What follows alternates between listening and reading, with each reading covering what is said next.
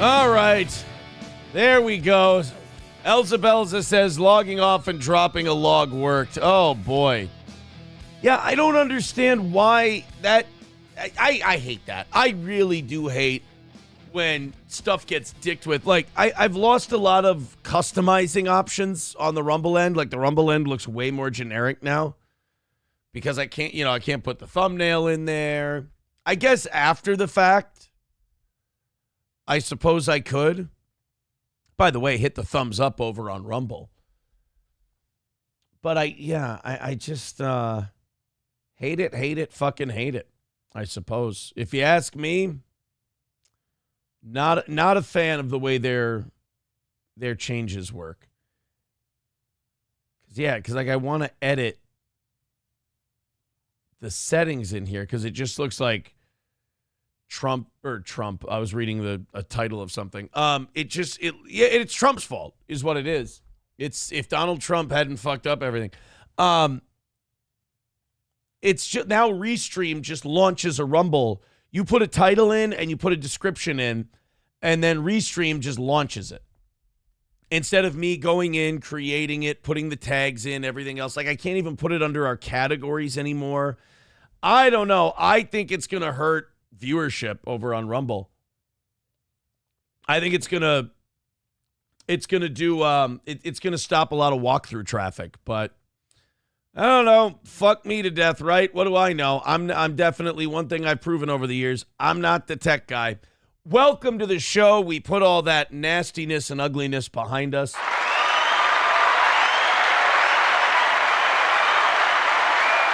Well, I got to say this. They've been very angry and upset with me lately. Now the steel toe haters have something to be happy about. And hey, man, that's why I'm here. I'm here to spread joy. And they're angry when everything's going smooth over here. So I gave him something to point at and go, he's a fuck up. I fucking hate him. He's disgusting. You piece of shit. Don't act like I don't do anything for you. You're so ungrateful. Don't act like I don't give you something to nosh on, if you will. All right, guys, we got a great show today. I'm excited to bring it to you. Here's what I'm most excited about. As you know, I do this show for money. I'm a filthy capitalist begging whore. Last night, we had a very small miss. I was actually very happy with the combination of quality of show, and if we had to miss, it was by, that much. So I'm washing that one away. But one thing I do feel bad about is that it's a full goal today for the morning crowd. So I'm offering an hour of overtime today. That's right. We'll do a 5-hour show. We'll go until 11. But what I need are big old steaming loads of money that I can just lap up from this audience. I prefer Streamlabs, PayPal, or Venmo. But beggars can't be choosy, and I will take gifted memberships. Chad Buzamak sent me a very nice message yesterday because I was saying, man, our YouTube memberships are going down. And I was like, we'll do some more members-only stuff, some shows, some posts, things like that, some more perks. It's also a great way to support the show monthly so you don't feel like a freeloading piece of shit. But he had a bold idea. I'll give him that. Chad Buzamak had a bold idea. He said, why not make the YouTube chat members only? And if people want to go in there and have some fun and do whatever, they pay you every month for it. And then that way you can open the full YouTube chat. Everybody you read is a paying member. So you can just have that thing wide open. And what I said to Chad Buzamak was, man, that sounds great. And I'm sure it'll boost memberships. I like that. I'm worried it'll hurt viewership overall, because people get really sensitive about that stuff. If you tell them they have to pay monthly to be in the YouTube chat, they feel like you're kind of guilting them. They feel bad if they can't pay $5-10 a month, whatever it is, to have a membership. And so they start to feel a little alienated. I don't want to alienate anyone, especially the people who love our show so much that they can't live without it every day. I mean, they deserve a voice too. And I like the idea. He's coming from a good place. But at the same time, it seems dramatic. to be sure. It seems like a drastic move, and I don't think we're there. But we are here. Full gold, 350 today. It might get a little beggy in this motherfucker. I don't want it to. I rely on you. You're the best. Throw us a little cash.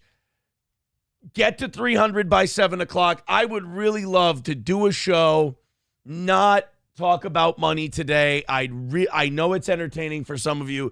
It's not for me. Let's just neutralize last night's loss with a win today. I'll do an extra hour of overtime. I'm a beggy guy today. Throw us a little money and let's rally up. Here's what the oh, wait. I'm doing this because I keep forgetting. I'm doing this. It's the Chad Buzamok Power Ranking, or Donor Rankings, not donor ratings.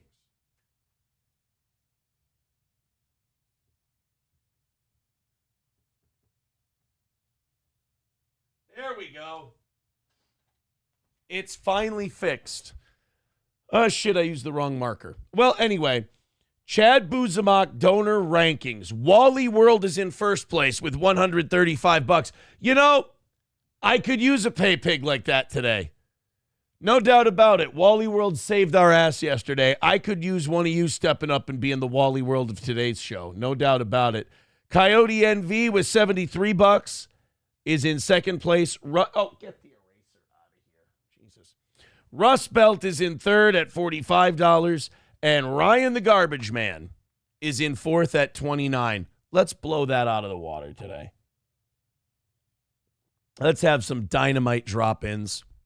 Let's have some big money drops. Otherwise, you're going to get this. And I don't want to be this. I woke up this morning. You know how I say when I wake up in the morning, depending on what the goal is, either the show's the first thing on my mind or the goal is the first. Today it was the goal. I don't want the goal being the first thing on my mind. If the goal is the first thing on my mind, the show quality is going to suffer because I'll be a worrier. You know how I am. I've been this way since the radio. I have a very short-term memory. And if it's a full goal, I sit here and I go, it's over. It's done. Like, this is, like, I can't do this anymore. I want to go back to bed. I'm nervous. It's all off. So, pay me big money. I'll put on a great performance for you. We'll have a great show today. We'll put you on the leaderboard. It'll be awesome. Klopogram says, still got to keep April steel toe. You know, the people who don't like steel toe like to point that out. And I got to say, I don't really understand why it bothers them so much. It looks nice. She did a great job. She did it before she discovered cocaine. She was very artsy. It looks very good. And I can't do any better. Why wouldn't I keep it? That is weird that you guys cling to that kind of stuff. I have weird haters that they show their mental illness. I'm cool. And they're excited about it. It's odd. It's strange. I've tried to work with them on it over the years, but they're not a bright bunch. They're triggered very easily. Spamalot becoming a member for his 4th month. Thank you very much, Spamalot. So let's get started on PayPal, Streamlabs, Venmo, Super Chats, Rumble Rants. I'm a whore. Give me money, please. Content, Mr. Toe, content. Let's begin. Not begging. Begin, says Eaton Clems. I know. But I'm very honest with you. I'm very honest with my audience. I'm sometimes a psychological, emotional wreck of a human being. And I like to bring that to you openly to let you know what I'm thinking. And yes, people wonder what's going on under the table, right? Oh, legs bouncing like fucking crazy today. And it ain't the Celsius because I'm only a couple sips in. All right, let's get started. Let's distract me from the fact that I'm a failure. Let's give you a quick Johnny update. Johnny was starting to feel better yesterday. He was the fever was coming down a little bit. He's been very, very sick. Obviously last week on the New Year's show, I think it was, his legs were locking up. He was sliding off his chair. I felt bad. No, obviously, there's nothing I can do about it, but it sucks to watch your friends struggle. Yesterday, he was very brave. He said, I can come back tomorrow. But this fever still is hanging in there. I can come on, and maybe if I have trouble, I can leave and this and that. I'm like, don't do that because I don't want people. First of all, I'm kind of protective. I don't want people to fucking be cunts and shitty to him when he's obviously having a hard time. I mean, that's just fucking gay of anyone who does that, and your soul's rotten. But also, I don't want him to feel good enough to start the show and then have to bail in the middle, and then the show's kind of weird and the show's kind of off, and then on top of that, he struggles to get healthy again. Because if you push too hard, you might delay it a few days. So I'd like to, if he's feeling better yesterday, and he's like, I feel like I can try doing the show tomorrow, then I feel like if I give him one more day to rest, by Wednesday, he'll be good. And he can come back to the show, and he'll be at full strength. So that's the Johnny update. He's still not feeling 100%, but I'm hoping he's back tomorrow. Let's go ahead. A quick update on this Joy Taylor thing, and then I think we're done with it unless anything new comes out. And I think the next thing to come out on this Joy Taylor thing is, Shannon Sharp will be on there. I know he doesn't do the show with Skip anymore, but he'll have to address whether or not he fucked Joy Taylor. And he'll have to come on and go, Skip, look, Jason Whitlock was right. She got peanut butter skin and great cans, and I had to fuck her, Skip. Yeah, I had to. And you know what? Today on the show, we're going to talk about the top five women in sports media with the best pussy that slept with enough men to get their jobs. That's what we're going to do today, Skip. And if you say Aaron Andrews, I will punch you right in your white mouth, Skip. You could turn this into a bit. You could turn this into, the women who got the furthest by fucking the grossest dudes. Because Joy Taylor fucked that Charlie Dixon guy. Charlie Dixon is a upper lipless motherfucker. He is hideous. There was a great meme yesterday. Someone made a meme of Charlie Dixon, and it said, don't worry, guys, you're just broke. A lot of guys are like, man, she won't go out with me. Am I ugly? Do I not look right or whatever? She don't care if you're ugly or not. You're just broke. That's all it is. So Charlie Dixon, having the power, having the influence, having the money, having the ability to get her on shows, that goes a long way. The fact that he has no top lip, she can work with that. And they've been uncovering clips of Joy Taylor, her going off and being like, if the man got money, if the man's money right, you can forget all that other stuff. It's good. And it's just like, wow, you know what? Some people just kind of hide in plain sight. Then we watched that video yesterday of Emmanuel Taco, am I right? Of him smelling his fingers while talking about Joy Taylor. And they say, internet sleuths say he was in he was in her building, he was at her home when he made that video. I don't know if that's true, that he was sitting outside her home in his car. But he smelled his fingers 4 times in 30 seconds while talking about how talented and amazing Joy Taylor was. And I mean, it's just wild. It started as a hairdresser suing FS1 for $1.5 million because for saying Skip Bayless offered her $1.5 million to fuck. Skip Bayless said some very funny shit. I mean, reprehensible, terrible, awful, and incredibly disrespectful to this woman, but funny to read about. And then you have the Joy Taylor end of it where everybody she fucked gave her a show. So every time she fucked another dude, she got another show, she got another promotion. So, she can fuck. She does a good job at that. I mean, she's a middling sports broadcaster, but the pussy's good. So then I think I've settled on my favorite clip so far until Shannon Sharp starts talking about it. My favorite clip so far is Jason Whitlock on The Blaze. Jason Whitlock used to work with Colin Cowherd and others on The Blaze doing a sports show.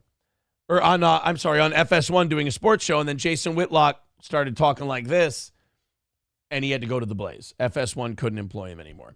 Well, we watched last night a longer version of this, and it was great. Jason Whitlock went on this rant about how he doesn't want, I didn't want to work with a female co-host. I especially didn't want to work with Joy Taylor because she was 25, and I know myself, and so on and so forth. And then he talks about how he wanted Bonnie Bernstein. If he had to have a female co-host, he'd have Bonnie Bernstein, who was 45, his age, whatever, which sucks for Bonnie Bernstein to have to hear Jason Whitlock go on a rant about, I wanted a bitch I knew I wouldn't fuck. That hideous troll Bonnie Bernstein. But he was talking about how he respects her sports takes, and she's been doing it for a long time. And Joy Taylor also in the lawsuit the hairdresser said that Joy Taylor said Colin Cowherd was nothing but a gentleman. She never slept with Colin Cowherd, so on and so forth. So Colin's looking great in this whole thing. Jason Whitlock looks hilarious in this whole thing. Emmanuel Acco got to fuck Joy Taylor, so there's that. Charlie Dixon's a creep, but then again, Charlie Dixon looks like a creep, so he's kind of playing the role. And also, to kind of defend Joy Taylor in a weird way, if you think that she's the only woman who's done this to get on sports shows, you're out of your fucking mind. If you think she's going to be the last one that like this lawsuit's going to deter any of these people, it's not. And honestly, if it's all consensual, then go for it. Whatever. I don't care. You want to fuck your way to the top, fuck your way to the top. The gross thing that Joy Taylor did is she did tell the hairdresser that if Charlie Dixon ever tried to fire her, she'd claim that he raped her. And that's fucking gross. It's also a third-party retelling of a story, so who knows if it's true or not. Joy Taylor, I believe it, but I believe it because of my own personal biases. There's a lot of women, and I married one, that when they don't get their way, they make shit up. And when they get in trouble and they have to take responsibility for themselves, they make shit up to make someone else look bad. I watched them do it to other people, and I watched them do it to me. Women will do that. When women have to face, especially pretty women, when good-looking women, a lot of them, when they have to take responsibility for their own fucking actions, a lot of them will go, they're ruthless. They'll do anything to get out of facing that. Hashtag not all women. But Joy Taylor, to me, is the living definition of why I don't believe all women. Like, that movement during Me Too when the pendulum swung way too far the other way, and it was hashtag believe all women. I can't. I've met too many of them to believe all women. That's just as stupid as a phrase as believe all men. You can't believe all women and you can't believe all men because if you've ever met women and you've ever met men, you know that some of them are dirty, downright filthy, disgusting fucking people. Don't believe them. They're going to be self-serving. All of us are. All of us at some point have been very self-serving. It's human nature. So to say that you believe all of this or you believe all of that, it's fucking stupid. But I think Jason Whitlock had the best take on this whole thing, and it's this little clip from his show Fearless on The Blaze.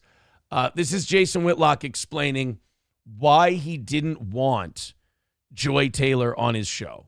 And by the way, by saying no to her, he ended up doing a show with Colin Cowherd, so I don't think he made out too bad. And from what I hear, Colin Cowherd has top-shelf pussy.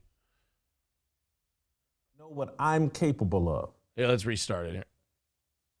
I know what I'm capable of. And that big rack of hers that she showed off constantly. It's just, and that peanut butter skin with that big rack. Like, Jay, keep your distance. Jay, keep your distance. That big rack and that peanut butter skin. You see, Jason Whitlock can't talk like that on FS1. Can talk like that on The Blaze. So wait a minute. Does that mean that Jason Whitlock is going to end up nixing our Anna Kasparian deal because she's going to be too cute and Jason Whitlock might take a run at her? No.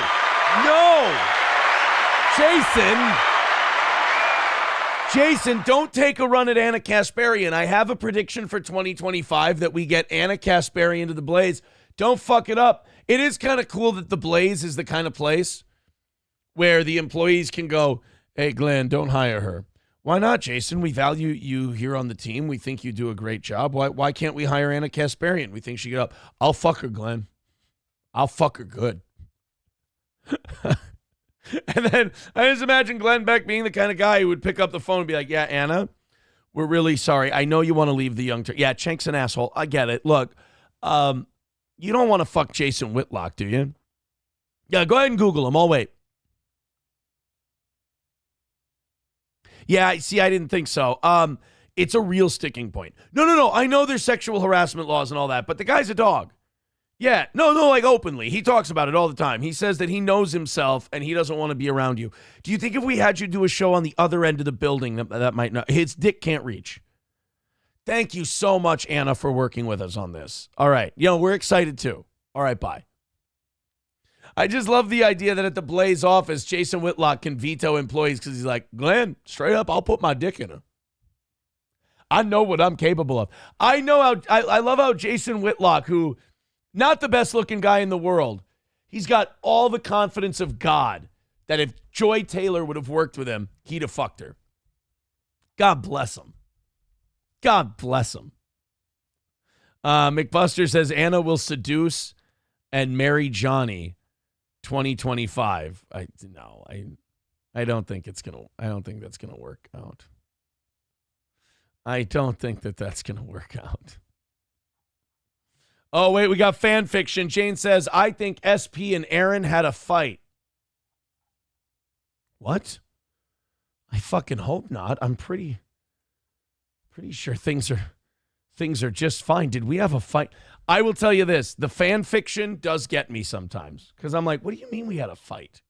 Why would we have a fight? SP did tell me yesterday, she's like, Jesus Christ. She's like, you really went after it on that Hooters police officer story. And I'm like, what? She's like, Aaron, people don't just talk like that. I'm like, what do you mean? She's like, you were just like, the cop should turn off his body camera and just fuck her. I'm like, people don't think like that? She's like, no, honey, no, they don't. I'm like, okay, well, my therapist is back next week. She's like, yeah, I don't know. She thought that was very funny that I didn't know that you don't just talk like the way we talked but that's why I have a show, because I think differently than everyone else and I talk differently than everyone else and I don't go out and do the shit, well, anymore.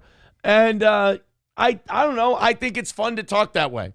I'm a mischievous little boy with his new toy.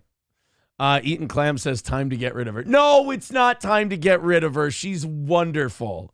I thought it was hilarious. We were talking yesterday about it, and I'm just like, she's educating me on like, yeah, you really, she goes, you really dug in on that one. I'm like, really? She's like, yeah, you called her your third wife. I swear to God, sometimes I go on rants on this show, and I legitimately black out. Like I have legitimate blackouts where I don't remember what I said. I don't remember what happened. There's blood everywhere. And someone says, oh yeah, like you sacrificed an animal live on air. Like you were short of the goal.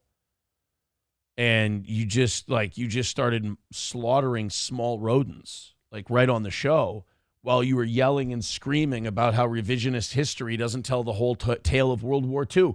I'm like, I didn't do that. You're gaslighting me. Like, all right, go back and watch the tape. Good old JR becoming a member for 30 months. Thank you, buddy. I appreciate it. All right, guys, I am having a small panic right now. We are a full 350 away from today's goal. Please throw in everybody right now. Click the PayPal and the Venmo and the Streamlabs and all that. Make me feel better. It's a full goal today. We are fucking, we need a big one. Wait, God, it always comes out so gay. Throw in a little money. I'm trying to do as much show as I can here without letting you know that I'm panicking on the inside. $2 from Spamalot says, how was the wedding on New Year's Eve? I didn't get married on New Year's Eve. Guys, there's a lot of rumors that get started on this show. Let's not start one that I had some kind of secret wedding on New Year's Eve. Please. That would be wonderful. I would really appreciate it if you didn't start a rumor that I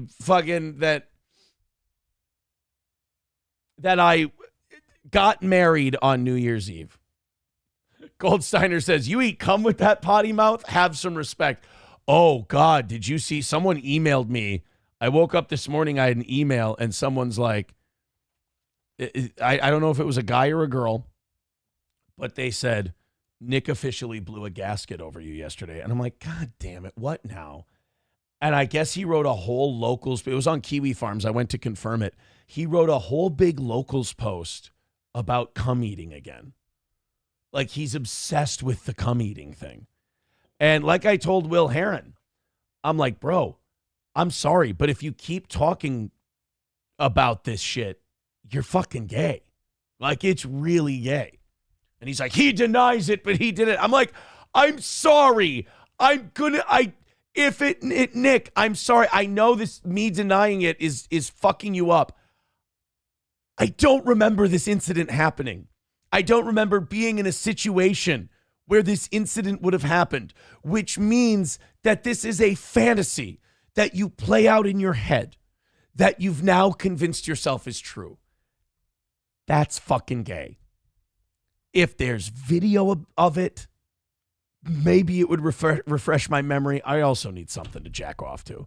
But I don't, I'll tell you right now, honest, hand to God on my kid's life, I did not do that. I'm sorry. I feel like there's a death in the family and someone wants closure and I can't give it to them. John the Midget, actor with 199. Thank you very much for the 199. I love that. Just someone making an effort. Just like, hey, I hear you're fucking losing your fucking mind today. Here's $1.99. I appreciate that. That's very nice.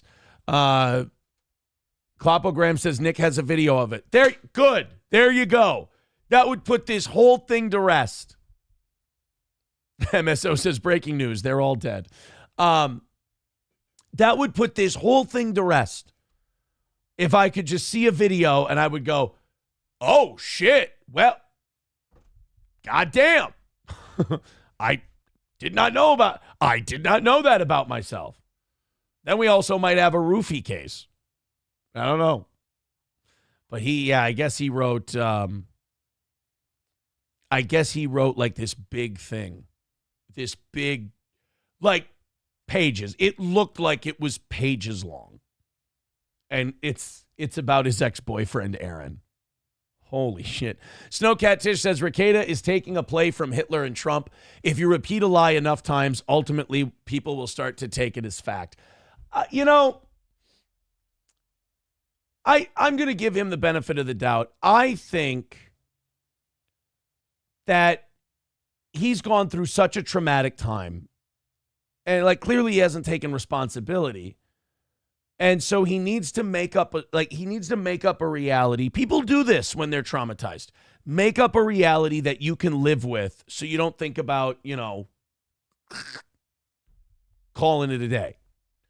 And so maybe that's one of those stories that he's told enough that now he thinks it's true. That's why I'm trying to that's why I have fun with it. That's why you see me laughing about it and treating it as silly, because I think this is I think he needs to. I think this is what he needs to do to get through a tough time. And whatever. Look, if you need to make shit up about people so you don't, like I said, call it a day, who am I to stop you? Yeah. And I also, someone says they're he's trying to impress Melton with his fan fiction. Could you imagine being that guy? Could you imagine being so low that you're trying to impress that thing? Ew.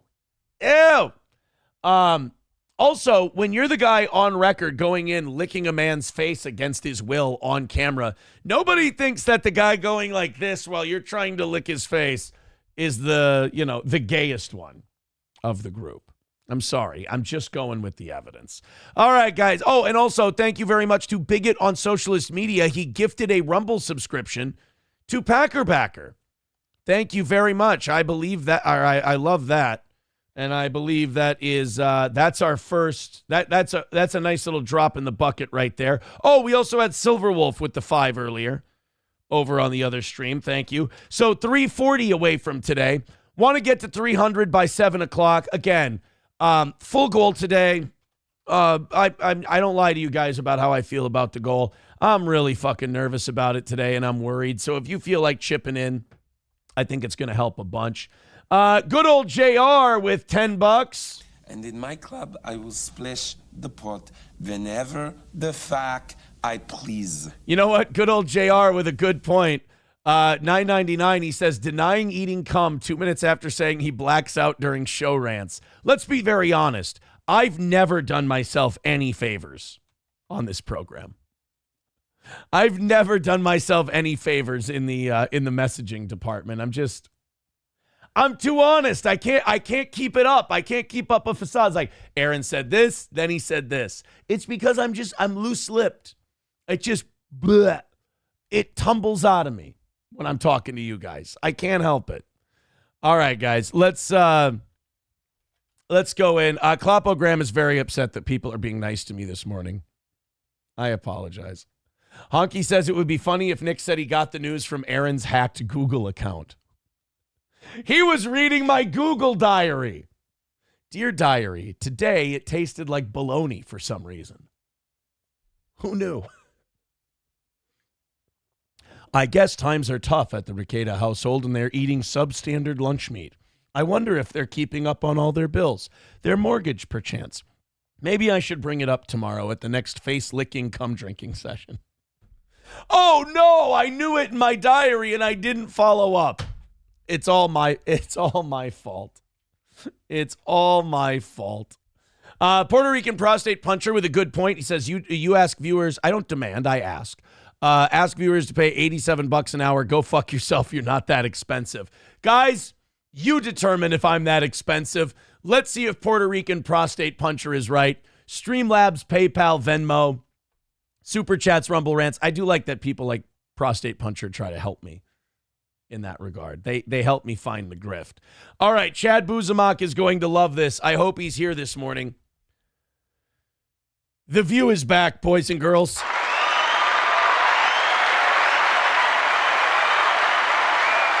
Our girls, our ladies, and Joy and Whoopi, they are back, and they took their 2-week vacation for Christmas and New Year's. They came back, and goddamn right off the fucking bat, they were jumping right in. I missed them. I don't know about you guys, but I missed the gals from The View. Sunny Hostin in particular. Remember before they went on break, like Sunny Hostin couldn't go a week without having to read some legal disclaimer because she said some actionable shit? You know? Remember when she had to play the Third World Aristocrat video because she called Melton a PDF file on the show, and everyone went, whoa, is that actionable? And she's like, no, here's the Third World Aristocrat clip. And everyone went, oh, yeah, he is a creep. So, and then there was the Matt Gaetz thing. There was a couple other people. She would say shit about him. And you'd go, holy shit. Like I'm pretty sure you can't go on TV and say that about someone. And they'd have to go, all right, everybody, welcome back to The View. Sonny, you had something you want to say. Yes, Whoopi, thank you. I said earlier that this man fucks baby coyotes. We have no evidence that he fucks baby coyotes. Here we go. Sonny Hostin. What do they call them? Legal notices or something like that. This is, yeah. Sonny Hostin stumbles through a legal note. Yeah, because they have to throw it to her. They're like, Sonny, you had something you want to say? Yes, Whoopi, I do. I have a legal note. A Trump aide said that the former president was not claiming that he was going to seek retribution against his political opponents, but attempting to make the point that a new precedent had been set. Eddie's doing this to me. Had been set by the Biden Department of Justice. There's got to be something where you can be so disingenuous that the legal note doesn't count. Here's another one. On screen. Sonny, you have a legal note. I do have a legal note. Thank you, Whoopi. Matt Gaetz has long denied all allegations, calling the claims, quote, invented, and saying in a statement to ABC News that this false smear following a 3-year criminal investigation should be viewed with great skepticism. That DOJ investigation was closed with no charges being brought. So I feel like it would go better for her. Like she seems so cucked when she has to read it like that. I feel like if she could read it in a more conversational tone, it might look better. I know she thinks that by reading it, she's doing this defiant toddler thing where she's like, I didn't say I was sorry. They made me read it, and I'm very clearly reading it. Okay, I get that. But at the same time, it also makes it look like they have the power to make you do that. So if you make it look like it was kind of your idea and you're kind of conversationally bringing it up, I think that might be better. You know? I think it might be better. Yeah, Puerto Rican prostate puncher says, it's that Puerto Rican that comes from slave owners. Oh, yeah, there's that clip of Sonny finding out that she owns slaves, or that her family, not she owns slaves, obviously. She doesn't live in fucking Egypt. Where she finds out that her family was slave owners. Here we go. Here's the clip we're talking about. Wow. Wow. Wow. Kevin, did you know your family owned black people? Wow. Wait a minute. Kevin's Irish. His people were owned. Wow. Do not clip that. I'm a little bit in shock. I just always thought of myself as Puerto Rican, half Puerto Rican. I didn't think I was. You didn't think about the white devil part, did you? Nobody ever thinks about their white devil half. Obama never thought about it. Everyone's always ashamed of the white part of themselves. Why? It ain't so bad. My family was originally from Spain and slaveholders. Yeah. So how? Oh my God! Did she just do the Melton Cope laugh? The steel toe owned me laugh? Spain and slaveholders. Yeah. that is a horrifying chuckle. All right, so her family came from Spain. And did you know, this is an interesting fact that I learned recently. Did you know that the rain in Spain falls mostly on the plain? Didn't know that till a couple of days ago. Interesting. But her family was from Spain and they owned slaves, and she did not have a good time with that one. He was originally from Spain and slaveholders. Yeah. So how are It's you? hilarious. Hey, black reporter who's interviewing me, owning black people, am I right? Wild shit. You feeling, my friend? I think it's actually pretty interesting. She bids $20 on him just out of impulse. It's like, how are you feeling right now? I was wondering if I could just pay someone $50 to have you come rake the leaves in my yard. It's the feeling started in my left wrist and it's just kind of moved up to my heart. Interesting that my husband and I have shared roots. Yeah. So I do appreciate that. At least our families owned slaves together. Oh, we're like the slave-owning Romeo and Juliet. You ever read how that one ends? And I think it's great for our children to know this information.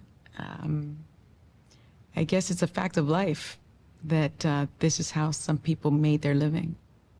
By some people, we mean the people that your family came from. Now, look, I'd love to sit here and give Sonny Hostin shit all day long. That would be great. But it was her family. It was a long time. She didn't have anything to do with it. It's kind of weird when people like find out that their family owned slaves and then like they act like they did it and then they feel like super guilty about it. It's like, even if you don't like the person, you just want to go to them and just be like, you didn't do it. It's okay. Like, just fucking chill. It's fine. No, Puerto Rican prostate puncher. That is not what she did on her first date. That's not, I'm not even going to read that. Thank you, Fake Johnny, for the $1.99. He says, sorry, I didn't mean to mess you up last night. No, that was fucking hilarious. So somebody pretended to be Johnny in the chat yesterday. They did a really funny bit because we were trying to knock down the $70 we had left last night. Spoiler alert, we did not. And somebody came, MSO goes, you should call Johnny and check up with him if we hit the goal. And I'm like, all right, if we hit the goal, we're going to check in on Johnny. So then this guy, perfect timing. He pretends to be Johnny. He sets up a fake Johnny account and he goes, don't call, I'm really sick. And I just laughed my fucking ass off. I'm like, oh, way to ruin the bit, asshole. It was oh my God, it was so funny. The fans of this show are fucking hilarious, and I really appreciate that. That was so goddamn funny. That made my night. Coltrane with $5 says, Aaron is definitely a jizz-eating pole smoker. All right, no matter what you do not send in PayPals and Venmos right now accusing me of homosexual acts. Do you know how dedicated I am to hitting this fucking goal? I don't give a shit what you write. Just make sure it's funny and that the fucking check clears. Thank you, Coltrane. Guys, definitely don't send money to PayPal and Venmo. And definitely don't make it, 2, 3, 4 digits. That would be really fucking terrible. Telling me that I'm gay and that I've done gay shit. Coltrane, that's terrible. How could you say something like that? 3:30 away from today. We have again, it was a full one today. I am offering an hour of overtime if we knock it out. Let's get this 3:30 handled. Number one, let's get to 300 by 7 o'clock. We got about 12 minutes. Streamlabs, PayPal, Venmo, please and thank you. Let's get this expensive hunk of shit show off the ground. I appreciate it. So let's continue on with Sonny Hostin here. I'm going to try. Look, man, I have a bad feeling that today's going to end horribly for me. I really do. I just have a bad feeling about it. But I'm going to make it a good show. I'm going to keep the begging to a minimum. We're going to mention it. We're going to talk about it a little bit. I really hope you guys come up big and prove me wrong today. But I have a feeling that I'm really going to feel like shit at the end of today's morning show. That comes with the territory. Streamlabs, PayPal, Venmo. So Sonny Hostin came back to The View yesterday. What are we doing watching these old clips? What are we doing watching these old clips when there's new Sonny Hostin gold that we can go through? So Sonny yesterday on The View, she was on one. And she was on one because it was January 6th. Patriots Day, as it's going to be known in the Trump administration. Why not? He doesn't have to run for re-election. Just make it Patriots Day and burn the whole thing down. Not the Capitol, of course. But pardon all the January 6th people. Let them all out of jail. I mean, the only person who got hurt was Ashley Babbitt. I mean, she got her fucking head blown off. I mean, it seems like an L for the protesters, if you ask me. A lot of the cops at January 6th, a lot of the Capitol Police mysteriously had heart attacks immediately after the January 6th events. That's a little weird, but we don't talk about that anymore, apparently.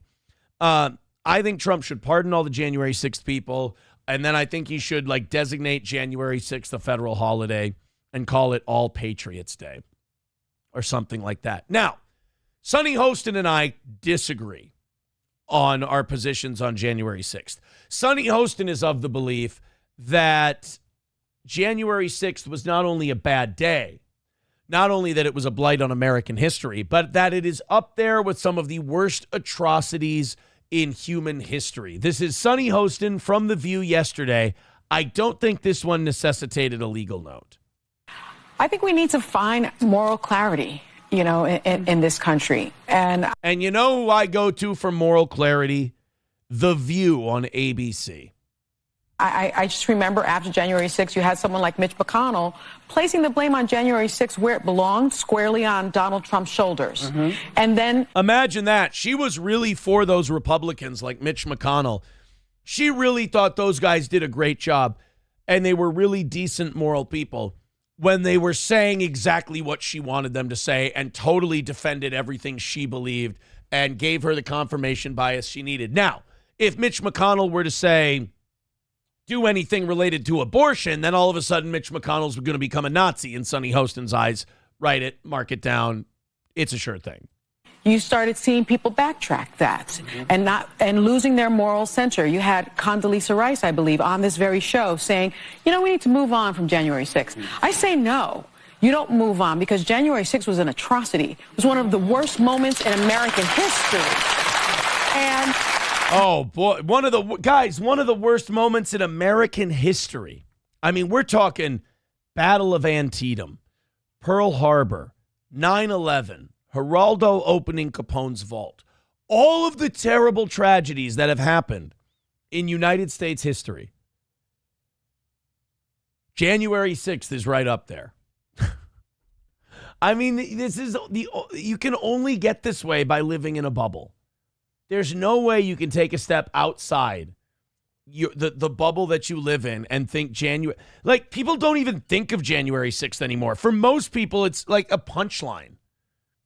It's just like a silly little joke you make. It's an aside. So, I don't mean to burst Sonny Hostin's bubble, but, people don't see January 6th the way she does. And then when they don't, she gets all offended and upset and flustered at it. Worst moments in American history. And when you think about the worst moments in American history, like World War II, things. One of the World War II was one of the worst moments in American history. You know, we wouldn't be the world's superpower if it wasn't for World War II. World War II itself was really bad. Right, absolutely. Of course, a lot of death, a lot of destruction. Real setback for civilization. But, like, you know, we won World War II. Like, basically, the United States and the Russians were the last two standing after World War II. It happened, you know, like the Holocaust, chattel slavery. The January 6th is now the Holocaust plus chattel slavery. To quote Kevin Brennan, Wow. First of all, the Holocaust wasn't even an American thing. Now, of course, I'm sure your producers have told you different. But to say that, oh, January 6th is up there with the worst things that ever happened to America, like the Holocaust. Hold on. What? How did you stay? How are they able to sneak the fucking Holocaust into everything? It's uncanny how they're able to do that. Everything's the Holocaust. Oh, man, January 6th, it was one of the worst things that ever happened in American history. Like the Indonesian tsunami. Wait, what? How was that in America? Oh, no, a lot of people died. No, I get it. A lot of people died. But, like, number one, only one person died, and it was one of the protesters at January 6th. And number two, the Indonesian tsunami took place in Indonesia. It wasn't even an American event. January 6th was one of the worst events in American history. Like the Battle of Stalingrad. Like, what? No. We need to never forget, because past becomes prologue if you forget any race. And for Joy Taylor, the past becomes prolapse. Just an interesting aside there. So Sonny Hostin says that January, you know what? How fitting, now that I think about it, how fitting that The View decided to come back on January 6th. It's perfect. And of course, we can always count on The View to give us gold when it comes to overreacting. Somebody says 620,000 people died in the Civil War. How many people died in January 6th again? That would be Ashley Babbitt, one of the protesters. That was it.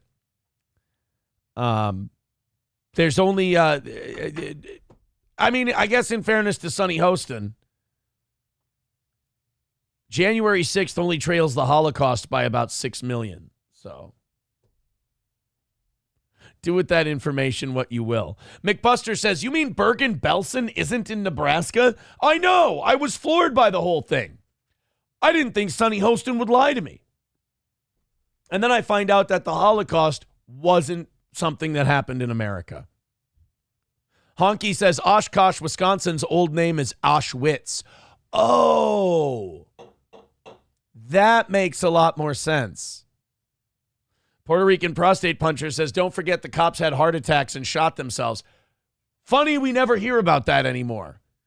And then also Puerto Rican, don't forget all the police officers that mysteriously had heart attacks in the days and weeks after January 6th and just dropped dead.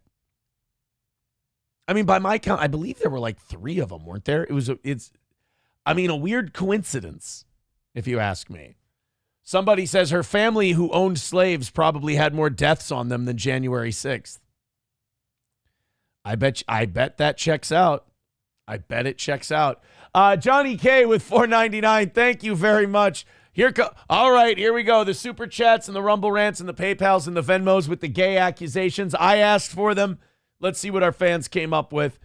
Johnny K says, so Nick shot his baby batter on April's chest and then you licked it up. Gross. But I didn't. Every denial helps, by the way. Professor Tie-Dye with $1 says, Aaron, a few drag queens from the gay 90s came forward. How you get a boner when you hear or smell another man's fart. The homo allegations now have witnesses. Those aren't witnesses. You just said that. That doesn't mean that they actually said that, though. You're just saying that they said that. That's not eyewitness confirmation. I'm being trumped right now. $1 from Coltrane. He says, hey, Aaron. Hey, Coltrane. My gay friend told me that you are one of the main pages of Grindr.com as top homo cuck. See, again, that's not a person coming forward. That's you saying a person came forward. This person has not actually gone public and said that happened. These are all disgusting allegations. Yeah, thank you, bigot on socialist media. He says that's how mainstream media works. Exactly. It's exactly how mainstream media gets you. I don't like when the audience goes, oh yeah, a friend told me that Aaron did this, and that. That's independent confirmation. No, you made that guy up too. Aaron, you sound paranoid. Coltrane with $1 says Aaron goes to gay 90s on the weekend and yells yummy dicks to bring all the boys to the yard. That's actionable. Like, that's straight up actionable. How fucking dare you?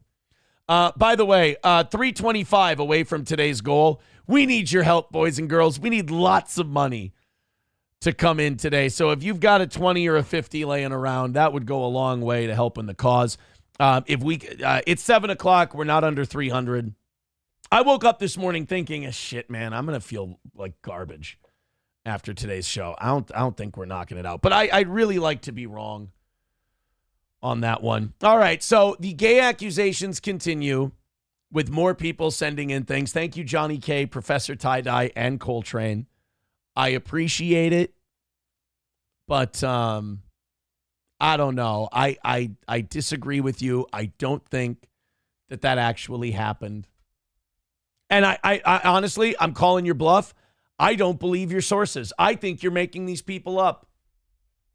Because I'll tell you this, the Steel Toe audience is full of homophobes. I don't believe that any of you have gay friends.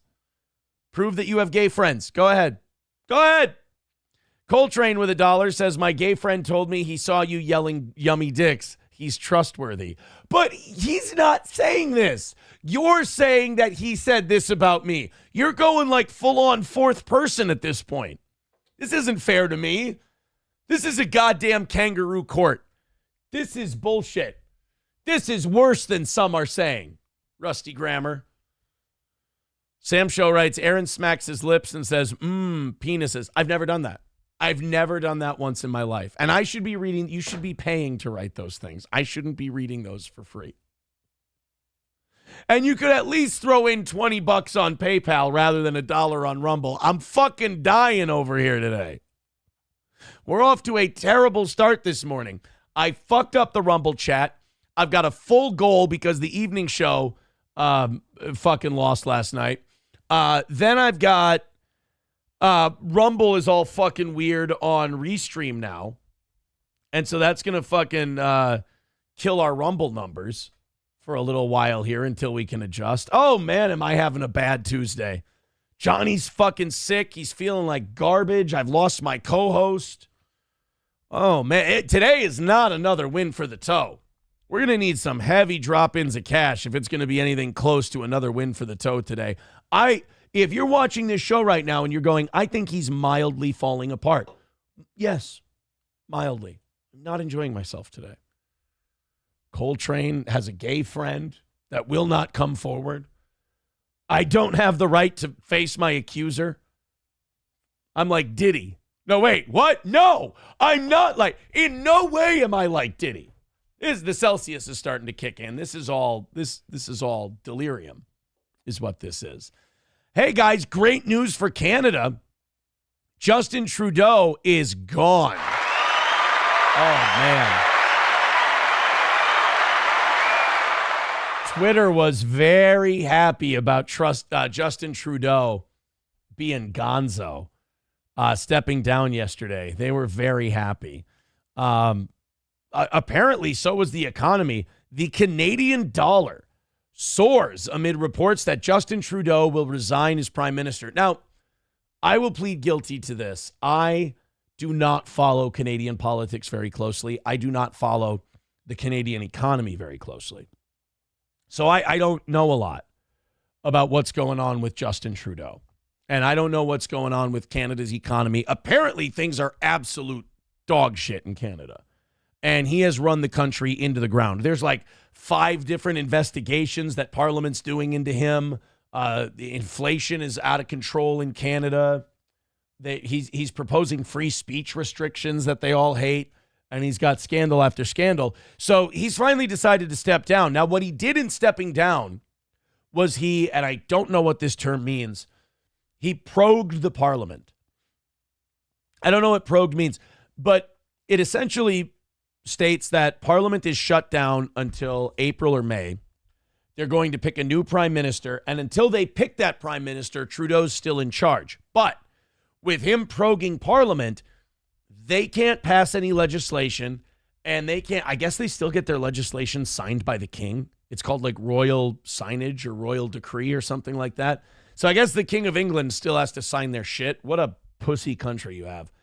But they can't get any of Trudeau's stuff on censorship and economic shit passed anymore. It's all, wherever it is, it's dead. But also, the investigations going on into Justin Trudeau also have to stop. So it was kind of like, it was kind of the nuclear option for Justin Trudeau. He basically killed his own career, and he made it so he can't be prime minister and he can't get anything done anymore. But also it's going to shut down the investigations into him until a new prime minister is chosen. Now, they can choose to take it up after that, and they can choose to investigate him again, but he's gone. What's the point? You know? But I do know that I saw a lot of happy Canadians yesterday on YouTube and Twitter and everywhere else. They were pumped that Trudeau was gone. A lot of Americans happy because he kind of is the stereotype of the weenie, lefty, political Canadian. So a lot of people were happy that he's gone, and you couple that with Trump winning the election.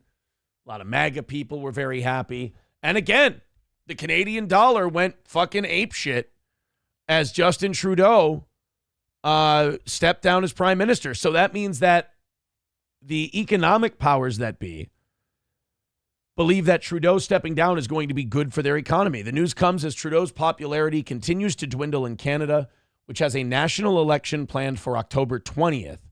The country continues to suffer from a housing crisis, a declining per capita GDP, and high inflation, among other issues.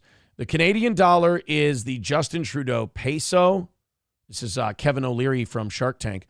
Trading at a 41% discount to the U.S. dollar. Justin, keep up the good work, and maybe we can sell the whole country for 3 shiny beads.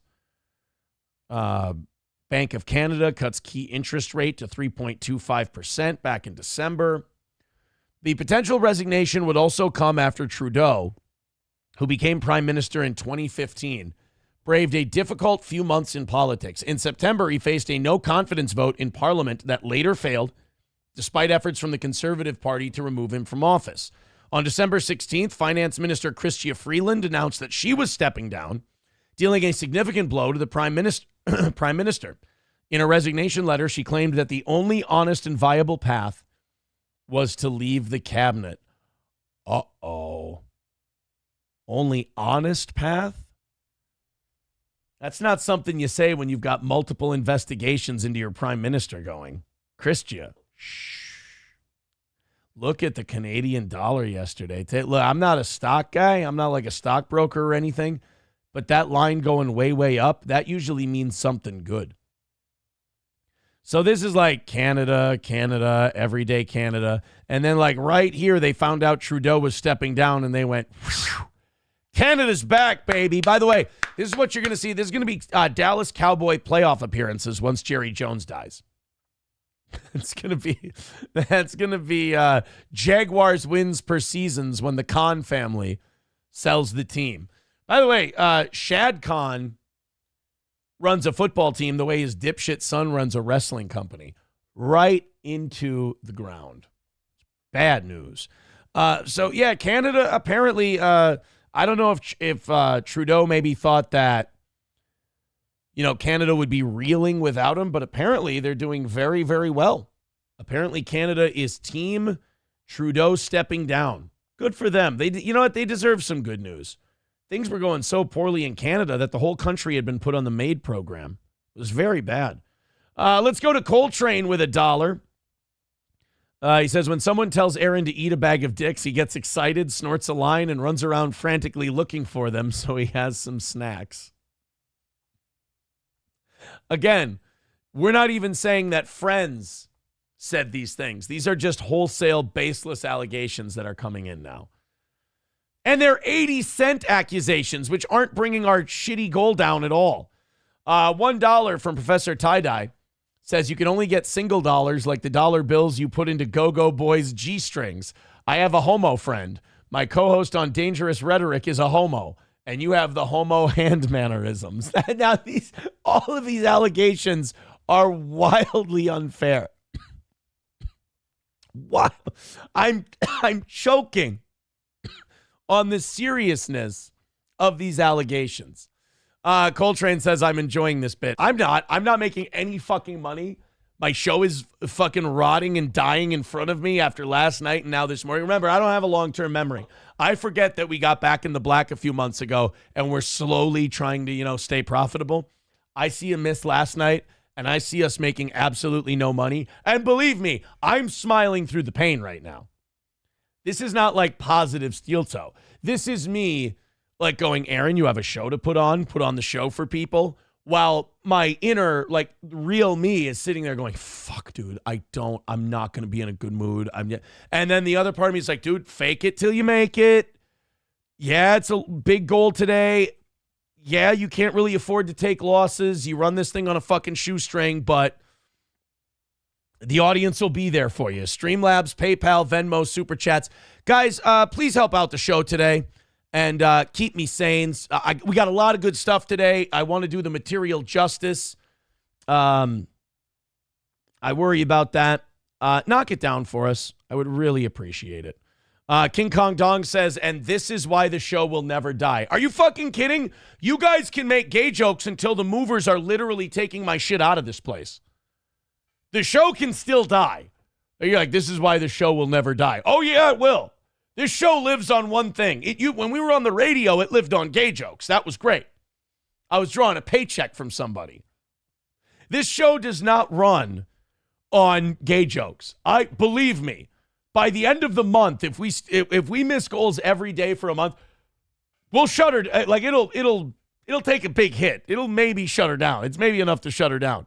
If you're one of our OGs and you're like, dude, this is why this show is fucking great. It'll never die as long as we have these great Aaron going along with the gay bits. Oh, no, it'll fucking die. You are mistaken as to what keeps this show on the air. It ain't me playing along with the gay jokes. It's money. So if you like the gay jokes and you think it's fun, PayPal, Streamlabs, Venmo, ASAP, motherfucker. 325 away from today. It's looking fucking bleak for me. What's his nuts? Becoming a member for 30 months. Says, am I hearing I'm Aaron's favorite snack? No. What's his nut? Because there's nuts in your name. No, that's not the case. Oh, our numbers are dog shit today, too. We're at 700. Oh, my God, I'm a failure. Oh, man, it's over, guys. It's the interest in steel toe is waning. We're going back to our old numbers from a year ago. It's fucking, ugh. Honestly, PayPal, Streamlabs, Venmo make me feel like this thing isn't rotting and dying. Oh my! And then every time I hit I hit refresh every 5 minutes. I'm like a junkie right now, and I see it blank, and I'm just like, fuck. All right, guys. If it ain't Super Chats, Venmos, or Rumble Rants, I ain't reading them. That's where I'm at today. We had a full goal. We're an hour in. We've made 20, 25, 30 bucks. Whew. Let's get it going. I've got a good show. I'm on the verge of a panic attack. Let's do this thing. Two people I really don't like did a podcast together, and I have to decide which one I hate less. I hate doing this. Are you familiar with Lex Fridman? This guy has always given me the creeps. There's something fucking off about this guy. Like, he got his flowers because Rogan endorsed him. And then, like, Rogan guys, I'll say this.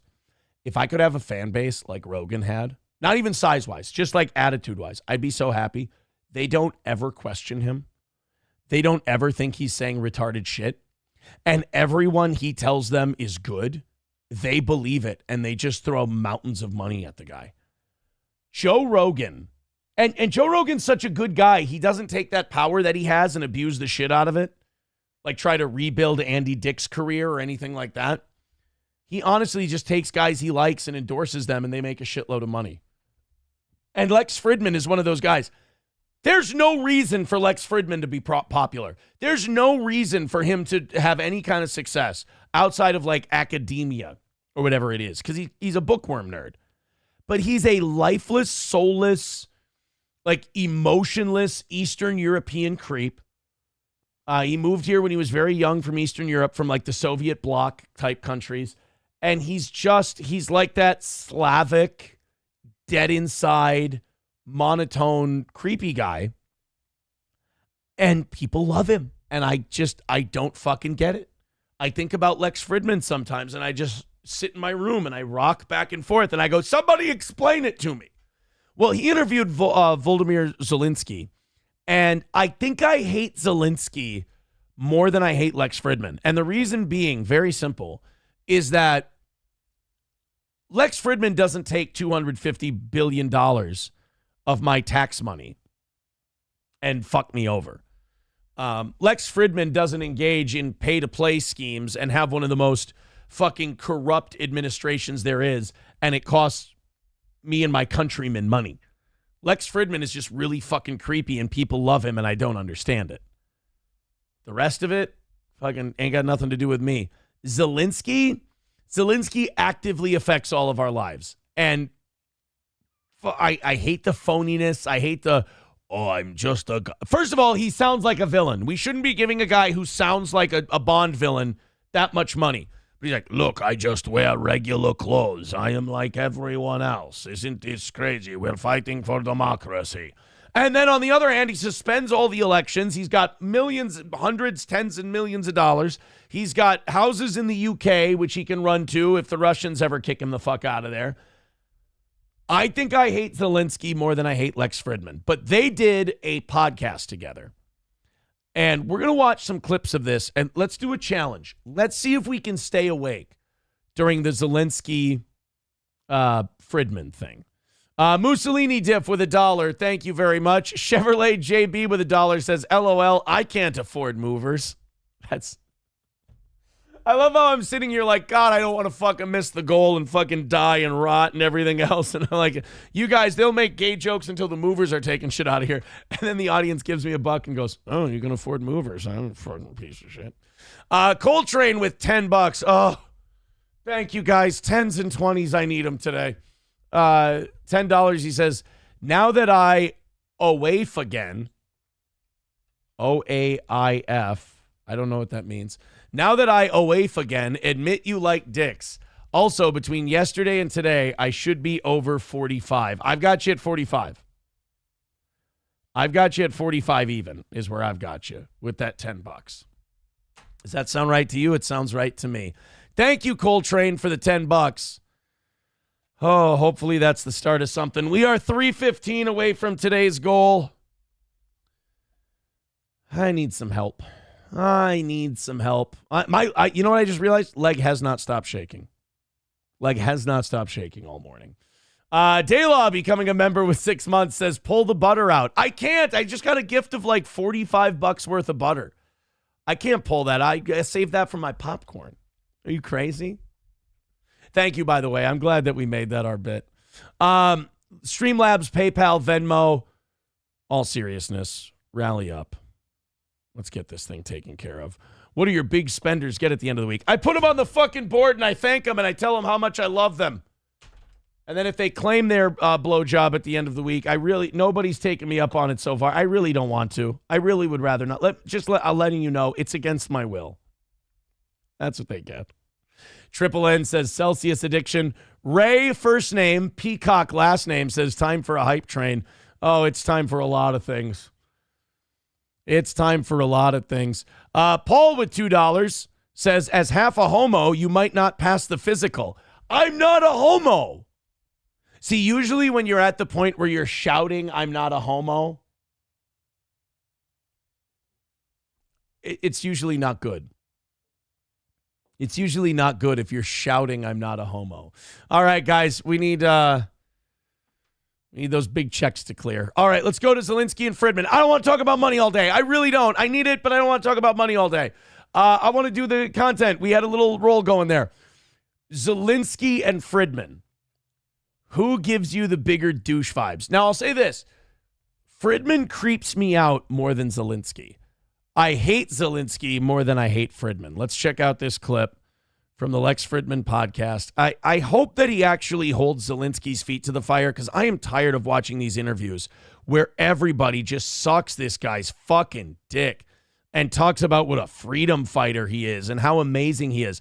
The guy, we sit here giving him hundreds of billions of dollars, and we say that we're fighting for on the side of freedom and democracy, and the guy suspends elections. I'm tired of it. The guy's a grifter, and we spot our own. I mean, this guy, he helped Biden with Burisma, and so in return, the Biden administration started a war for him and then gave him hundreds of billions of dollars. And if you don't think he's skimming off the top, if you don't think this is some mafia-level skim shit going on, you're wrong. I 100% believe that this guy is getting fucking paid. I believe that there's a second market for the weapons we're giving them, and Ukraine's selling them at a markup and turning a profit and still getting weapons they can use to bomb the Russians and weaken Putin. And by the way, I'm starting to get to the point where I think Russia's going to lose this war for one simple reason. We're just going to keep pumping money into it. We're going to treat this like we treated Afghanistan for the Soviets. We're going to bleed them dry economically. We're going to make them spend money. We're going to make Vladimir Putin spend political capital to the point where his people want to overthrow him. I think Russia will win this war on the battlefield. I think they will lose it behind the scenes. Remember, the Americans, when they drew the Vietnamese out into the open, we fucked them up. They were no match for our soldiers. But we lost that war politically and in the war of public opinion. We could have sat there and fought the Vietnamese for another 5-10 years if we wanted to. But the people didn't want it, and the political will wasn't there to support it.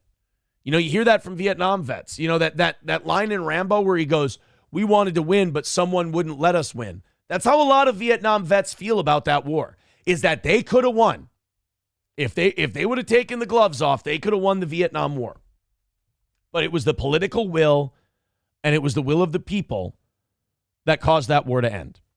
And I think that could be where it's headed for Putin and the Ukraine war, because there's already rumblings that people have had it with him in Russia. A lot of the oligarchs want to turn on him, but he's got that whole thing where he murders people, and that kind of, you know, keeps the scared people scared for a while.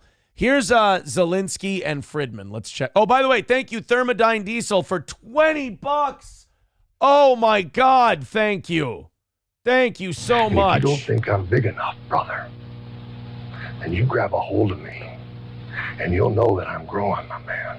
Within your hands, I will get as big as I need to be. Oh, my God. Here we go. Josh with $10. Thank you, Josh. What a guy. And in my club, I will splash the pot whenever the fuck I please. I can't wait to get to Sean's super chat. It's very funny. Also, we've got $20 from Joseph. Oh, my goodness, $20. We want the gold, sucker. Hulk Hogan, we coming for you, nigga. Joseph says, been a while since I've caught you live. Here's some back pay to try to keep those human tube steaks out of your mouth. I'm not sucking dick. I don't care what Coltrane says that his eyewitnesses have. These people have not come forward. For all we know, they are figments of his imagination. It's all bullshit. I'm telling you right now, it's all bullshit. You can't believe these people. Guys, you believe me, don't you? Let's go to 50 in the 320. He says, my New Year's resolution was not to support pedos in the new year, and here I failed already. I guess I better send Melton some money as well. Hey, pedo, what the fuck? Now that's actionable.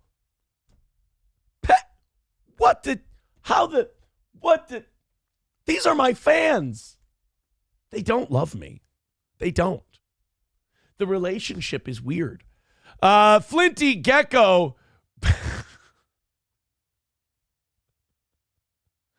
Flinty Gecko with 100. Oh, wait, no, Craig with another. Oh, Craig with 20. We didn't give him this. We want the gold, sucker. Hulk Hogan, we coming for you, nigga.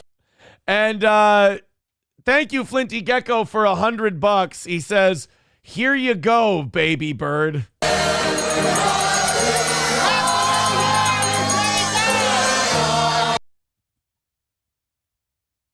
You know, I ask for the money. I say, God, it would be so nice if we could just knock everything out. That would be so cool.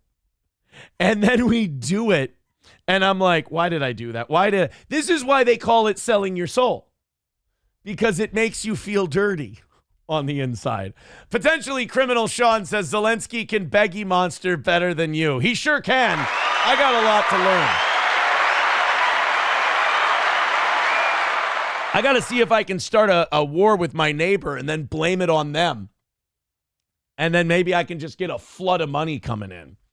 Packer Backer with $20. We want the gold, sucker. Hulk Hogan, we coming for you, nigga. He says, good luck this week. I'd rather play you again than Detroit. Oh, thank you.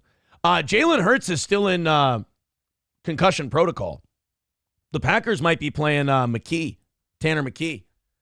And if that's the case, and the Packers win as the 7th seed, they'll go to Detroit. And then if we can win, and Washington can beat Tampa, you see what I'm doing to myself? And Washington can beat Tampa. If that happens, we get to host a second-round game against the Commanders. S-word jockey with $20. Thank you very much. We want the gold, sucker. Hulk Hogan, we coming for you, nigga. Oh, wait, that's the $50 one I've been giving people. You know what?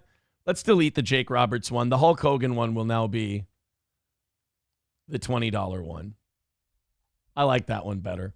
Coltrane. Oh, no, I'm sorry. S-word jockey says, here, don't spend it all on butter or at the same glory hole. I've never even seen a glory hole in real life. Only in VR. I've never seen a glory hole. These are disgusting allegations, really. Coltrane with $1 says, don't lie. You love watching dudes suck dicks, but you just don't think Zelensky looks good in camo green. It's not what it is. It's not what it is at all. Why does it all come back to gay? Vidam with $5 says, Aaron, what did Nick's sperm taste like? Did Nick's sperm taste like chicken? Vidam, I never saw it coming from you. Coming. I get it coming. Let's do that. Why? Adam Simon gifting a membership. Thank you very much, buddy. Okay, now I'm having some fucking fun with you guys. Holy shit. 169. 195 coming in. Holy shit. In one fell swoop, we are down to 120 for today. Guys, we're coming up on another win for the toe. You know what that means? I got to shut my fucking mouth about money until 9 o'clock. Thank you guys so much. That is fantastic. I love you guys. Always have, always will. Look at that. All of a sudden, drop of a hat, 120 away from today. My whole day is turned around. Thank you so much. I was all nervous and jittery from the Celsius, thinking I was going to be a failure. I'm going to give you guys an extra hour today. You're the best. Wilma Fingerpoo with $1. Okay, I haven't read this yet. Whatever Wilma Fingerpoo is about to say is going to be gold. You know me. Oh. You know me from the 90s, Brass Rail and Leather Night at the Eagle Bar. You ask this drag queen if Fingerpoo was just my last name. I didn't. That's not true, and there's no way to confirm your identity. This is all fraudulent. This is all just made up allegations. I won't stand for this. I won't. Thank you guys very much for your generosity, though. I mean, it comes at the same time as these disgusting allegations that are coming out of the woodwork, and I won't have it. See, this is what I don't understand about these other personalities and the other streamers. Why can't you just have a sense of humor about the shit? You're going to be fine. Now, Corn Diff, I didn't need Corn Diff hearing the VR crack. Corn Diff with $1.99 says, you did what at the VR glory hole? No, I've never even used VR. Well, one time I played the Creed Champions game, but I've never seen a glory hole in real life or in VR, Corn Diff. That was a joke. I was kidding. I'm telling you right now, guys. You got to believe me. You got to believe me. There's no VR glory hole. We're going to get to this. I guarantee we're going to get to this Lex Fridman, Elon thing. I guarantee we're going to get to this Lex Fridman, Elon thing. All right. Vidam with $1 says the Tampa Bay Buccaneers will be the Washington Redskins next week. I think he means we'll beat them. Vikings will lose next week. Oh, I'm worried that we're going to lose to the Rams, but I don't think they're going to beat us twice in a year. I think they caught us on a real bad off night, and we just had another really bad off night. I think we're going to pick it up next week. I don't think we have what it takes to go to the Super Bowl. That Detroit team is really fucking talented, and Anzalone coming back made a huge difference, and even though they lost a starting corner, I still think that they're the team to beat in the NFC. I just don't see Dan Campbell being disciplined enough to win a Super Bowl. I don't. He's got to evolve as a coach. I mean, it's cool that he's made this like badass, I go for it all the time gimmick, but he's got to learn when to do that and when not to do that, because he's going to do it against the Ravens and they're going to make him fucking eat it. And it's going to be bad. Or he's going to do it against the Bills and they're going to jump on that. Like, not everybody's going to be the Vikings where they go fucking 0 for 13 inside the red zone. Like, you go for it on 4th down at your own 30 and you fuck that up in the Super Bowl, the Bills are going to shove that right in the end zone in 2 plays. And you're going to be behind. And it's going to be your fault. Because there's no difference between throwing a pick at the 30-yard line, fumbling at the 30-yard line, or not going for it on 4th down and not getting it at the 30-yard line. It's all a turnover. So, I don't know. I just still don't believe in the Lions as a Super Bowl winner. I believe in them as the best team in the NFC, but I would favor the Chiefs, I would favor the Ravens, and I would favor the Bills over the Lions. Well, the Bills have already beat the Lions this year. So has Tampa. And they beat healthier versions of the Lions. Deshaun Hannity with $2. Guys, again, this is not accurate. This is not true. Deshaun Hannity says, I'm Coltrane's gay friend. I do exist, and you're gay. But that's just a guy saying that on a stream chat. That doesn't make it real. Deshaun Hannity, you cannot sit there and say that as if that makes it true. Leah, I agree with you. Our quarterback holds the ball way too freaking long. I was watching clips. This is how much of a nerdy fucking Vikings fan I am. I was watching J.J. McCarthy clips yesterday from his one preseason game he's played. And I was like, fuck, I can't wait for that guy to take the field, be our quarterback in the regular season. I think we're going to be fine with him next year. And we're going to have $75 million to spend on defense and offensive line. Dude, we can extend Bynum. We can extend Byron Murphy. We can go get Charvarius Ward. We can go get that offensive guard from Kansas City that's going to be a free agent. We can fucking draft a center. You know what I'd like to draft in the first round? I know we don't have any picks, so trading up is going to be difficult. But if we could get that running back from Boise State, that might be the way to go. I know that people think we should draft a corner or something like that. Maybe you're right, but we're getting Mekhi Blackmon back next year. I think we're going to re-sign Byron Murphy. He wants to stay here. So you got 2 good corners on either side. I don't know if Griffin or Gilmore can come back next year, if they're going to be, age-wise okay to be here, or if they might make more money somewhere else. But Aaron Jones is 30. I don't think Aaron Jones has a lot left in him, although he had his second best season ever this year. I'd like to get that Boise State running back. If we can get our hands on him, that's a franchise running back for the next 6-7 years. And then take that $75 million, keep the guys you need to keep, and load the fuck up on defense. And then give J.J. McCarthy the football next year and see what he can do. I'm really excited. But this season isn't over. What are we doing? This season ain't over. We can still make a run. All right. I can sense people in the chat going, so Lex Fridman and Vladimir Zelensky, what's up with that a half hour ago, asshole? I'm sorry. We just made like $200 and I was kind of feeling it. I understand, but unfortunately, the reality is that a compromise is needed in order to reach an agreement. In your understanding, the fact that he is in jailed after all the murders, he is not in jail assuming all the murders, and no one in the world is able to put him in his place, send him to prison. Do you think this is a small compromise? You fucking God, I really don't like this guy. Guys, I'm telling you, I'm not saying Putin's a good guy, but we are not supporting a good guy. This is a guy who was installed as a useful idiot after a coup. He was a comedian. He was a sketch performer. We put him in there because he would be easy to control. The Ukraine is a puppet state of the United States. This is a guy we could control so he could do oligarchs' work. He's little Putin in many ways. He doesn't do the poisoning and all that stuff, but Putin's in there and he takes care of the wealthy people who take care of him. Zelensky does the same thing. We've turned Ukraine into a breeding ground for corruption. It's one of the most corrupt states in Europe.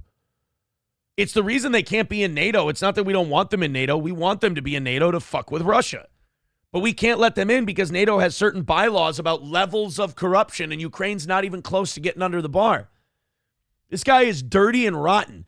And then when it comes to, hey, do you want to have a peaceful end to this war? He's like, oh, I would love a peaceful end. By the way, this translator they've got talking in the soft, effeminate British voice, as if there's another British voice until you get to Scotland. That's a much better PR voice for him because his actual voice sounds like a scary villain that you see in a parking garage. But this guy to sit there and go, so what, we can't put Putin in prison? It's like, you're not putting Putin in prison. You're not in a position to negotiate that as a peace term.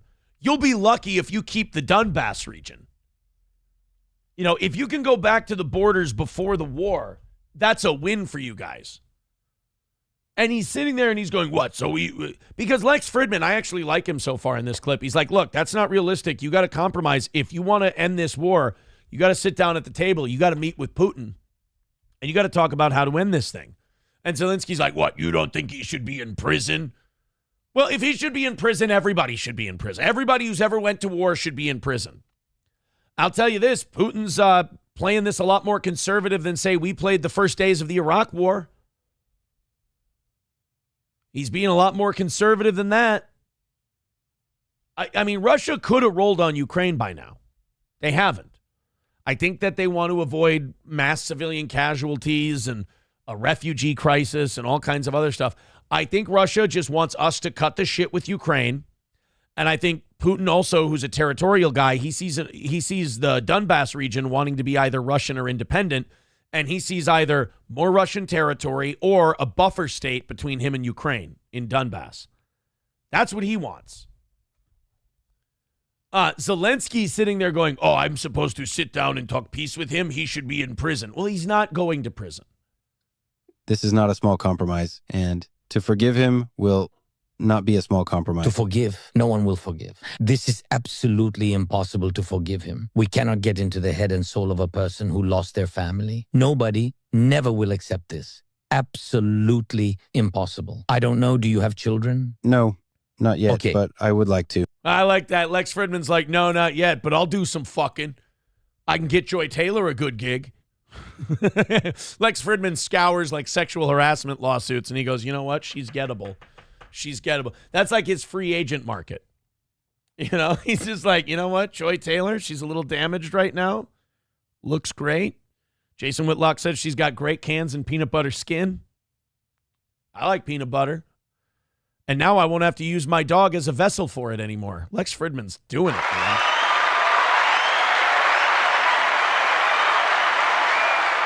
I don't have children.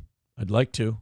That's a fucking Chad thing to say, Lex. I'm liking Lex in this clip so far. I really don't like Zelensky, though. I agree with him on the forgiving Putin thing, though. You're not going to forgive him. I mean, again, there are no good guys in this war. Putin's a piece of shit. But I think Zelensky also likes the money that's funneling into his pocket, and he knows that if he loses this war, he can always run off to one of the Western countries, and they'll set him up with a nice mansion. Yes. God bless. And this is the most important thing in life. And they simply took away the most precious thing from you, will you ask? Who ruined your life before going to rip their head off? I'm just curious. They took your child away. Are you going to ask who did this? And they will answer that dude did this. You will say, oh, well, then there are no questions. No, you will go fucking hell and bite their head off. And it will be fair. But you can't. Like, that's the thing. I understand that's actually the least I've hated Zelensky in any clip of him I've ever seen. But it's just not realistic. Like, you're not going to have peace talks where you're like, okay, I get to bite Putin's head off. Call me crazy. I don't think Russia's going to go for it. But I mean, good luck with that. So we're a long way from this war being over. Hopefully, Trump has the balls to cut off the spigot of money. I don't know if he will. It'll be a huge test of his presidency. The American people do not want to fund this thing anymore. I mean, I have no problem with us playing mediator, but when have we ever played mediator?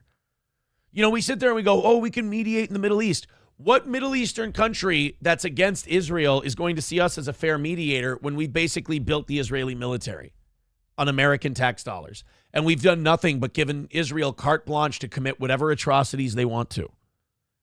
Again, Hamas bad, Hezbollah bad, all of these people bad. But we have this weird thing where as long as the other people are bad, that means the people we're supporting are good. No, everybody can be a piece of corrupt shit. Israel fucking sucks. I don't think they suck as bad as Hezbollah and Hamas, but I don't want to financially support people who are pieces of shit. And Israel are pieces of shit. I have no problem with being non-interventionist and going, look, we're not taking sides in this whole thing. If you want us to mediate a truce, we can help you with that. You know, we got a heavy hand to put on the scale, so to speak. But we sit here and we take sides and then we go, I don't understand why the other side hates us so much. And as far as an end to this Ukraine-Russia thing, I don't know. I think a win for Ukraine is getting back to the original borders before the war. And I know that's a tough pill to swallow because then you're like, well, all this destruction and all this death was for nothing. Well, yeah, welcome to war. Pakistan with 199 says the Vikings should sign Kyrie Jackson again. You fucking asshole. That is dirty. If you guys don't get, if you guys aren't big football fans, Kyrie Jackson was third or fourth round pick for the Vikings this year. He died. He died in a car accident before the season. You know what's really fucking dirty? Thank you, Pakistan, for that 199. You know what's really dirty about the Papa Shab with a good point. Israel created Hamas. There is definitely enough smoke there for that to be true. But anyway, the Kyrie Jackson thing, this really fucked me up. So if you go on overthecap.com, that's the website where you can see how much salary cap room your team has. Like, for example, the Vikings, I think next year have like $75 million next year under the cap. If you scroll down to our dead money, this is such a disgusting play on words. So there's a thing called dead cap money. It's here at the bottom of the screen. And dead money is guys that you cut a few years ago. They're not on the team anymore, but they're still costing you a certain amount of money against the salary cap. With Kirk Cousins, we had dead cap money this year of like $30 million that comes off the books. Kyrie Jackson died before the year. And I would think that if a guy dies, the NFL gives you like certain allowances, insurance payoffs, whatever. Their salary doesn't count against the salary cap anymore because that's an act of God. He's dead. Well, if you go under dead money in what must be a disgusting joke, there you can see Kyrie Jackson under dead money, $620,000 against our cap. Dies in a car accident, and we still have to list him under dead money. Ew. Lewis Seen is also going to cost us about $1.5 million next year. Andrew Booth Jr., $805,000. A few other guys. We only have $3.3 million in dead cap money next year. I want to see if the Browns cut Deshaun Watson, how much dead cap money would they have? Oh, fuck. There's been a critical error on this website. Oh, no. It's Al-Qaeda. Over cap Browns. Here we go. Cleveland Browns salary cap. If they take Deshaun Watson, oh, my God. Let me go to the calculator. Let's cut Deshaun Watson pre-June 1st. So undo it. So Going into next year, the Browns are $21 million over the cap. They got to free up $21 million. If they cut Deshaun Watson, watch this number up here in the upper right. If they cut Deshaun Watson next year, before June 1st, they go from $21 million over the cap to $121 million over the cap. It would, because they have to, instead of taking his guaranteed money and stretching it out over the length of the contract, they would have to pay it all right away, and it would count against the cap. Now, if you cut him post January 1st, $46 million get added to your cap. So the Browns, they have to keep Deshaun Watson. If you cut him, it costs you at most $100 million next year. You'll never get under the cap. At the very least, it'll cost you $45 million. Now, who can Cleveland cut to get them under the cap? I'm just looking. Cap savings. Myles Garrett would cost you $16 million. Denzel Ward would cost you $18 million. Where is their cap savings? They have literally no cap savings. $644,000 there, $1.5 million if they cut Jordan Hicks, $1.25 if they cut Corey Bojorquez. Oh shit, man. How about if you cut Myles Garrett post 6-1, you save $4 million. If you cut Denzel Ward after June 1st, you save $1 million. If you cut Joel Bitonio, you save $8 million. Wyatt Teller, you'd save $7 million. So if you cut all those guys, Myles Garrett, Denzel Ward, Joel Bitonio, Wyatt Teller, you cut all of those, you'll get to $0. And you'll have how many guys on the roster? 47. You'll be 6 short of a full roster. You have a draft and you cut those guys, you might be able to field a whole team. Cleveland is fucked. All right, here we go. $1 from Busty Rivers. Busty Rivers.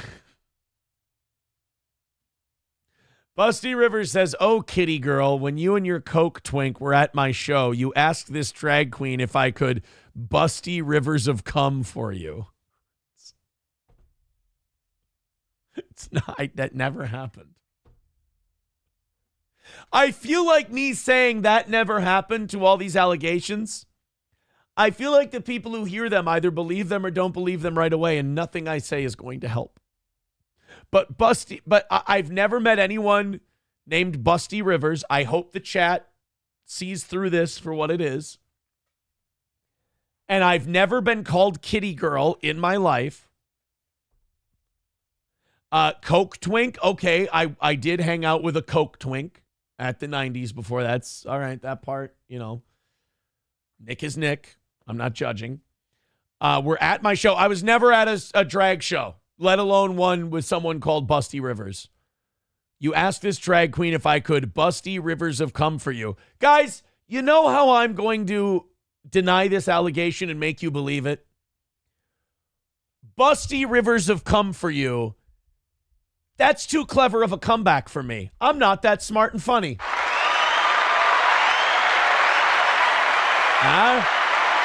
Now you guys have a choice to make. You can not believe it and you get to say I'm an unfunny hack, or you can believe that that's true and you have to admit that I'm fucking hilarious. Balls in your court, guys. Another win for the toe.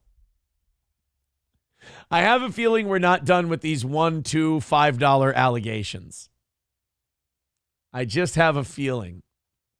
Eaton Clam says, kitty girl imholte. No, my name, I've never been called kitty girl. Never once in my life.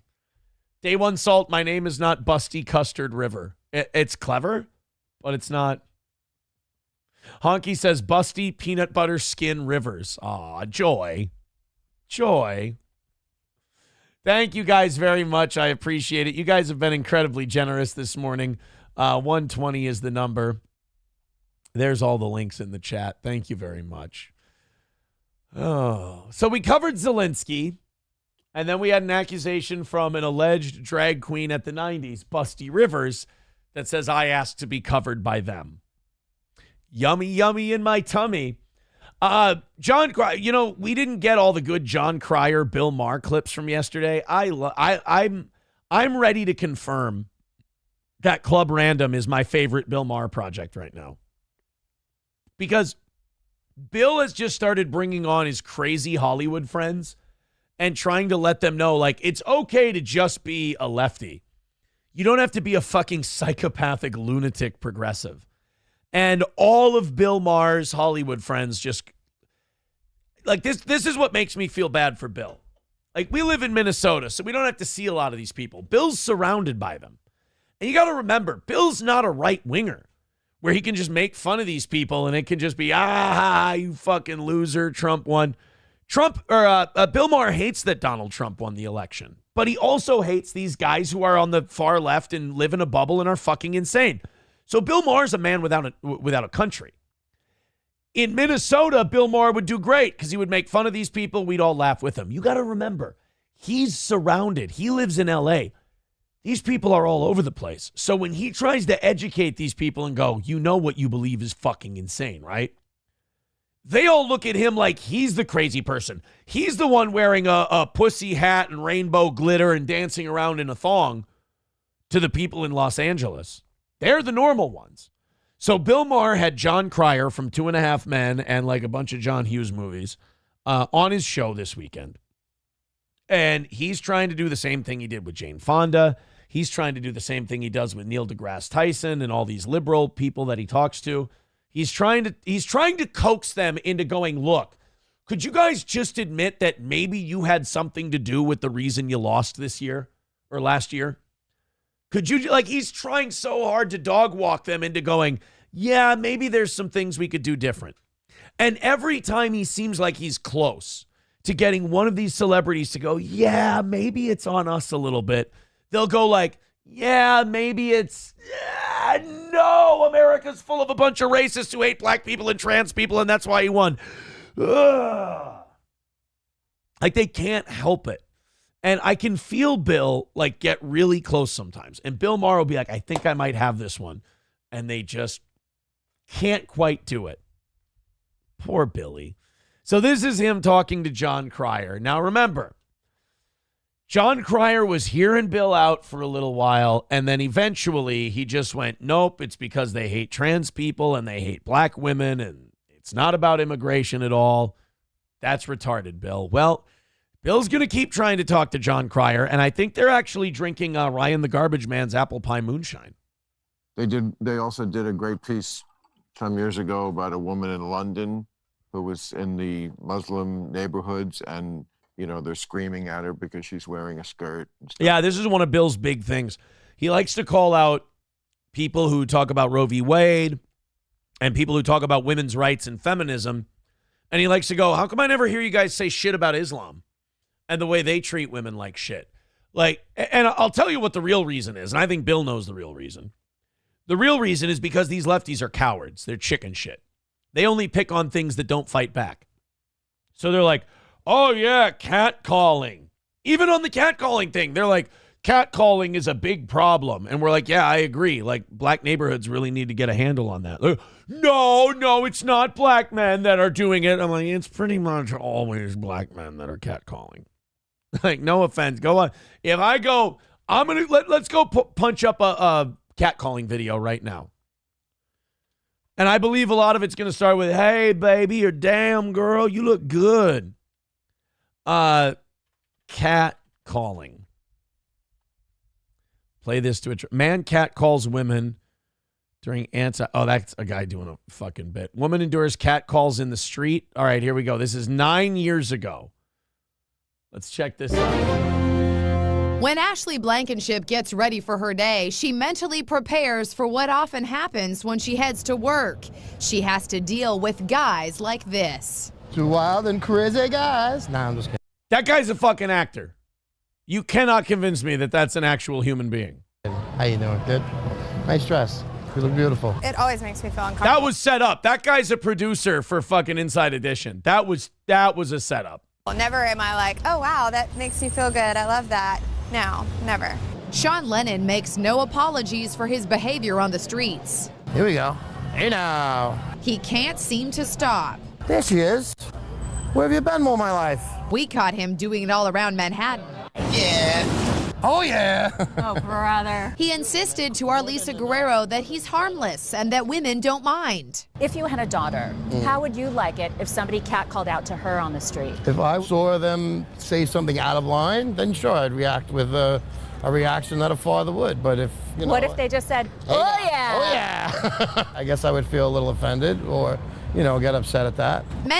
This is the person they picked out as the guy. Why don't you show who this woman gets catcalled by? Show the footage of this woman. Don't find a guy who wants to perform for your cameras and then just talk to him and go, this is catcalling. Have her walk through and let's see. I've seen these videos before of just women who make the videos themselves.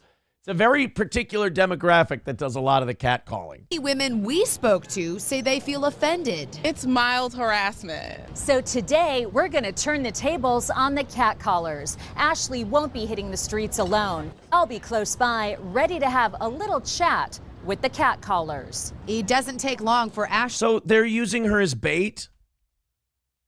All right, we're going to dress you up. We're going to put your tits out. We're going to have you look smoking hot. Then I'm going to walk behind you, and we're going to see if we can get guys to yell really offensive, harmful shit to you so we can interview them for our news piece. If this was this offensive, terrible thing that makes you feel like dog shit, why would you agree to do this? To get attention. As you might expect, guys give her the once-over as she walks by. Pretty soon, the catcalling starts. Watch what happens when she walks past these construction workers. I mean, come on! You literally, like, you dressed a woman up to the nines and then said, let's walk her right through a group of construction workers. And then you go, can you believe she got catcalled? It's a major problem in America. What's next? You're going to put a bunch of dog fighting pit bulls and you're going to drop a toddler in there and go, I mean, even me, a guy who hates pit bulls, I would even go, all right, guys, that seems like kind of a setup. It's not fair. And just around the corner, more cat calls. How you doing, sweetheart? Do you think women... How you doing? There you go. Let's see who's doing our cat calling, huh? Appreciate getting complimented like that on the street? Certain women do. They love attention. This guy thinks the cat call was our model's fault. But when Lisa wanted to ask him what he meant... Sir, you just said that a lady was asking for it. He didn't stick around. I love that guy. You said that lady was asking for it, and he just sprints down the street. What he meant... Sir, you just said that a lady was asking for it. He didn't stick around. This guy did, to tell us he was upset that we were recording the cat calls. You got a woman walking around looking to get talked to, get somebody... Look at, by the way, if that wasn't on camera, that guy would not have said talk to. Say something. Look what you did. Look what you did. Let me ask you a question. If that was your daughter, how would you feel about men yelling at her? My daughter wouldn't walk around willing to get yelled at. My daughter walk around conservatively dressed. All day. Sir, can I tell you the great news about Allah? Blessed be upon him, and Muhammad is his prophet. I think you might like what I have to say. I put my daughter in a burlap bag, and she's ugly as a mud fence. Nobody would yell at my daughter. She's not dressed like a fucking slutty Pop-Tart out here on the streets, all right? I tell my daughter, you leave the house looking attractive, and I'll kick the shit out of you. The unwanted comments kept coming. I love you, Blue. This guy wasn't happy when the cameras were turned on him. Did you just say a little something to the blonde lady that walked by? No. I love you, Blue. Would it be rude I love you, Blue. You're my boy, Blue. to say something on the street to a young lady, sir? No. And if some of you guys watching this think catcalling is a great way to meet women, yeah, that's what I think. Oh, man. I love how they just create this narrative. Like, if you guys think that catcalling, yeah, because all of us watching this are like, you know, if you stand on a street corner and just yell, what up, bitch, at a woman with her tits out, you're going to marry that one. forget about it. Have you ever met a guy and gone out with a guy that catcalled out to you on the street? 100% no way. Oh, yeah? You've never been catcalled by me. I say really charming. That'd be weird if there's a catcaller, but like his cat calls are like really sweet and like super romantic. Like there's a woman walking by and a guy just goes, "You have the legs of a Venus and your soul permeates throughout your tender skin. And dare I say, to even touch upon a beauty as beautiful as yours would be presumptuous as to offend the gods. She'd be like, oh my God, I know catcalling is wrong, but I'm so fucking wet from that poetry. Oh, he's probably gay. Probably gay. Here's a catcall. And by the way, I don't think this is from Clerks 2, Grand Poobah. I think this is from, I think this is Jay and Silent Bob Strike Back. $5 from the Grand Poobah. This is how you catcall. Hey, baby, ever had your asshole licked by a fat guy in an overcoat? Coltrane with $1. Says, my gay friend Deshaun told me he confirmed my Rumble rant. I'll take that apology now. You said I was a liar, and Deshaun confirmed that I'm not. He didn't confirm anything. That was just a guy saying a thing on a Rumble rant. And his name was Deshaun Hannity. That's a character I made up on the show. These accusations are getting out of line. I can't take it. Thank you very much, guys. 115 away from today's goal. You guys are fucking crushing it. Thank you so much. Streamlabs, PayPal, Venmo. One more little rally here, and we'll knock that out. We had like a $200 rally not long ago. Thank you so much for that. About 800 of you checking out the show at the moment. I appreciate it. All right, so the catcalling thing. I want to find like not like an Inside Edition setup news story one. I want to find a woman, women catcalled. Let's see. Women catcalls men. Oh yeah, I love this. I love the videos where they're like, "What if women catcalled men?" It's like you get fucked in 30 seconds. Like we're different than you. I think catcalling women is wrong, but you try to do that shit with guys, and it's like they're gonna make you commit to your catcalls. Let's go ahead and take a look at this. Yeah, at TJ Maxx. I know, I'm obsessed. Oh, hey. You look like you love commitment. Oh boy, hey, what you got under that shirt, sweetie? Bet it's a good heart. Women are hilarious, and anyone who says different is a sexist and a Trump voter. Oh, it's BuzzFeed. This is going to be really unfunny.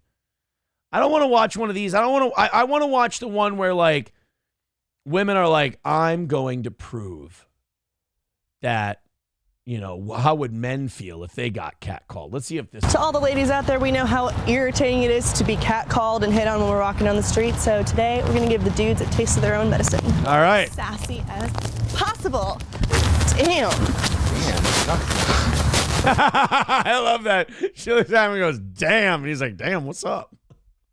That's how a guy would respond to catcalling. You look good. I'm available. Like, I can drop what I'm doing now. I can call in sick to work. Damn. Looking good, dude. He grabs his dick. We really are simple creatures, dude. Damn, you look good. Oh, so you just want to fuck right now. Whoa, whoa, whoa. Where are you going?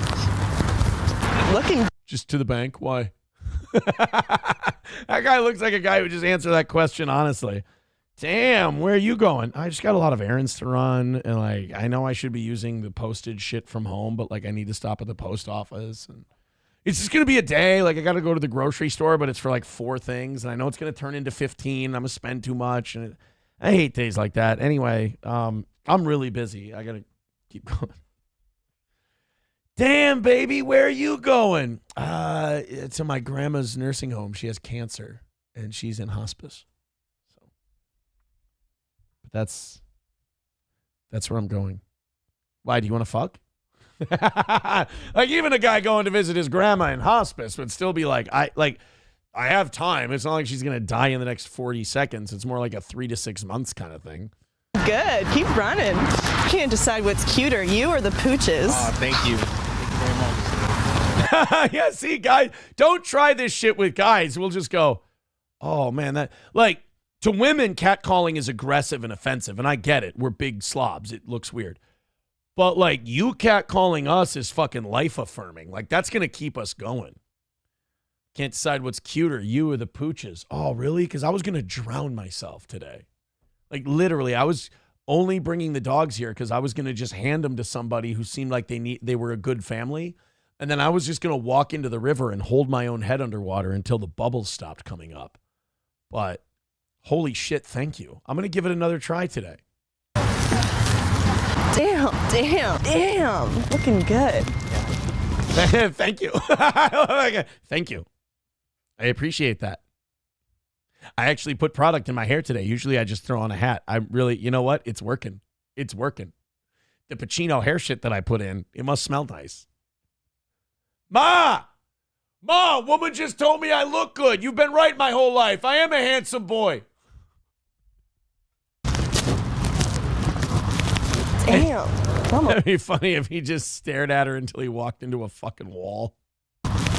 Damn. I'm alike. Look at those guys. They're just smiling ear to ear. Like it makes our day. Damn. Hey, sexy. What do you think about ditching that old ratty thing and taking a ride with me?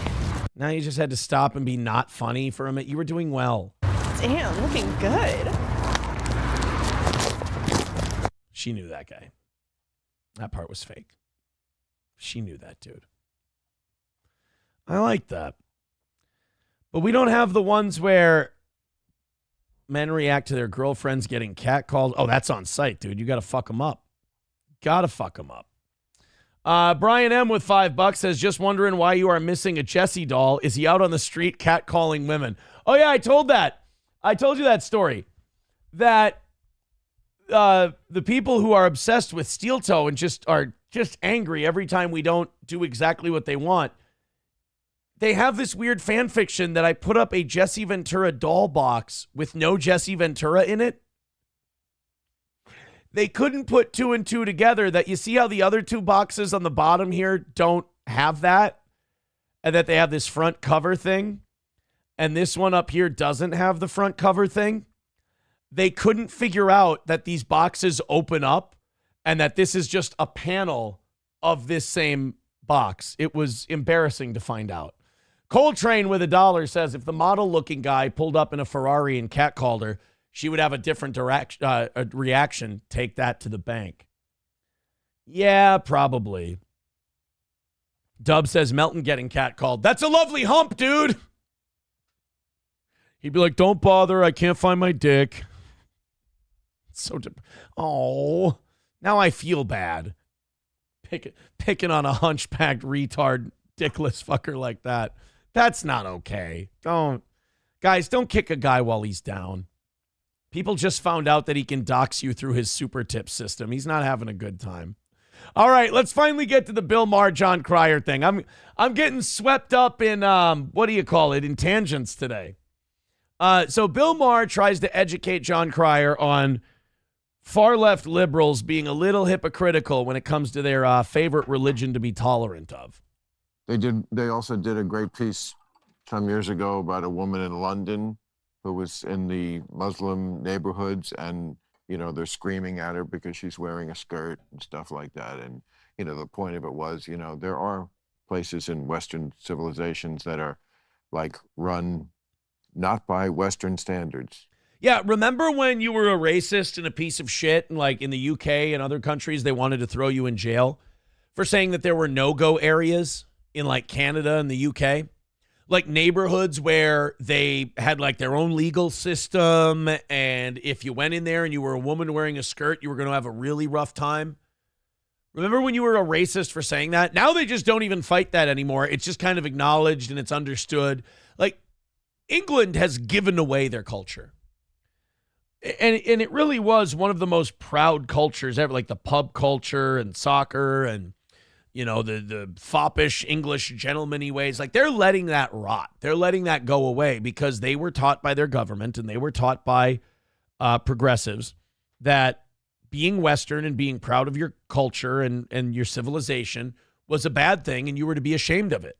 So then third world people come in and they just start settling your city and they replace it with inferior bullshit. And a lot of it sexist, a lot of it bigoted, a lot of it really, really ugly. But you were told by those same people who shamed you about your culture, these cultural Marxists, that you can't criticize their culture. So you can criticize the culture that says free speech, respect for women, equality, shit like that. But you cannot disrespect the culture that says put women in a fucking burlap sack and don't give them opinions and don't, give people certain freedoms and stick to a very strict reading of your religion. That should not be criticized. That should be tolerated. But the beautiful English culture that a lot of the world came from, you have to be ashamed of that now. And you were a conspiracy theorist for pointing that out just like 7-8 years ago. Now it's just kind of understood. And that doesn't mean they're just different. Well, yeah, but I mean, there are cultural enclaves everywhere. Right, but yeah, but there's a difference between going, paisan, my mama makes a great spaghetti sauce. And then someone going, put your burqa back on right now or we will cut off your fingertips. There's a little bit of a difference. Hey, senor, we are making some carnitas tonight. That's a lot different than throw that homosexual off of a building. And yeah, you're right. There's cultural enclaves. Some of them are good. Some of them are harmful. It's okay to point that out. Should agree that women should be able to wear what they want. Yes. If you don't agree with that, then you're not a liberal to begin with. Well, women, yes. Listen to this guilty white sucker struggle. Like he knows what his principles are. He knows what his culture is, but he will not fucking stand up for it. And John Cryer has a position that's worth standing up for. Women should be able to wear what they want. Yes, accurate. Women shouldn't have to walk down the street and feel like they're going to be attacked. Yes, accurate. That's what we've built here. But he can't say that because he's worried Bill Maher is going to use that to make him criticize Islam. Well, maybe that's because it deserves some criticism, John. These people who hem and haw their principles because they think something else is coming at them are some of the most dishonest fucking people you will ever encounter. This guy will not just say women have a right to wear what they want because he's worried that Bill's going to bring up Islam and he'll have to criticize it. I'm a crazy liberal, but I think women should have freedom. I agree as well. Okay. I agree as well. But they don't in these neighborhoods. It was the 60 Minutes piece that they did. One could argue that that women don't have the freedom to dress where they are in dress how they want to dress in many places. They used to get. Oh, fuck you! Selling your own fucking cult. This is what happened to London. If we don't defeat these people in every election, in the public square, if we don't win the argument against them, they will turn us into the UK. We will lose our culture if we don't push back against people like John Cryer. Bill Maher has it right. We have something worth defending. If you want to come here and be a part of it, fucking awesome. That's great. I don't care what color your skin is. I don't care what your religion is. If you want to come here and be a part of what we're doing, great. Awesome aces. If you want to come here and celebrate some backward world, third world horseshit, stay home. Do it there. We have no problem. You want to do all the crazy shit you're doing over where you come from? Go ahead and do it. You want to bring it over here and oppress people and do shit like that? Look, man, bring your food, bring your sports, bring all that shit. Totally fine. Maybe we'll learn something. But if you want to bring like anti-woman, anti-gay, anti-this, anti-Christian, anti-anything that's not your religion over here, might as well just stay home. That should be the message. You want to come here and celebrate America with us? That's how we were built. You want to come here and bring the bigoted shit that you celebrate in your culture here? We're not going to respect that. But you got people like John Cryer who are like, oh, well, some women have to wear burqas and they're not allowed to wear what they want. Well, you know, you could argue some places here you can't wear what you want. Joy Taylor dresses like a $2 dime store slut on TV, and it's totally fine, and we're okay with it. It's all right. We can point out what it is, but you don't see me complaining about it. Women can't wear what they want in America? Are you out of your fucking mind? Women can get away with murder in America. I mean, Jesus, John. Is it really this uncomfortable for you to just admit that some cultures suck compared to ours when it comes to the treatment of women? This guy is having a hard time complimenting the culture he grew up in. What an asshole. Catcalled all the time. They used to, there was... Used to. Well, we're talking about now. Well... Yeah, a lot of shit used to happen, but what's going on now in the world? Would you really want to have your wife live in Gaza? Or any place where... No, I'll admit that Bill kind of fucked up there. It's like, okay, Bill, could you pick another... How about Tehran? Ask if would you like your wife to live in Tehran? Gaza, it's like, no, of course, I don't want anybody to live in Gaza. It's a fucking hellhole. It's a war zone right now. I mean, before... war-torn strip of desert? No, even before the war, where she would have to cover up. Well, again, that's not. I don't live there. It's not my culture. Fuck you, and everybody who doesn't have the fucking balls to just make a simple statement of, no, I wouldn't want my wife to live there. He didn't ask you to make a statement on the culture. He asked, would you want your wife to live in a place where she has to be told she has to cover up and everything else? Would you want your daughter to live in a place where she was told she couldn't do a certain thing or she couldn't go out without a male chaperone? And if you can't answer no, I don't want my family living in a shithole like that, you don't even have to say shithole. If you can't just say no to that question, you are part of the problem. You're ashamed of your culture. You're ashamed of where you came from, and you shouldn't be. It's better here than it is there. They like us down there, boy. But and you won't judge it? I'm not going to judge it, no. But again, this is not crazy woke to me. That's where it all went off the rails. When we became so tolerant that we tolerate intolerance. I mean, you would never allow something like that to happen in this country. If they proposed a law tomorrow at the LA City Council, women have to cover their face when they go out. I assume you'd be against that. Well, yes, I would. Yeah, and that's the end of the clip. Yes, I would. All right, now do Islam. Well, I don't know. It might hurt the roles I get here in Hollywood, and I might not get another sitcom, so I might, I don't know. It might be okay. Dub says, in Cryer's defense, I too can behave occasionally a bit Jewish when it comes to taxes. Dive Bar says, guys who cross their legs are a disgrace to the male race. Yeah, should we just put up a picture of John Cryer talking to Bill Maher and just point out a highlights picture? What's wrong with this guy? Snowcat Tish says, oh my God, this is fucking rich coming from Maher. Women should be free. Maher lived his life at the Playboy Mansion objectifying women. Oh, fuck off, Maher. No, I think that gives Bill all the authority to discuss this. Bill has a vested interest in allowing women to be as slutty as they want to. It would directly affect his life if women had to be told they had to dress conservatively. It would impact. This is a personal impact it would have on Bill Maher. I think if anyone is allowed to speak with authority on this subject, it's Bill. Bill can speak on women's right to be skanks. Bill likes skanks. Papa Shab says, battering you with one enemy so you take comfort with another, even more insidious enemy that undermines entire nation states. Oldest trick in the book. Right, you get these people like John Cryer who will sell out their own culture because they're afraid to criticize another. Wow. How do men sit with their legs crossed like that, eunuchs? The only way I can think that you can sit with your legs crossed is, okay, I'm about to say this and then people are going to accuse me of tucking.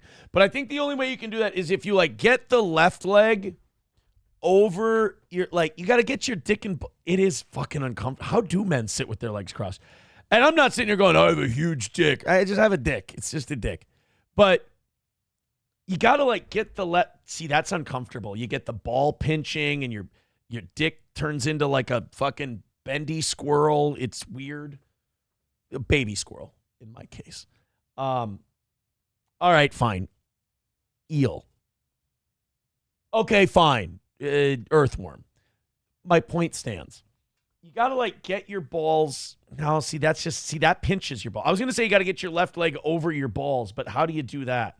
You got to up, see that? See, now, you almost have to tuck it into your ass crack in order for crossing your legs to be... This isn't comfortable. The only way men can cross their legs is if they do heel on knee and the rest and the knee parts of your legs are spread out. That's the only way you can do it. And that's wildly uncomfortable.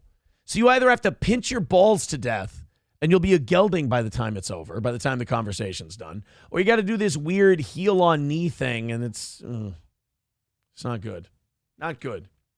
McBuster. Oh, here you go, guys. McBuster says, clearly John Cryer had his penis and balls removed. Oh. Okay, see, now my right ball is like cramping. It fucking hurts. The things I do for you guys on this show. I put myself at serious reproductive injury just to make you guys, just to help you guys learn something. Can you believe it?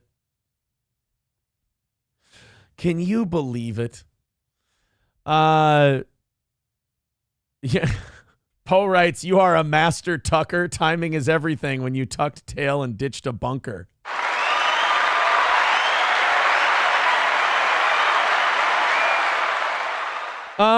Is this, God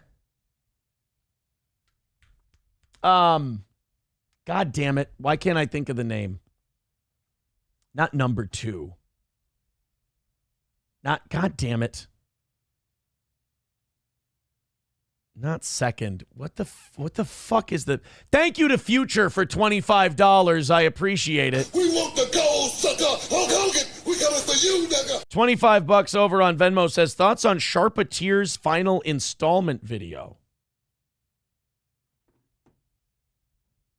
Sharpateer. I don't know what that is. What's Sharpateer? Is this an internet thing that I'm missing because I'm a fucking boomer sometimes? Sharpateer final installment video. Oh, there's a guy that's been making... honest to God, I've never seen this. So there's a guy named Sharpateer from Kiwi Farms who made a movie called The Revenge of Lord Baldo Lot.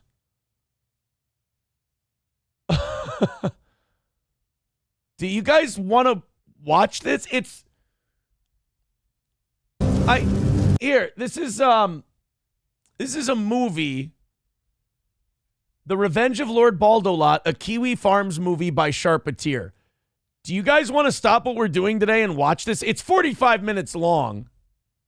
That's a really long fucking thing to play. Oh, shit. Hulk Hogan, we coming for you, nigga.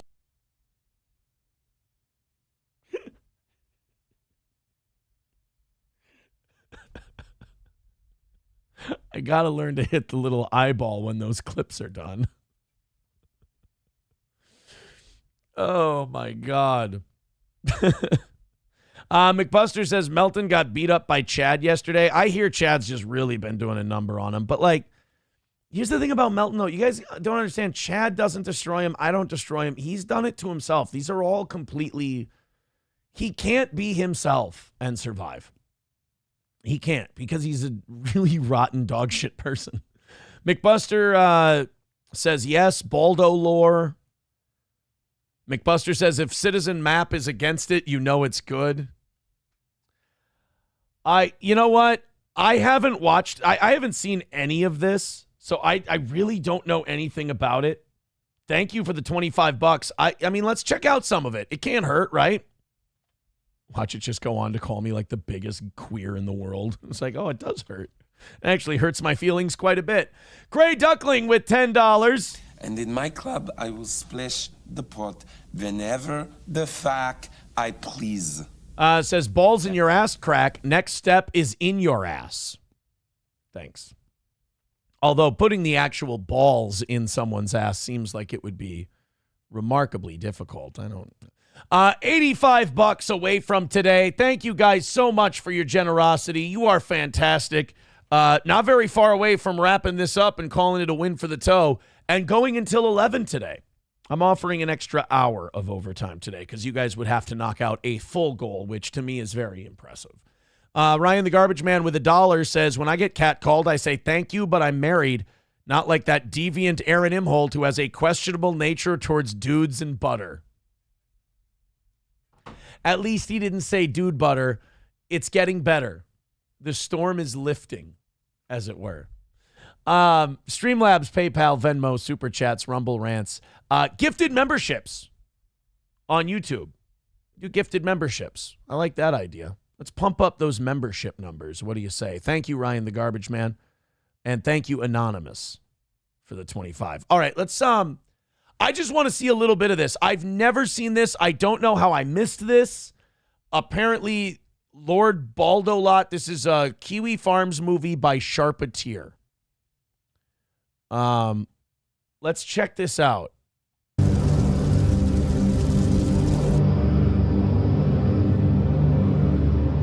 Well, obviously, I know more than everyone else does. Pretty much everyone that's friends with Nick is just showing support. Robert Barnes brought up a very good argument, but hardly anybody watched this. People aren't listening to it. They're not paying attention to it. The question is it a coincidence that the judges involved are judges that Nick has been publicly critical of, exposing issues of corruption and competence? Which, by the way, Robert Barnes completely made that shit up. And this is the first time seeing this. I can't believe I missed this, but I don't really know anything about this Barnes guy. You know, a lot of people just watch all the videos surrounding this. I don't. I lived it. I don't need to watch the whole thing. But this Barnes guy just blatantly, when I would see clips of him, I would go, this guy just blatantly is making shit up. Like, that's not fucking true. Oh, Nick criticized the judges in the area, and that's why they're coming after him. No. Nick didn't criticize the judges in the area. Nick barely appeared in court before these judges in the area. This was not, and then Barnes was like, oh yeah, he exposed corruption in the government. No, he didn't. He sat on his stream and drank himself to death and did cocaine and Molly. And he had ketamine. I don't know if I ever saw him do ketamine. I've said that before, but they had it. They had ketamine in his house. So this Barnes guy, I would like to be kind and say that he's just covering for a friend, but I think this Barnes guy is kind of insidious and full of shit. I think he knows he's making shit up and he's just trying to run protection. I don't think these are lies of ignorance. I think these are lies of maliciousness from this asshole. Like, once a kid tests positive for cocaine, you got to stop with your cover-up bullshit. Oh, yeah, it's because he criticized the judge. What? No, it has nothing to do with that. Oh, he was exposing corruption. He wasn't a hero. He was a fucking shut-in who drank and did coke and swung. This was not a guy who was politically active in the area. Stop with that nonsense. What did the pastor do wrong? The pastor turned in my friend. I'm allowed to resent him, and I do. This is not... By the way, what an arc that Kurt has had in this whole thing. Kurt went from, I resent that pastor for turning on my friend. And you got to give Kurt a lot of credit, because one thing Kurt did was Kurt did what we're all supposed to do. I really do think that, God damn it, potentially criminal, legal mindset. I'm so sorry, Kurt. Uncivil law, subscribe. I apologize for that. But Kurt did what you're supposed to do. Kurt's probably the most grown up and adult out of anyone in this thing, because as the facts came out, Kurt changed his mind. Kurt did what a good lawyer's supposed to do. He followed the evidence, and then he made his he made his opinions. He made his thesis, if you will. I think Kurt actually looked really good in this whole arc. The washing, this is not nose guarding. I don't see any reason why any of those things that people bring out is speculatory irrelevant. Are you guys high IQ enough? Barnes just says this shit and he assumes that we're all high IQ, or you guys need to tune back into red meat and potatoes drama stuff. Well, that comment didn't age well. All right, so here we go. So that's the opening credits. Now we get like some Game of Thrones shit here. I swear to God, I've never seen this before. Vito, my favorite pedo. What's going on, buddy? Always good to see you. Yeah, dude. Cool. What's on your mind? Oh, by the way, that's Camelot, right? Camelot's a fucking weirdo. Camelot was on there. I don't know what I did to piss him off, other than he doesn't like that I came out and exposed bad people. including myself. But I triggered the fuck out of him to where he was like getting malicious. I saw a clip of him and he's like just making shit up because he's mad at me. And he's like, Aaron didn't fuck up the house thing. Aaron, he was just one person Nick wanted to sell the house to, and then he didn't.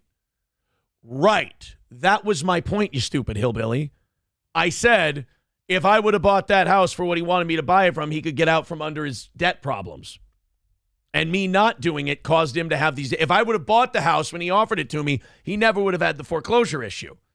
So when I say I caused the foreclosure issue, a lot of that's me being a heel and being tongue-in-cheek and having fun on my show. But it's also a direct A to B.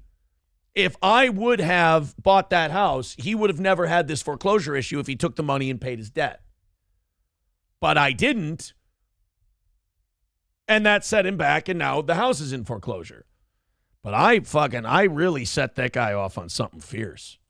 So, Nick is coming back with Ethan Ralph. All I want you to do is to stop him. It's just get her done by any means necessary, if you know what I'm saying. So make sure you're ready for that because he's already going ham as hell. I love you. I appreciate you. So, I can appreciate the amount of time this took for this guy to make this, and it's fucking 45 minutes long. And this guy grabbed clips of people, and he's got them. Oh, there I am. Oh, I made an appearance. Here we go. They've accused me of shit that's a lie. That is actually... There's April. Oh, no. Malice. I will fuck them, and I'll fuck you. Once this place is destroyed, we will go to the Kiwi farms, and we will bury them once and for all. Whatever it takes to win. I've never seen a more lost individual.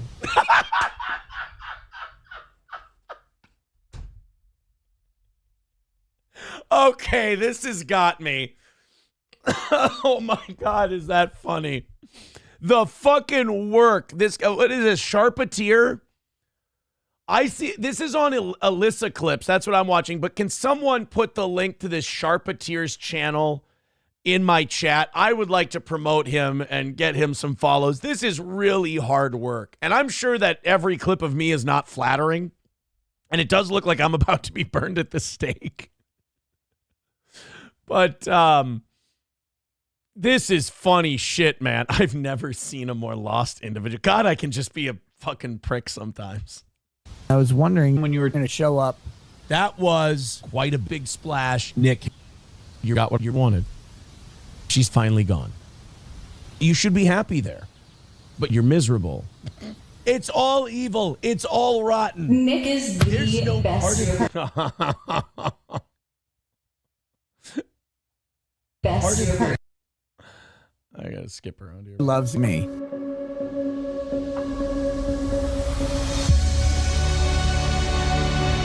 Wait, did I get burned at the stake or not? Oh, yep, I'm dead. I'm gone, guys. I died in the Revenge of Lord Boldalot. I got burned at the stake. I did make a great speech, though. I spoke truth to power right before I got burned. I told him it's broken, it's evil, he's a lost individual. I gave him the fucking Obi-Wan Lost in the Darkness speech. There's Melton and Ethan Ralph behind him.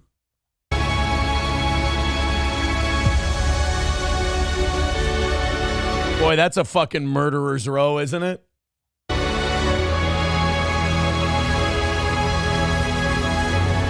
The gathering of men who don't go outside.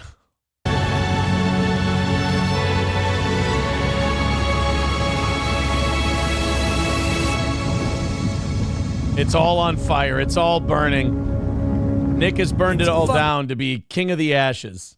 Done. Fuck these people. Fuck everybody.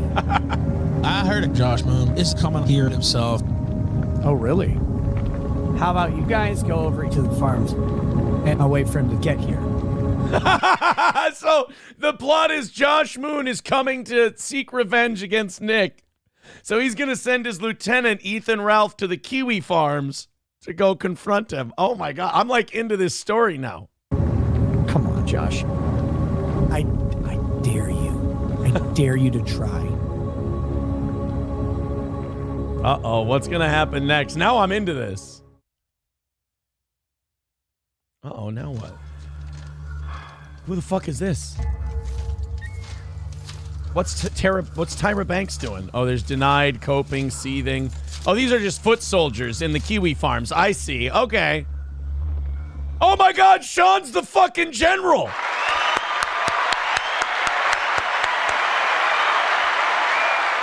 Sean's the general of the Kiwi Farms Army.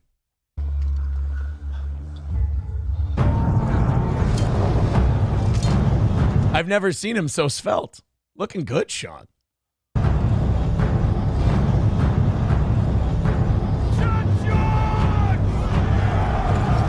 Oh, Sean is amped for this battle. Oh, we got Ethan Ralph is leading the Baldo army.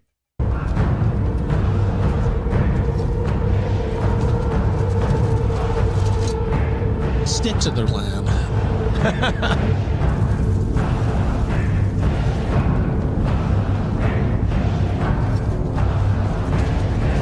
Sean is a very noble leader indeed. Send their Baldo washers. Set up the Baldo washers. Slit that bitch's throat.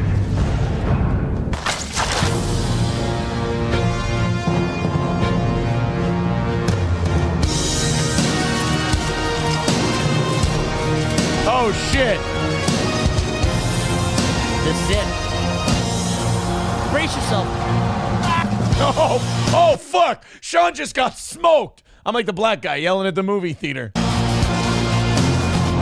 Come on, farmers, hang in there. You know what? The only unbelievable part of this is if Melton was on an actual horse, it would have a spinal injury before he ever was able to get to the troops. So you do have to suspend your disbelief a little bit. Oh, Barnes! Sean took out Barnes! Oh my God! Was that Chrissy? Did Chrissy just get smoked? So Sean took out Barnes. Oh no, that's not Chrissy. That's somebody else. Oh, there. Oh, good night. Thanks, Adam. That's so happy. Wait, what happened? Oh, now we're back. Okay, so we've got Sean and his army defeating Ethan Ralph, and now Nick is back at the burning, flaming wreckage of everything.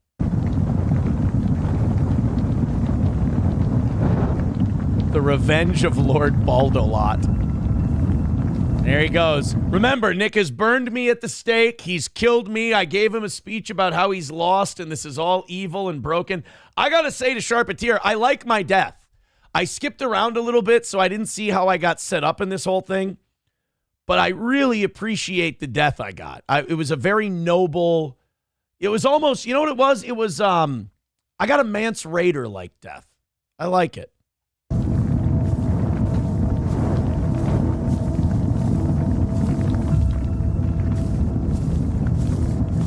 His character just looks so fucking... What have you done? You're in a weird place, aren't you? I win, and you lose. You are unrecognizable. You are Josh. So Josh Moon is telling Nick he's unrecognizable, and Nick is just yelling at him. Everybody is lying about me, and you want to punish me? I have to protect the farm. If you follow through on your threat, then I have no shackles left. You gonna do it? Fucking try it. Oh shit, Josh Moon versus Nick. Not going balls in on Makeda. No, I'm telling the fucking truth. No, okay, I don't know who that is, and I don't know whose side that person is on. All right. These guys should keep them busy. Phase 2, go around the long way to the front door. No, that's Josh Moon. Isn't it? That's Null. I don't.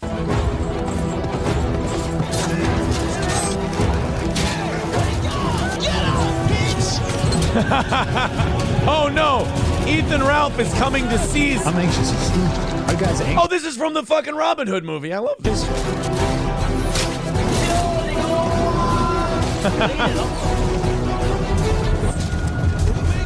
Fire! Yes! Yes! Uh-oh. I'm unfucking touchable on this bitch! The Ethan Ralph clips are fantastic. Bring it!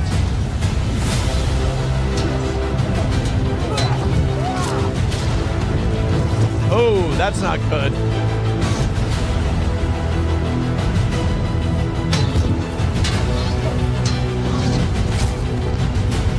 Oh, shit. Nick's been cut.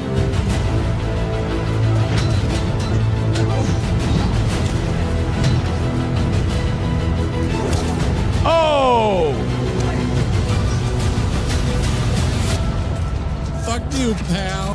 Where are you going? Get over here. He's breaking down the Kiwi Farm's door. You're all dead. Fuck! Oh shit, did he just stab Is Melton down? Oh no! Come out, Kiwi Farms, open the door. Do you fucking hear me, bitch? Fuck you! Let's go, bitch! What are you Is anyone else just completely enthralled by this, or am I all alone? gonna do about it? I'm the cozy motherfucker! Oh shit! Oh shit! Ethan Ralph just took a fucking bolt to the neck like Richard the Lionheart. Ethan Ralph. Richard the Lion Shart. It's over. I could not believe that. Ricada. I'm sorry. After everything. Tell Ricada I'm sorry. Oh shit. Oh no! Is Nick gonna make it? Who's gonna win? They're both full of stab wounds. Oh, now we're just throwing fists. Oh! Oh! Nick's bleeding out! Oh, God. It's not fair. It's not fair! I have not done anything wrong. And then I lost all my friends. Wait a minute! I thought I was dead! What am I doing there? That hairline is it's unmistakable. My wife. Everything. Yet you come here to attack me. I am your friend. You were...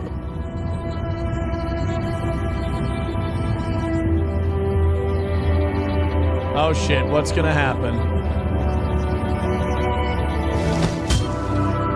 Wait, who just stabbed who? Oh.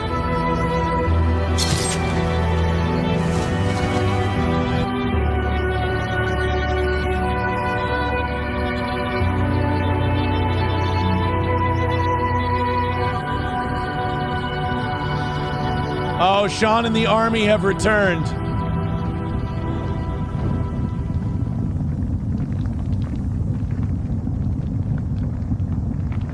How did we do? Sean's just how'd we do? Now what happens? So there's no Ethan Ralph.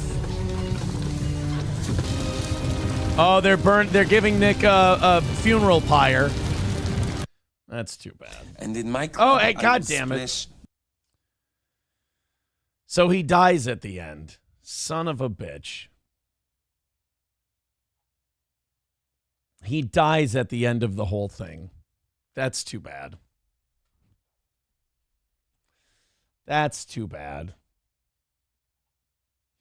That guy worked his fucking ass off to do that. All those clips, all that shit that he got, that was fucking amazing. Jesus. What's that guy's name? Sharpeteer on YouTube? Go follow that guy, man. And he made more of those?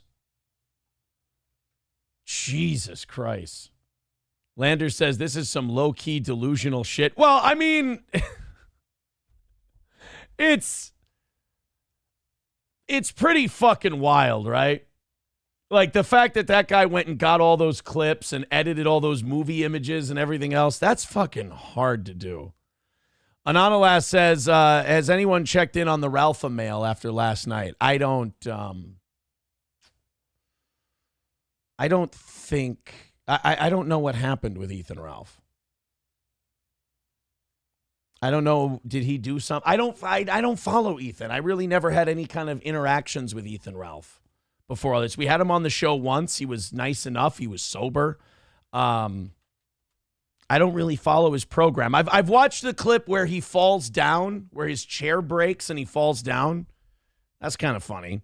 $85 away from knocking out today. Thank you guys very much. I appreciate it. Awesome work. Let's finish it up and let's do an hour of overtime today. Thank you for sending that to us, Anonymous. I appreciate it. This is a story. Now we got to transition back to the real world. This is always the difficult part. Let's go to Murrieta, California. You know, sometimes a slip of the tongue can get you in a bunch of trouble. You know, don't I know it?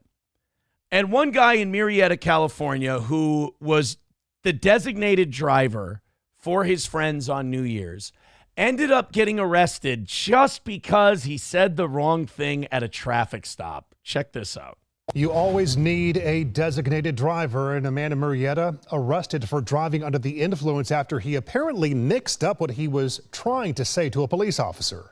I was just dropping off my friend because I'm the DUI tonight. You're the DUI tonight? Yes, sir. So they arrested this guy because he said, I'm the DUI tonight on New Year's Day. Now, I get it that the cops are a little hypersensitive on drinking and driving during the whole, you know, during New Year's and all that stuff. But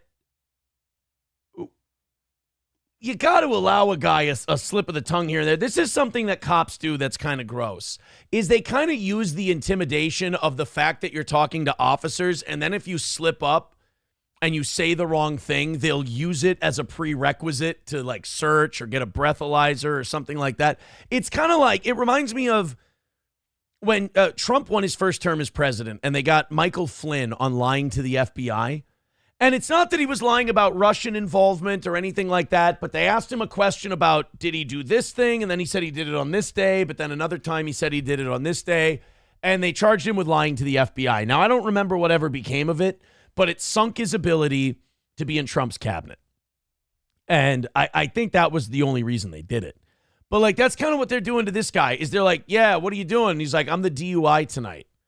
They're like, oh, you're the DUI, huh? Well, get out. We're going to search. We're going to get your breath. It's like he meant to say designated driver, but he's clearly nervous because he's talking to the police. And they, Do you mean to say the DD?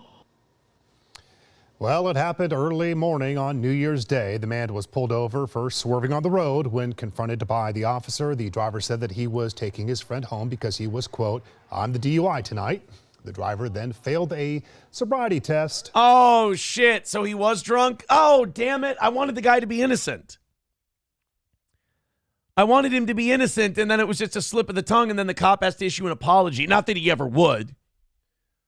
But, like, I was kind of hoping that this guy he wasn't driving drunk, and that this was all just a big misunderstanding, but it sounds like he was fucked up. So it wasn't a slip of the tongue. He was drunk and he said something stupid. God damn it, man. I wanted to be on your side. And was taken into custody. Ah, shit. I thought it was going to end up that he just misspoke.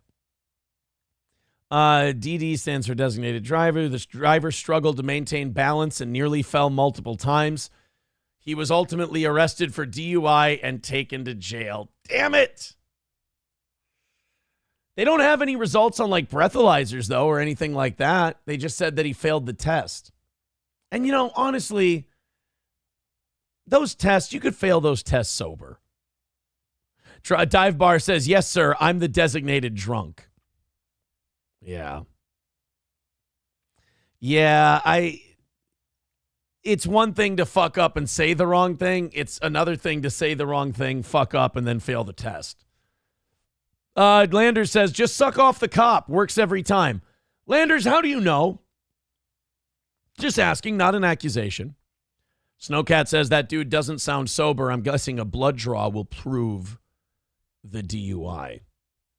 Yeah, Sam Show says, well, fuck me. He really was the DUI that night. That's true. He had no idea how right he was. Eaton Clam says, I'm the HPV tonight. Have a good night, ma'am. You can leave. Yeah, I was just driving my friend home. I'm the HIV. You're what? Yeah, I'm the HIV. Do you mean the DD? Wouldn't you like to know? Cuts his arm. You want to find out? Mr. Beat. Oh, we got a clip. We'll check it out. Somebody says, we always had a DDD in high school, the designated drunk driver. Sam Show says, don't do the field sobriety tests. If they want to subject you to it, then you're already under arrest. Refuse them and piss your pants on the way to the precinct. Hopefully that's enough. You know what? I've heard a lot of legal advice in my day. I've never heard the legal advice of, I've never heard the legal advice of piss your pants in front of the cops. Trust me, bro, it'll work out great. $10 from Anonymous says you missed a great Sean bit at around 21 minutes in. Also, you're in around 14:30. I know, but I want to watch that in advance. I just want to be careful. I know I can't get in trouble if something comes across the screen and it's fleeting or whatever. I understand that, but I also don't want to. I just want to make sure the clips I'm playing are clean for the show. That's all I want to do. Nothing wrong with that. By the way, thank you for the $10. 75 away from today's goal. Thank you very much. First Hand says, Aaron Camelot also challenged you to box? This can't be true. Is this for real? And said you would never box him and called you a pussy. I'm at St. Cloud Boxing and Wrestling Club every Thursday. You want to come in? I'll teach you how to fight, Camelot. It's people who actually box versus people who go, I'd fucking box that guy and he blah, blah, blah, blah, blah, blah. It's always funny to us because everyone thinks they can box until they put on gloves, put on headgear, get in a ring, and then realize that they've never fucking done this before. Why are my shoulders so tight? Why am I getting this adrenaline dump? Why are my punches not going out as far as I want them to? Why aren't I comfortable in here? It's because you're in an unfamiliar environment. But I'd take it easy on him. I more than anything, I think I'd try to teach him how to box if he wanted to get in there and spar. I would have no problem getting in the ring with Camelot. What, a race car driver thinks he's a boxer right now? Yeah, you know what? I should be in the Indy 500.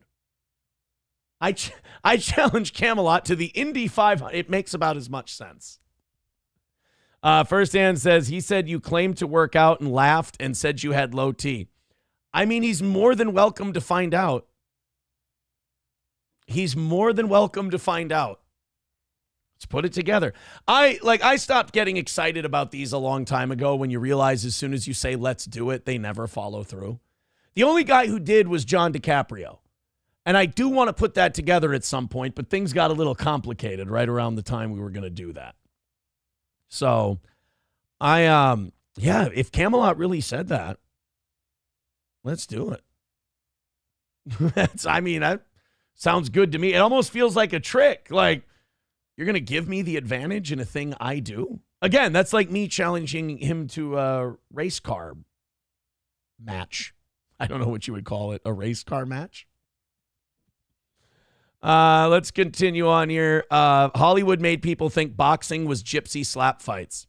Yeah, it's like a lot of people think boxing is you get in there and you start throwing punches. And boy, are they surprised.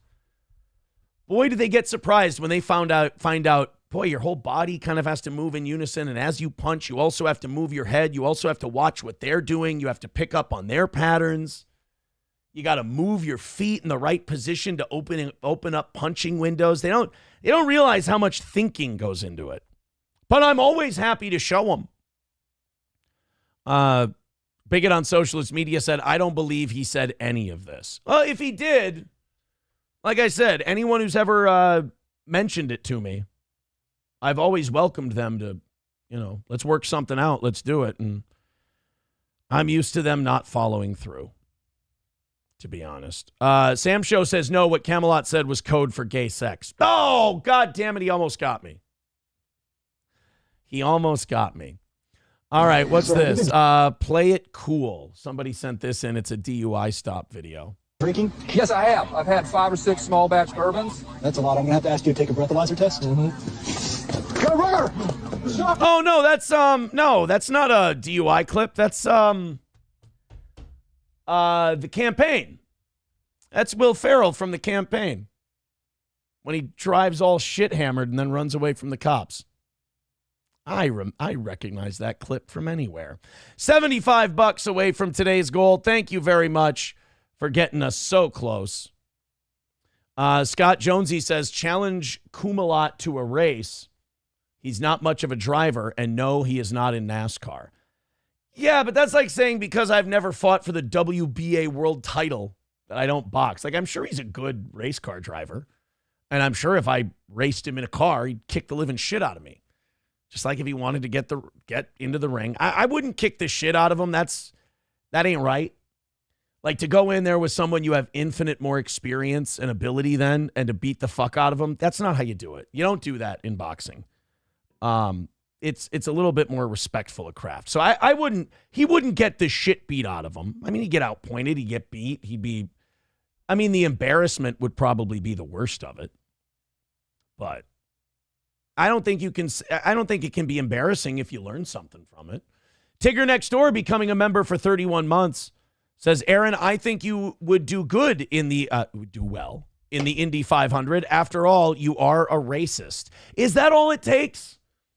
What if I'm a shit driver? I think that's part. I'm not saying that the hatred of minorities is not an important part of race car driving. I'm saying that the driving ability helps too. Scott Jonesy says he'd likely crash again. He rarely finishes. Oh, that's a good idea. Maybe I could drive like 65, 70, like keep it very sensible. And then if he crashes, we'll just like tortoise in the hair the whole thing.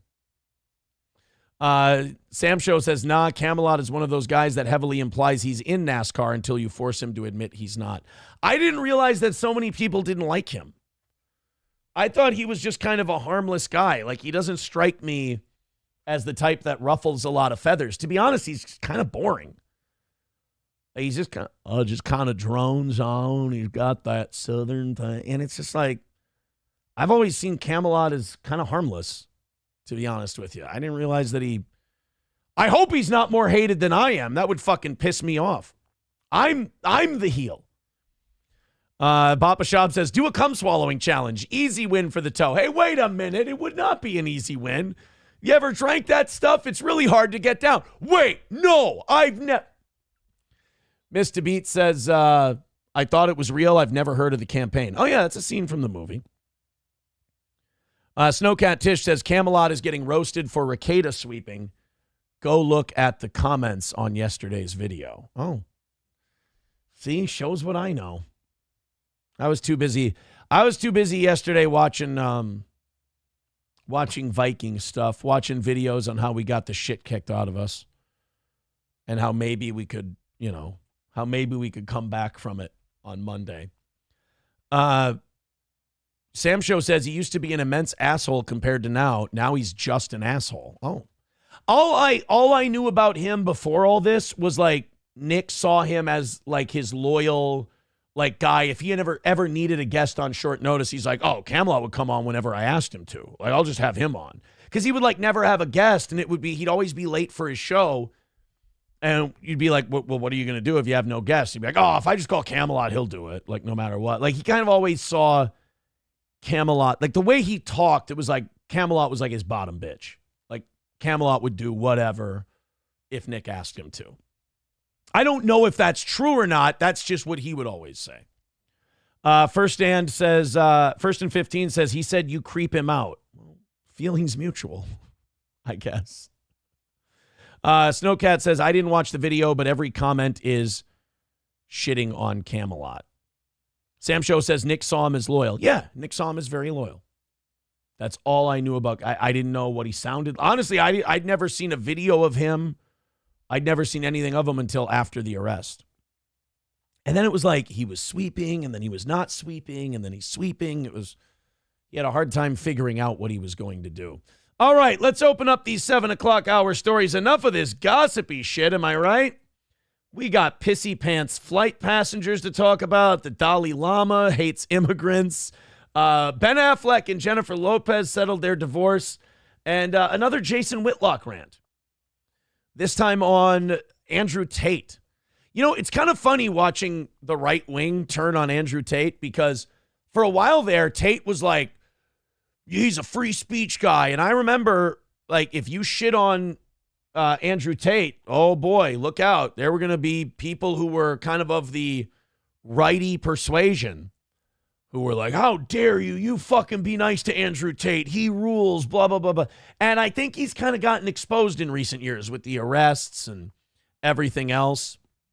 I think you're kind of seeing the overexposure of Andrew Tate, and now he doesn't really have a lot of like defenders left. It's really just still the people who see him as like a Chad alpha male guy, and I think even that crowd is diminishing. Oh God, people are still shitting on Cat. God damn, I just went to just take one last look at the chat before we went back into stories, and it is just people shitting the fuck all over Camelot.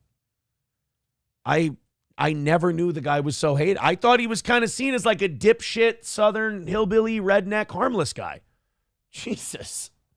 I didn't realize so many people thought he was a dumb piece of shit and like actively hated him. Christ. He's more like me than I thought.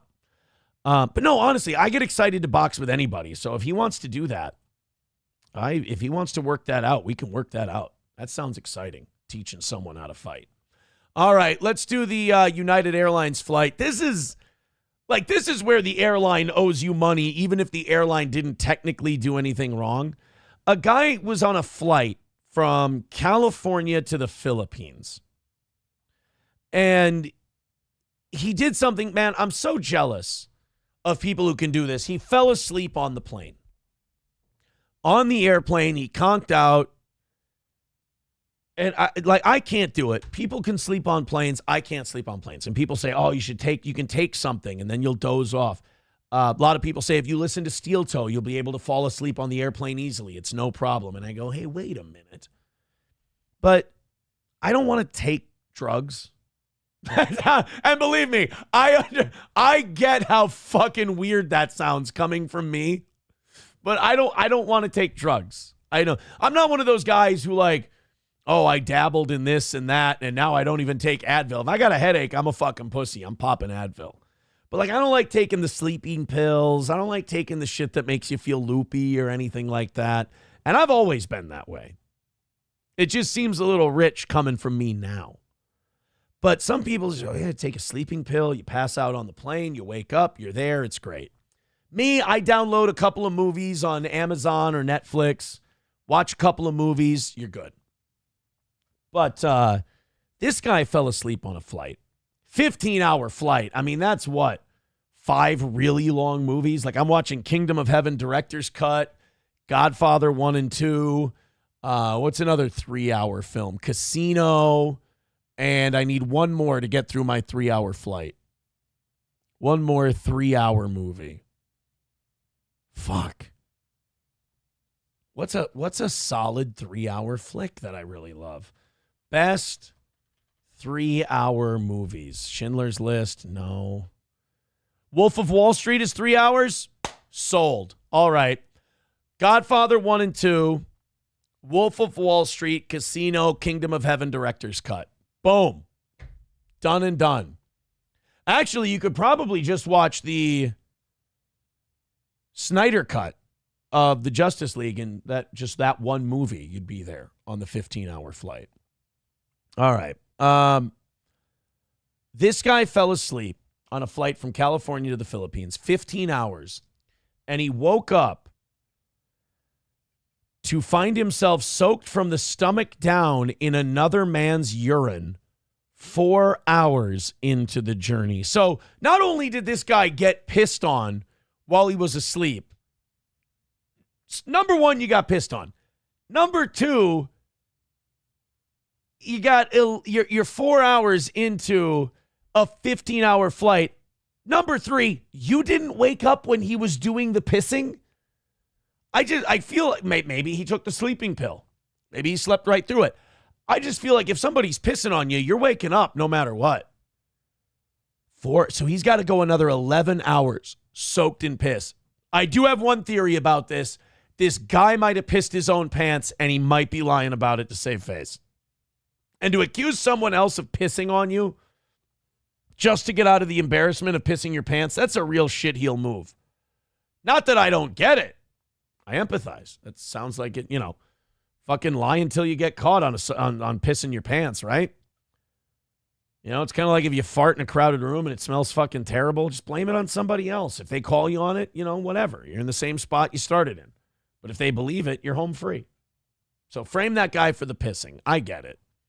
Now, Gutierrez was traveling with his stepdaughter, who was not in range of the urine. Not that we know what the coverage area is of urine. The urinating passenger has been banned from all future United Airlines flights. And see, that's the other thing. Like, it's on United.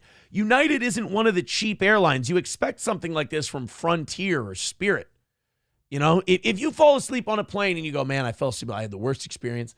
I fell asleep on a plane. I woke up. I was soaked in piss. It was not my piss. Somebody pissed all over me on the plane.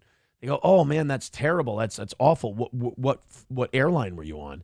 And you say Spirit. They're like, oh, well, I don't feel bad for you. That's like you should expect to get a little bit of bodily fluid on you on a Spirit flight. That's why it's the only one I go to. But if you're on United or you're on Delta or you're on American or something like that, fucking hell, you don't deserve to be pissed on. Oh, Aaron, are you saying that if you fly on Spirit, then you should be pissed on? Yes. Yes, I'm saying you deserve to be pissed on if you fly Spirit Airlines. I'm not saying that it's automatically going to happen every time. I'm just saying when it does, you've earned it. Gutierrez was provided a pair of PJs by United, and the crew separated the urinating passenger from him. That's probably a good call. Fearing an altercation would take place. Fucking better be. You get pissed on by some guy and you don't try to rip his fucking throat out. You're a bitch. I mean, I'm not saying you have to succeed. There's prison to think about and shit like that. But you got to at least lunge at him, right? You got to at least try. And then they pull you back and you can be like, I'm cool. I just wanted to let him know that I'll fucking rip his head off if I ever see him again. United Airlines seemed to play it down a little bit, calling it in a statement a passenger disturbance. Well, what are they supposed to do? Play Dave Chappelle's Piss on You and like say, oh, we had an R. Kelly situation on the flight? No. By the way, does R. Kelly look any better because of Diddy, or are they just now in the same class of scumbag? Discuss amongst yourselves. The flight never diverted. Well, why? It's not like the pilot got pissed on. And ended up completing the flight to Manila, which took approximately 9 hours after the urine incident. The urinating passenger would eventually beg Jerome Gutierrez not to press charges. So wait a minute. Look, you have a choice, bro. You can either piss on somebody, own it like a man, and carry on. You don't get to piss on a guy and then go, hey, bro, please don't press charges on me. It's like, hey, you're going to let this be water under the bridge or piss under the bridge or whatever you want to call it. Just come on. You're not going to call the cops on me, dude. All I did was piss all over you while you were asleep and you're going to call the cops on me? Bro, so not cool. I don't know. If you ask me, that's a terrorist attack. And this guy needs to be locked away in Gitmo without charges or a trial. We need to Patriot Act this motherfucker. That's the only way. We need to send a very serious message about pissing on people on airplanes. Snowcat Tish says, this is a good point. How did no one else witness one man pissing on another man? Color me skeptical. See, that's my thing, is like, what happens if, like, this guy pissed his pants and they arrested this guy falsely? That's a good point. How does a guy piss on another guy without everybody on the plane noticing? I don't know. There's more to this story than we're hearing. What Aaron is saying is he can't sleep on a plane unless he's pissed on. I never said I can't sleep on a plane. You could piss on me all day long. I'd never fall asleep. Wait a minute. No, hold on. That is not what I meant. I did not mean that you are allowed to piss on me on a flight and I'll fall. No, I'm saying I wouldn't be able to fall asleep on a plane whether or not I was getting pissed on. I wouldn't be able to, regardless of the situation. Bigot on socialist media says pissing on someone should be enough to get yourself sent to a retard hospital. Thanks a lot, Reagan. Yankee says, I'd hate to be the third person in that aisle. I know, right? Because you're getting a little bit of splashback. It's not like that guy's just pissing on that guy's torso and pants and everything, which, again, before we send this guy away to Gitmo forever, can we at least get out of him why? Like, why piss on the guy? Like, what? How did you see this going?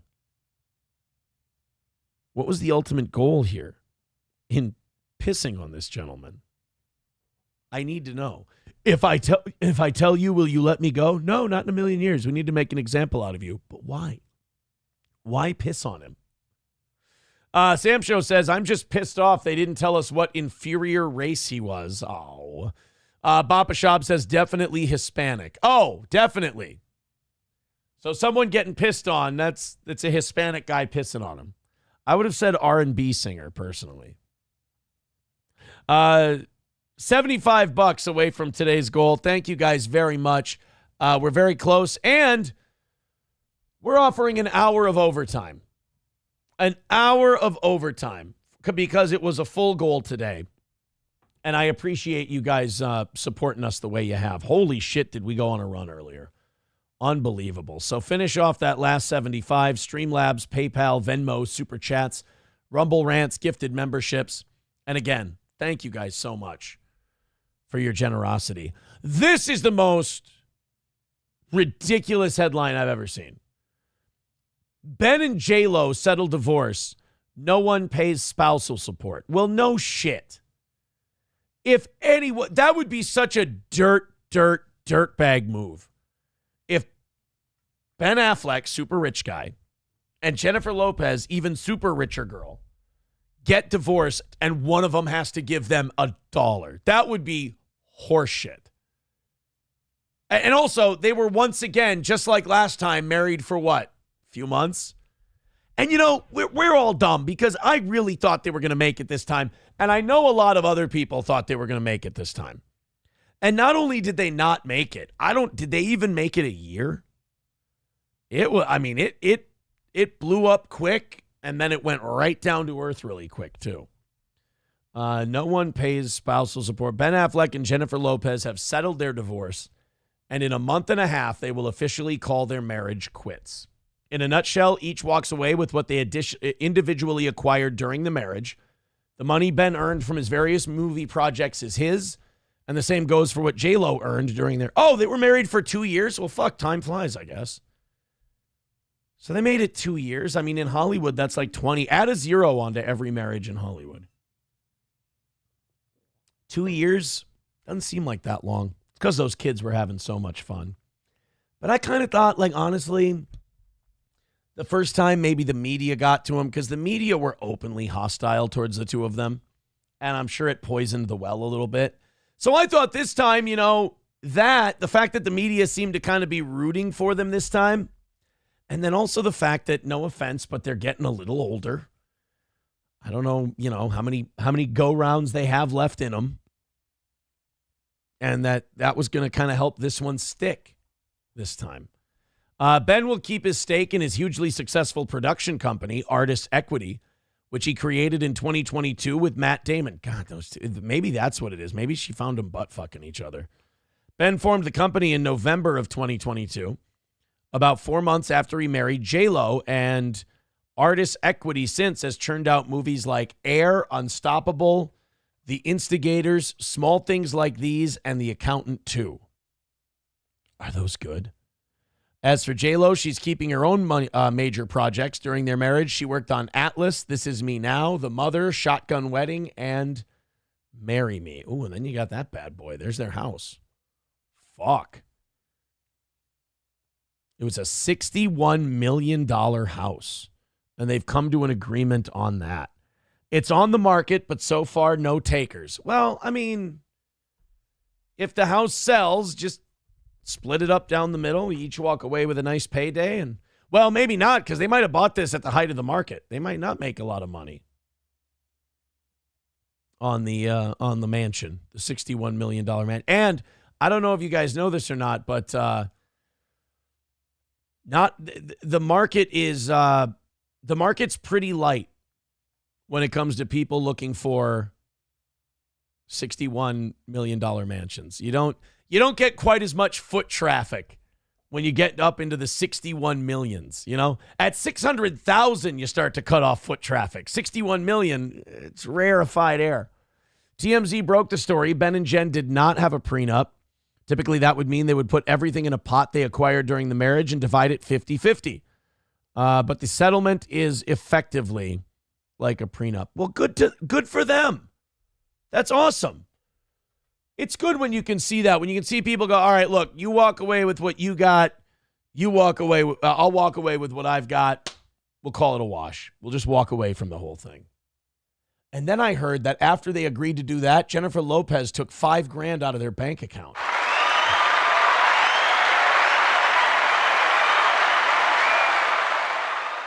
That was so fun. Like, I can look back at it now and laugh. Like, when she took that $5,000 out and her bullshit excuse was, oh, I had to pay off some things I bought for the kids. Bullshit. And then, like, I'm like, okay, well, then can I take $5,000? Like, the Cardinal tattoo, I paid fucking $3,000 for that. Holy shit, those tattoos are fucking expensive. Can I take back dresses, things like nope. It's totally fine when you do it. But when I do it, it's not okay. Like that always struck me as cokehead math. First of all, you never spent $5,000 on those kids in your life. Second of all, it was my money. So you bought it with my money and then you paid it off with my money. That's very interesting. That's fascinating to me how that math works, that fucking gorilla math. So I hope J-Lo didn't go raid the account. And if you're Ben, shut down the fucking account, dummy, and start another one. McBuster says April Heard. I mean, kind of like Amber Heard lied about a bunch of shit, right? First and 15 says, wasn't it a joint account? Yeah, no, that's where I fucked up. No, absolutely. That is 1,000% where I fucked up. Is I should have shut down. Like when you get divorced or separated or whatever, shut down the account, get your fucking money, and go start a new one. Don't trust. When you're in those kind of situations, don't trust someone and be like, they're not gonna fuck me over. They're as happy to be done. Here's what I thought. They're as happy to be done with this as I am. I just want to get the fuck out of here and have it be over with. I thought they were in the same boat I was. But apparently there was a little bit more resentment in that one, and there was a knife. Just, here you go, right in the fucking rib cage. All right. Okay. Yeah, Kraken Slappin' says, I guess my tattoo artist is good and doesn't overcharge. $3,000 for a tattoo is like, oh, believe me, I was surprised too. She was already getting the fucking thing, and the guy's like, it's going to be $2,500. I'm like, what the fuck? And no offense, like, he did fine, but, like, for that dude? Really? I think those guys, I'd never been to a tattoo convention before. I'm not a tattoo guy. I think, especially at our age, it's fucking gay. But, like, I'd never been to one of those conventions before, and I think it's for fucking suckers to get work done there, and they just overcharge the fuck out of it because they're like, only a mark's going to get a tattoo here. And they found a few marks. Definitely found a few marks, that's for sure. Oh, man.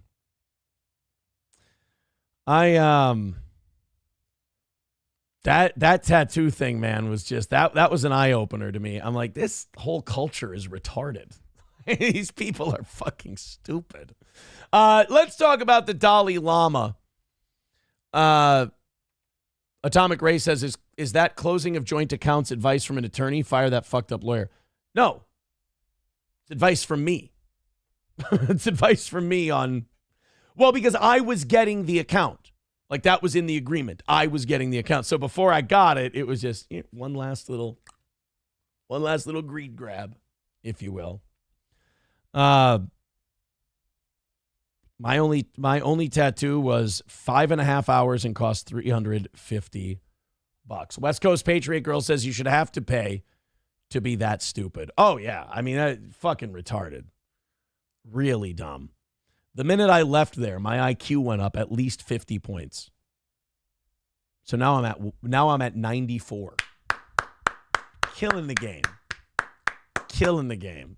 All right, let's go to this clip of the Dalai Lama back in 2019. Because of all the debates about H-1B visas and Elon Musk and Vivek Ramaswamy and MAGA and all this stuff, people have been finding clips of different famous people, because that's one thing people do when they get in political arguments. They try to find like authorities on shit and like shame you into changing your opinion. Like, oh, well, here's what Mother Teresa said about this. And it's like, well, Mother Teresa basically ran a death home for sick and dying people. Like, she wasn't really that great of a, I mean, go watch the bullshit with Penn and Teller episode on Mother Teresa. I mean, I'm not saying she was a bad human being, but she was not a saint. Even though I think she's a saint now. But she gave money to baby Doc Duvalier in Haiti, knowing he was a piece of shit. The conditions in her fucking Calcutta death homes were fucking deplorable. But they'll do that. They'll be like, oh, Gandhi once said. It's like, oh, really? Gandhi once said? You want to hear what he said about black people? Like are we really going to do a guy that's really respected said this on this issue, so you can't disagree with it? Well, why don't you see what God says about gays and then tell me that we can just use all these things? But the one thing the mega crowd is using on immigration is the Dalai Lama. And to be honest with you, I don't let the Dalai Lama affect my opinion unless it's on golf. Because one time, I was a looper in the Himalayas. Looper, caddy, jock. So I tell them I'm a pro jock. And who do you think they give me? The Dalai Lama. 8th son of the Lama. The robe, flowing robe, the grace, the whole thing. So I give him the driver, and he hauls off, and he whacks one. Big hitter, the Lama. Hits it 350 yards into the base of a crevice. And the Dalai Lama looked at me, and you know what he said? He said, Gunga, Gunga, Gunga, Gunga, Gunga. So we finished the 18, and he's going to stiff me. And I say, hey, Lama, how about a little something, for the effort? And the Lama looks at me and he says, there will be no money. But when you die, on your deathbed, you will receive total consciousness.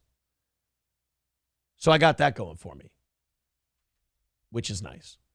So this is the Dalai Lama on immigration. Guys, I just have to let you know, sometimes on this show, I do shit for me. And that's it. All right, here we go. The Dalai Lama, off we go. From Afghanistan or the Middle East want to stay in Europe. Shouldn't they be allowed to? Limited number, okay. But the whole Europe eventually become Muslim country, impossible. So I love this because like the Dalai Lama is not a politically correct guy. He hasn't been trained in the PC arts. So when some woman goes, oh, you're against Muslims migrating to Europe, he's like, Europe immigrating, mixing with Muslims? No way.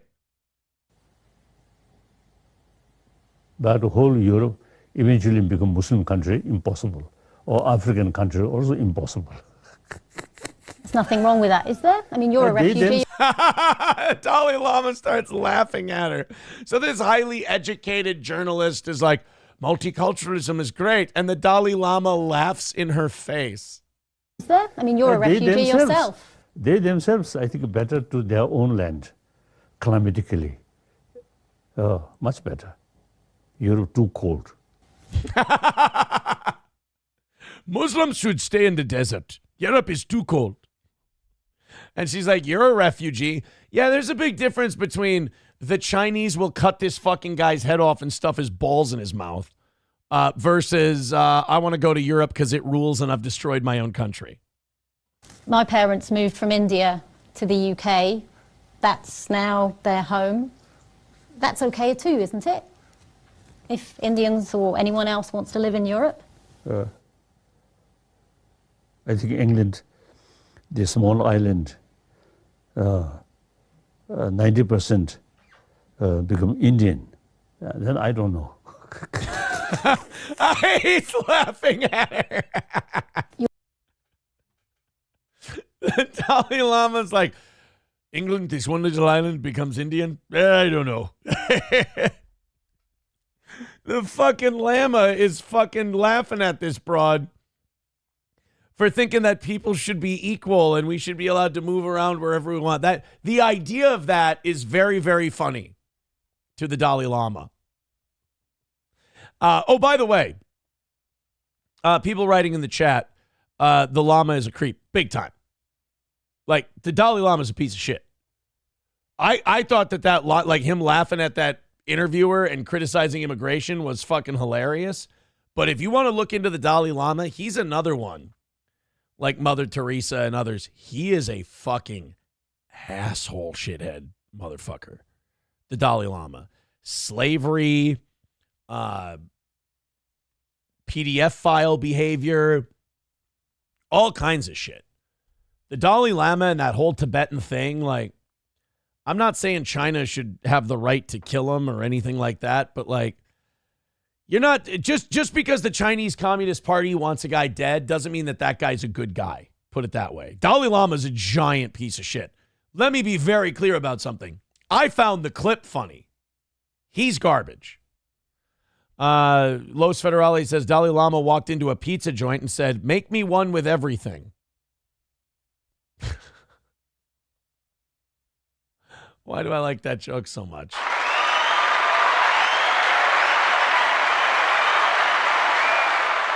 I heard Jerry Stiller tell a joke that I really enjoyed. It was a really stupid joke. It's really fucking awful. And instead of playing Jerry Stiller telling it to you, I'm just going to tell it to you. A man and a woman get married. And as they leave the wedding, they're getting ready to go on their honeymoon on a cruise ship. So they're driving to the hotel to get on the cruise the next day and take off from the port. And the man says, you know what? We should stop and we should get some condoms, for the honeymoon because it's not time for us to have a family yet. So why don't I stop and pick up some condoms? And she says, yeah, you know what? Why don't you pick up some Dramamine also because we're going to be on a, in case we get seasick or anything like that. So he goes, all right, find me a drugstore. I'll drop in. I'll get it. So he goes to the drugstore. And he tells the clerk, he says, get me your biggest box of condoms you have and some Dramamine. The clerk looks confused, looks at the condoms, looks at the Dramamine, and he says, if it makes you nauseous, why do you do it?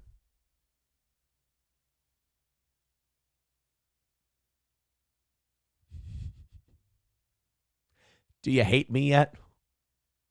I mean, you know what? That's the wrong question. Scale of 1 to 10. How much do you hate me? 11's not an option. Somebody too writes, fuck you, Aaron. Fair enough.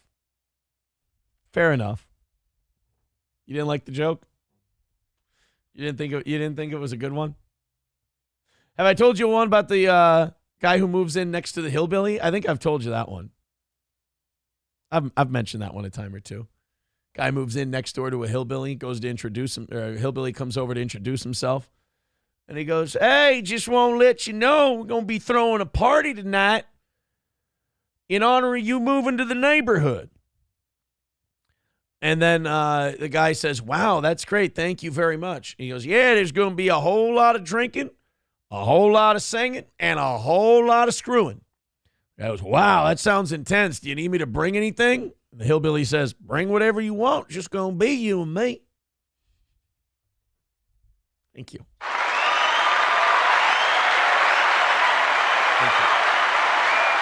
Thank you. I appreciate that. That one's a 9.5.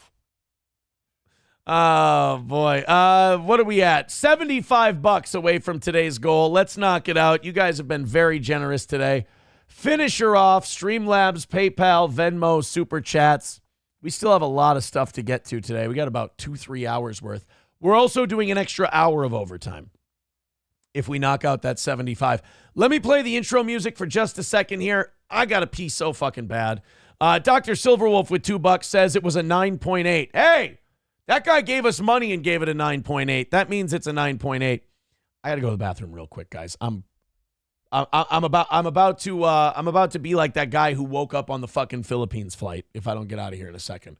We'll be back with more Steel Toe in just a moment.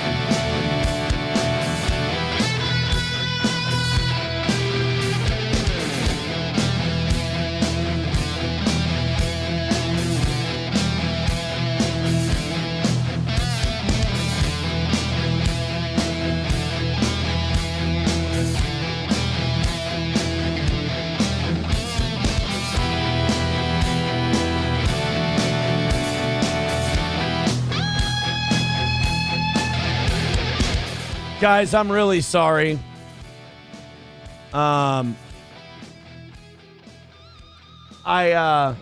didn't make it. I pissed my pants. I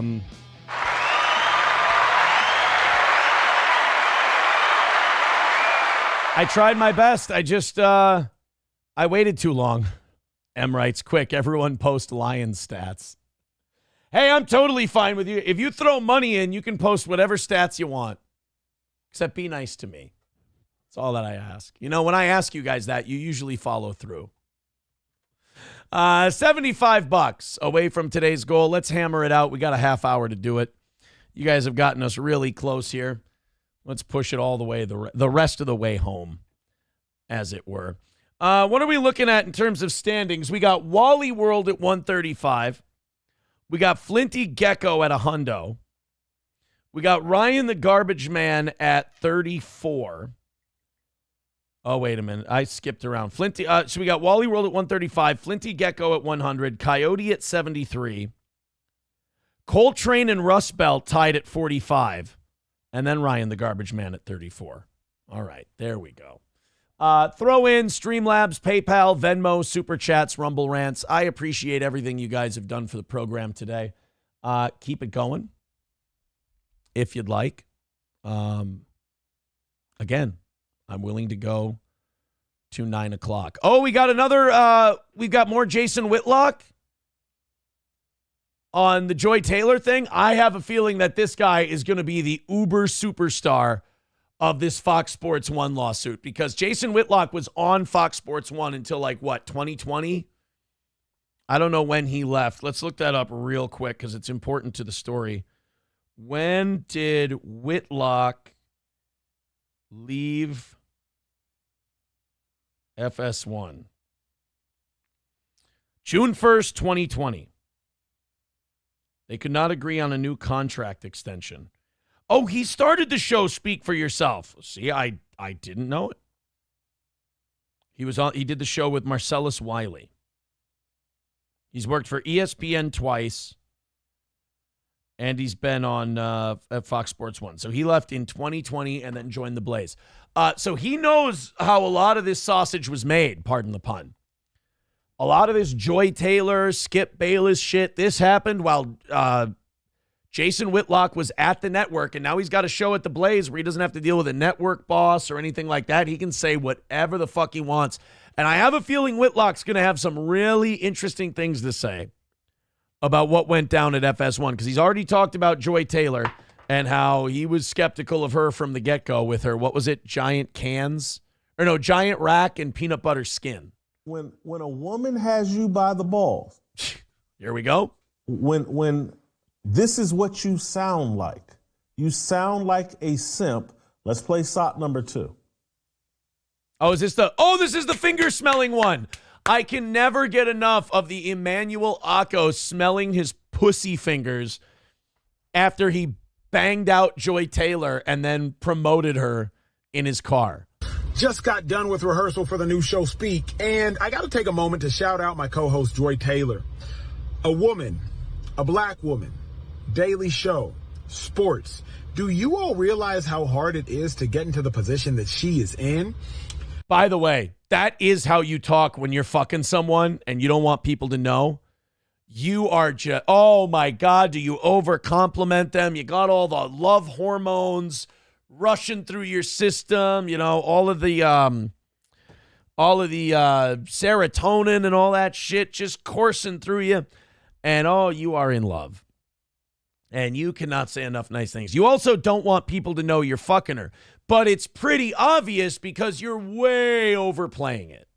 So often there's misogyny and sexism running rampant in sports, and we don't even care what women have to say in sports. Correct. Like I said, you could have stopped there. But Joy is not only in the position on television as a woman. Look at Whitlock just laughing. But as an opinionist. So not just asking men what they think, but providing her own unique and distinct insight. It's hard to do, and Joy, you have done it. So congratulations. Looking forward to working with you, and hope y'all tune in 4:30 to 6 Eastern every day starting next week. What is it about crazy good new pussy that makes dudes gay? What is it about just wild new pussy that just makes you a total fucking homo? And you don't even know you're doing it. Like, you have to put it out there and people have to tell you, bro, you sound gay. Like, this is way too much. Back it off a little bit. What is that all about? What is it about doing really hetero things that makes dudes kind of gay? I never want to sound like that. I never want to be that dishonest. Now, according to Nushin, in this lawsuit, and according to people that I know would know. Colin Cowherd. Say Colin Cowherd. Say it. Say it was Colin. Well, I got to be honest with you guys. I think she fucked everybody. I can't do a Colin Cowherd impression. Skip, I think she was sucking dick on the regular, Skip. Did I fuck her? I don't know. I don't want to tell you if I fucked her, Skip. But I heard she was bomb-ass pussy, and that's why she was on the air with us. Skip. Connected to Fox Sports. This dude is banging Joy Taylor, or was at that time. Does he reference that at any point? Does he? And boy, she got that good. Dude, I love that Whitlock is like not shitting on her at all. He's just accurately saying what she is. And again, the only thing about Joy Taylor that makes me hate her is that she came out and said to this hairdresser that if he ever tried to fire me, I'd say he graped me. That's a really piece of shit fucking sociopath move. Joy Taylor, she's amazing on air, but man, if you knew what it was like off air, you'd understand. Never mentions it. Nope. Doesn't come up. I'm not saying this to put myself on a pedestal. I'm really not. It might break. I'm just keeping it real with you all. Keeping it a buck, as the kids say. I'm a degenerate, idiot loser. I'm capable of all these sins that we're talking about. Attaboy! Me too, Jason. Me too. I'm reformed, much like you. I'm a better man now because I can acknowledge those things. I love Jason Whitlock. I've never watched him before. In fact, I've stayed away from clips of him because I've always thought, well, who gives a shit what the black sports guy think? Jason Whitlock is kind of awesome. I'm capable of all of them. I've done some of them. I'll stick a thumb in the butt when I'm feeling frisky. You ain't got to be none of nobody's business. But I ain't going to put him on my TV show and wreck the quality entertainment I'm providing for folks. Pussy is pussy, show is the show. But I keep it real with you all. I let you know. There's no way I could go on air and talk about Joy Taylor and be tapping that or have been tapping that or knew that she seduced me as part of getting. I couldn't do it. I would say nothing, or I would say, hey, and I tapped that, guys. That would be fucking awesome. You thought Jason Whitlock was fired in 2020. Holy fuck, would he be his head put on a pike in 2025? Jesus. Could you imagine if he came out and he'd be like, look, you got to watch my new show with Joy Taylor. She's great on the mic, but she's an amazing piece of ass too, because we fucking. It's like, well, Jason Whitlock used to have a show. You can catch him on the internet from now on. And it's good. Or it's mediocre, but I still gave her the job. I am 1,000% a Jason Whitlock fan. After all, and I look forward to all of his FS1 coverage. He's just laying it out there. It is amazing. He's right. The simping for women as soon as you start fucking them is a little out of control. It's a little out of control. Sam Show says, you tell us, Aaron, you sound positively flaming sometimes. What? No. I'm not into Toy Taylor. I don't like half. Jesus, Los Federales. Los Federales, aren't you Latino? You're not. Well, I guess, yeah. Latinos, they say that Latinos are very much about the purity of things. Maybe I should back off on that one. Maybe I should back off of it. I don't know. I've said numerous times on this show before, black women typically are not, my bailiwick, as they say. But Joy Taylor, I get it. Joy Taylor, I don't put in the, I think she's super hot category. I put her in the I get it category. Stephen Bravo gifting a subscription on Rumble. Thank you, Stephen. I'm the only person who, when you say or think the name Steven, you go right to Jim Carrey and the Cable Guy. That's the only way I can hear that name said. $70 away from today's goal. Let's knock it out. Otherwise, we'll rattle the cans in about 15 minutes and see if we can come up with the 70. But you guys have been awesome today, and we're getting closer and closer. Streamlabs, PayPal, Venmo. It was a full goal today, too, because we missed by just a little bit last night. Nothing to write home about. It's fine. But if we knock out a full one today, like I said, I'll give you guys an extra hour of show. You deserve it if you knock that out. But holy shit, thank you very much. Finish it up.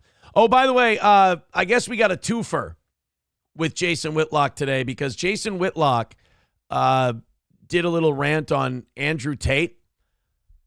And I don't want to spend too much time on this because Andrew Tate, to me, is kind of a done subject. I mean, he's been arrested for being kind of a sex pest, creep, trafficker guy.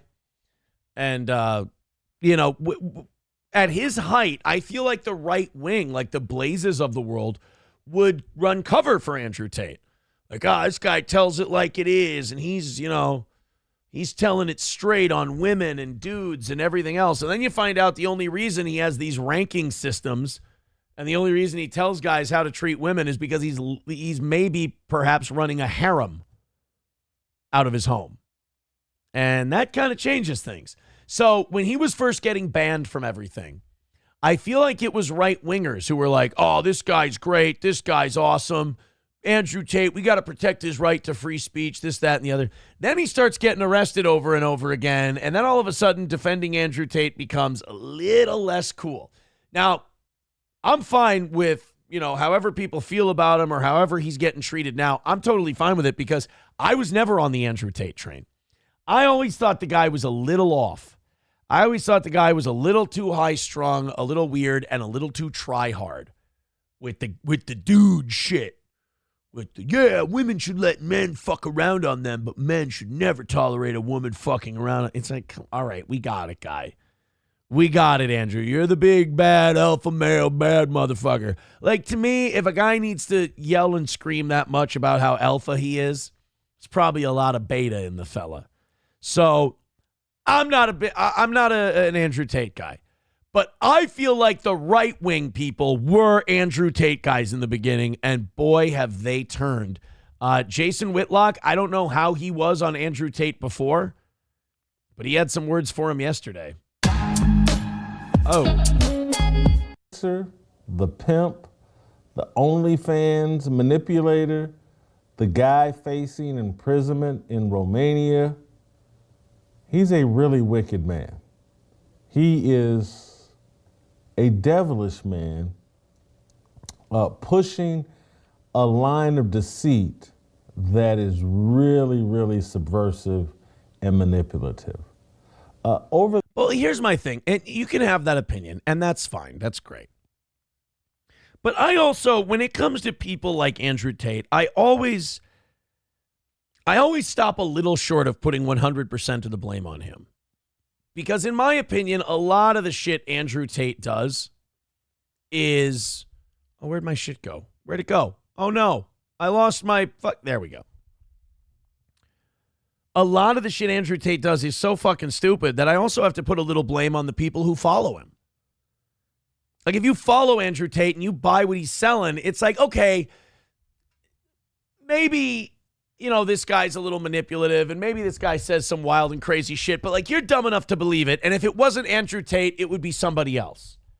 You know, you would get scammed out of a fucking car warranty, or you would give out your social security number. Like, I don't think Andrew Tate's doing anything that a lot of people haven't tried before. He just found a way to get his message to susceptible people. And while Andrew Tate is a worm of a guy and he's a bad dude, the guys who bought into it should be embarrassed.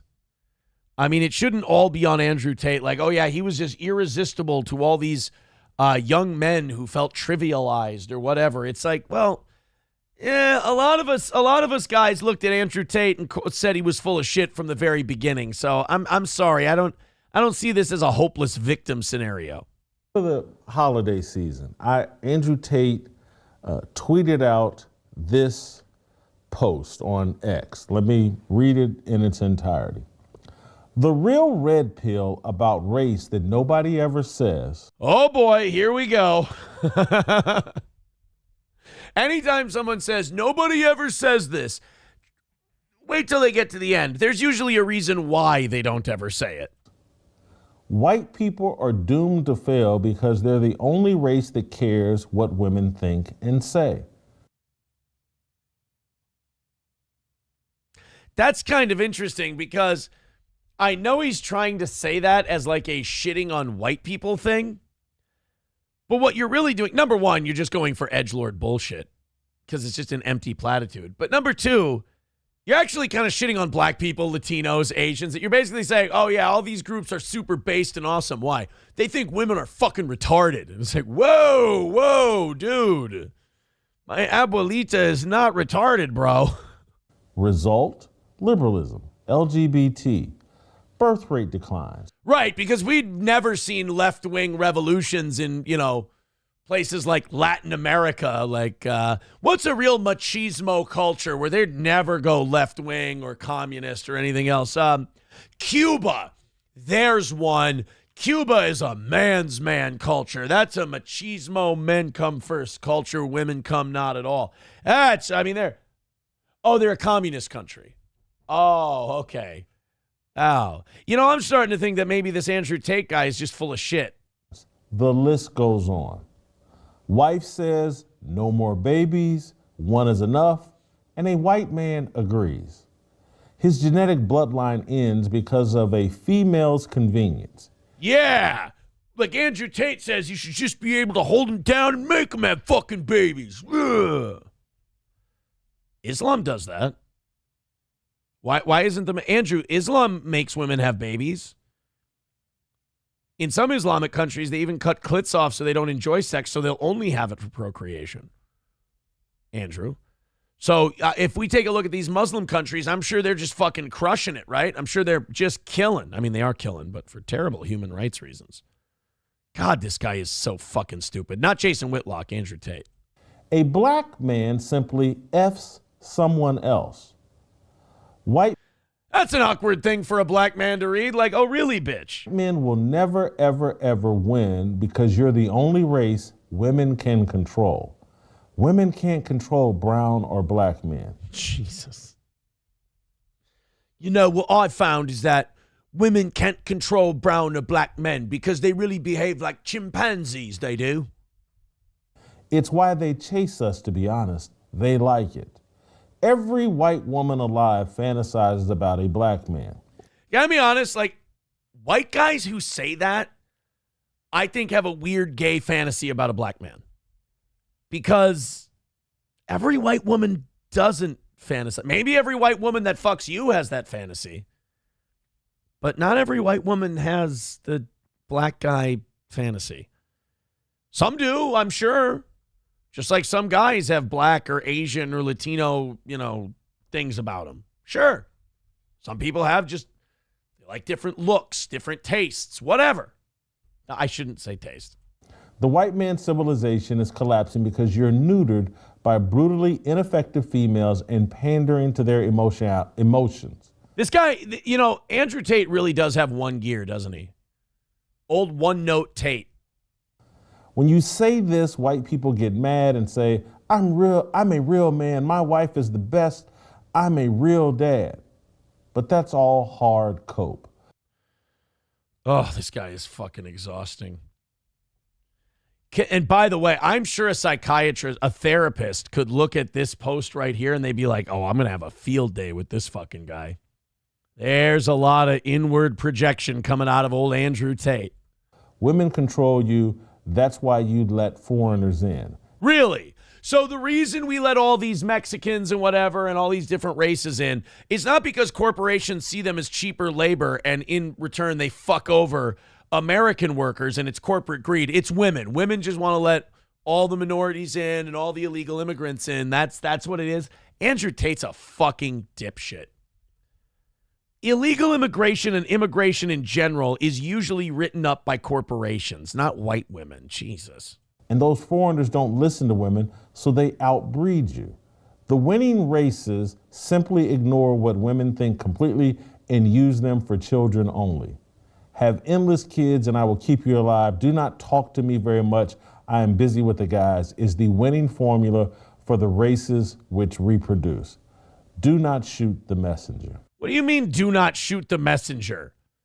You're the one delivering it's not a message from someone else. It's from, you're not the messenger. You're the guy saying it.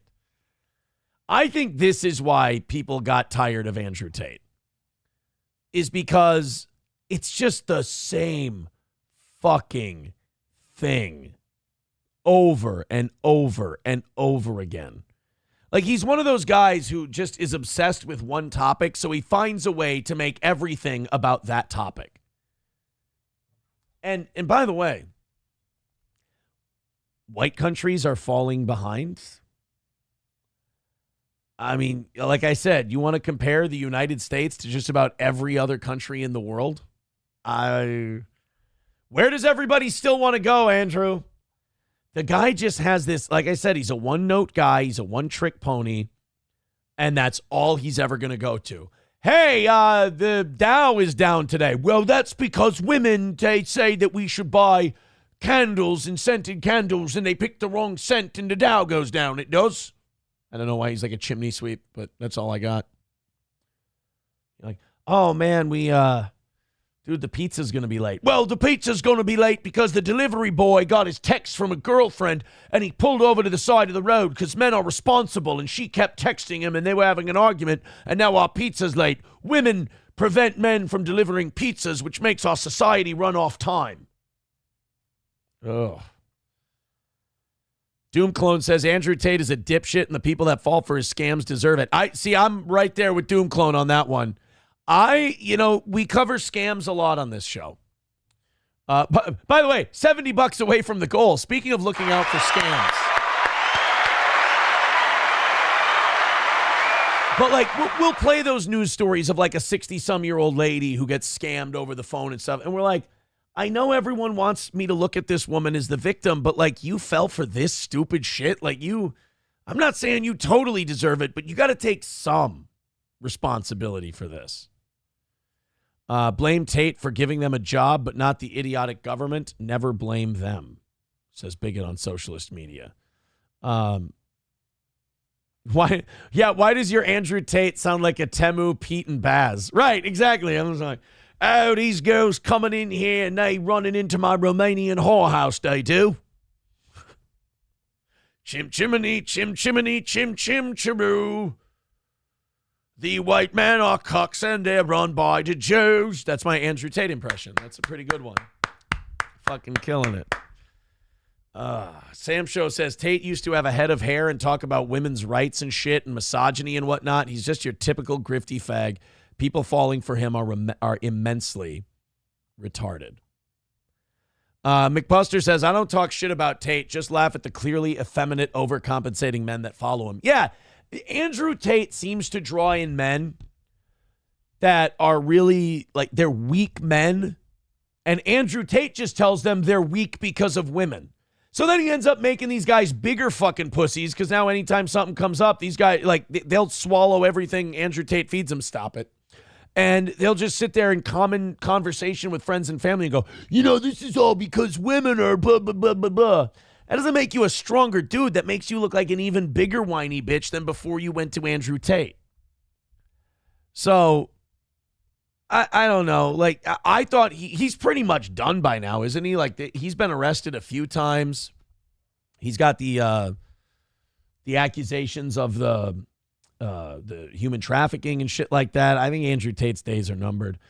Eating Clams with $10 over on PayPal says, don't spend this on gerbils. Why would I? And in my club, I will splash the pot whenever the fuck I please. I'm not involved. I don't do any kind of gerbil behavior. I don't know what you're talking about. How fucking dare you? All right, guys, that's the start of the rally. Let's just fire it up now, huh? We got about 5.5 minutes left in today's show. 260. Or 260. I'm sorry, 60 away from I don't know where the number 2 came in on that. $60 away from today's goal. Let's finish it off. Thank you, Eating Clams, for the $10 to get it started. Let me see. I got to make sure I've got the right timing because we did have to restart the stream today. So I'm just going to look. We are at the 5-minute mark right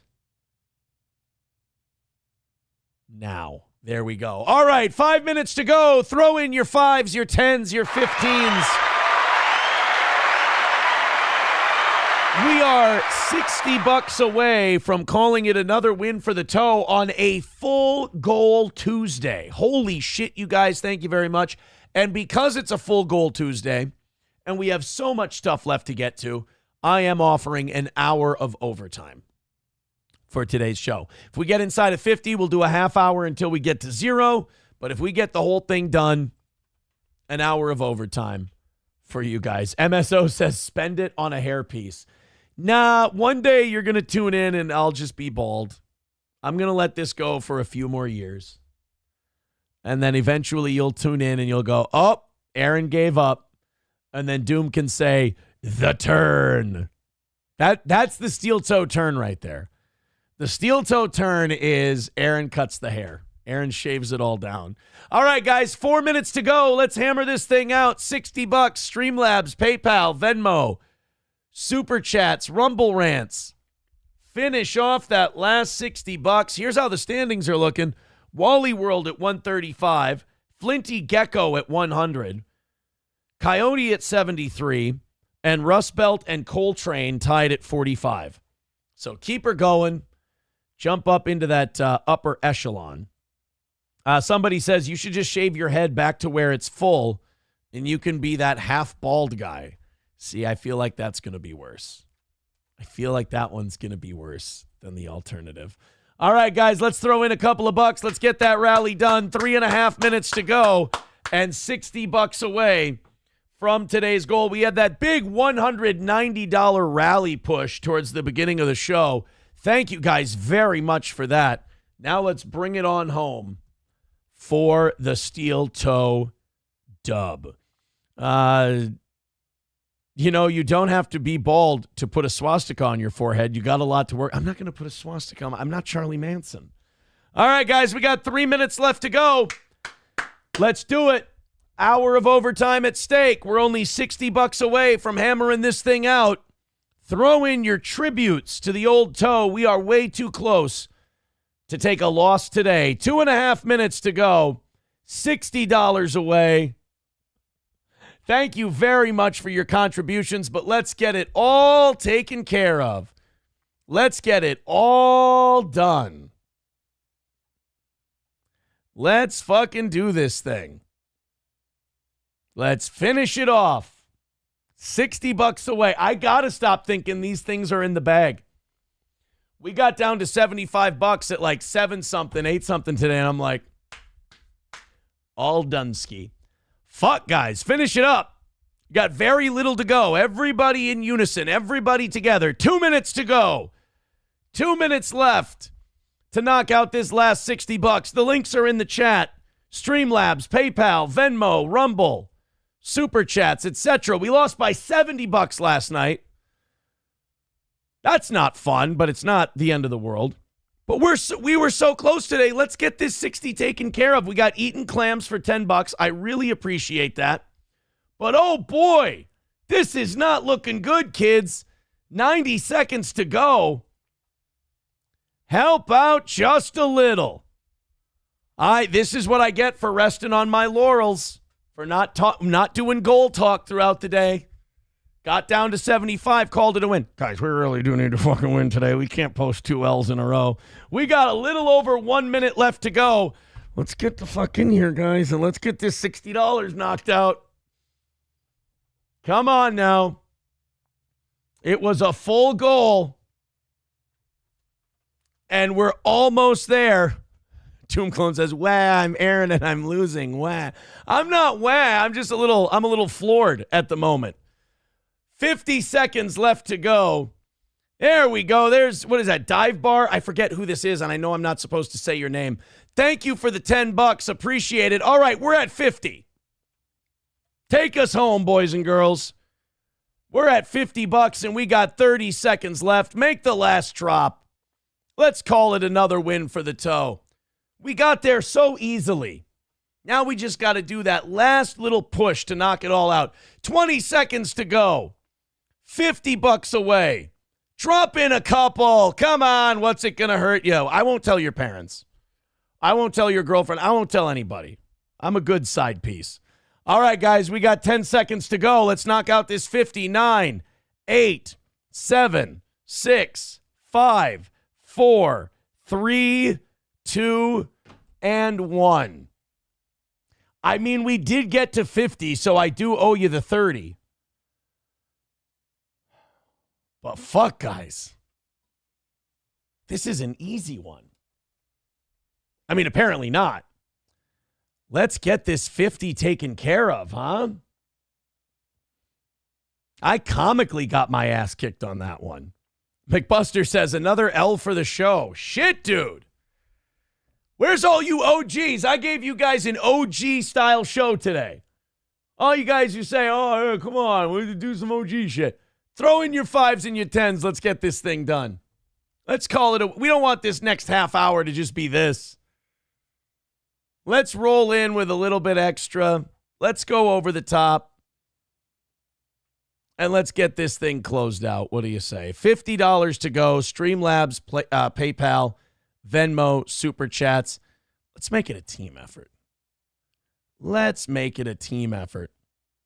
Zenman Builds. It wasn't Dive Bar. It was Zenman Builds who gave us the $10. He says, thanks for saying my name this time. Or thanks for not saying my name this time. You're welcome. Oh, and also, thank you for the $10. And in my club, I will splash the pot whenever the fuck I please. All right, guys, $50 away. Let's fucking go. Let's do this thing. Let's make it a win. I could use one. We got our ass kicked. Well, we didn't. I'm sorry. I'm being hyperbolic. We didn't get our ass kicked last night. But I'd like to hammer out this 50, and I'd like to not bother you. You know, for like 3 hours now, I haven't been bothering you. And now I feel like I'm a bother. And Sam Show says you're going to need to start Weekend at Bernieing Johnny to save the show. Right? Fuck. Let's hammer him out and call it a win. All right, I'm going to open up the last hour of stories here in just a little bit. We got one more to clean up here. This is such a fucking dickhead move. It's remarkable. Throw in your 5, throw in your 10. Let's get this thing done. I'm going to be thinking about that 50 this entire overtime until we get it knocked down. Streamlabs, PayPal, Venmo, Super Chats, Rumble Rants. Let's fucking go, boys. Why are you muted, sir? Guard down. Criminals are sending out a warning during this winter weather. Don't let your guard down. Criminals are using the cold conditions to prey on unsuspecting people. And new at 10, 5 on your side's Brent Son. How fucking shitty, though, that, like, and this is kind of the news's fault, but also our shittiness as people. Like, how awful that that's where we've been at for decades now. Where, like, instead of be good to your neighbor, be decent to people, assume everybody's honest and they're not trying to fuck you over, spread goodwill towards man and everything else. We're at this point in society where we're like, lock your fucking doors. Don't ever stop and help someone on the side of the road. They're trying to R-word you. Oh, don't ever help someone who has a flat tire. They'll try to rob you. They'll stick you up. And it just kind of sucks. Like, it feels like defeat. You know? It feels like, or to toe. It really does feel like a cultural loss. That, you know, you got to sit there and go, oh, yeah, don't go help people. Don't go be are you a decent person? Well, fuck you, don't. Because people are going to get you. That sucks because on one hand, it's depressing that we say that. But then also maybe it's just depressing that that's the way it is. Or is it that way because we have that attitude? Like, fuck that guy over before he fucks me over. That's the kind of shit, like, I know I come on here like the show's a show and nothing show related ever gets to me or bothers me or anything. You want to know the shit that bothers me? It's like, it's heavier shit like that. So if you wonder, like, why doesn't my trolling work? Why doesn't it? Because I kind of see you as a fan and you and I are just having a good time going back and forth. The shit that really bothers me is stuff like this. It's stuff like, you know, you hear the stories about the oldie times. You know, people like when I grew up, I hate to do this. When I was a kid, we left our door open. And now that's looked at as fucking insane. You shouldn't leave your door open. You should lock your door. You should lock yourself in your home to protect yourself. That kind of shit bums me out. And is that the right, smart, safe thing to do? I guess. But also it's sad that we feel like we have to do that. Are there that many monsters out there, or have we just scared ourselves into being convinced of that? I hate that. This story is actually depressing me more than I thought it would. Freaky Deaky, thank you very much for the $4.99. Keep it up, you guys. We're $45 away from today's goal. Come on now. Come on now. Solomon reports on 2 crimes of opportunity in just the past 24 hours. A brand new downtown business, the latest victim of crime. This guy has one hell of a fucking puker voice. Holy shit. Monday morning, Buddy's Wine Bar sharing on Instagram, workers arrived in the morning only to find their windows busted out. Is this guy just recovering from a stroke? This is a strange voice. These photos showing the damage with shattered glass littering the floor inside. We first introduced you to the restaurant when it opened in October. We're at this Renaissance phase. Owners saying then they were excited to be part of downtown revitalization efforts. Owners already had to delay opening because of the winter weather. Now they say because of this, they'll have to stay closed just a little longer. This doesn't really sound like, you know, there's another story coming after this one. Fuck that story. Because that's not like taking advantage of the cold weather or taking advantage of kindness. That's just a guy, an asshole with a rock robbing a business. Just hours earlier, I'm still trying to process all this. A seemingly good Samaritan near Forest Park turning out to be anything but that.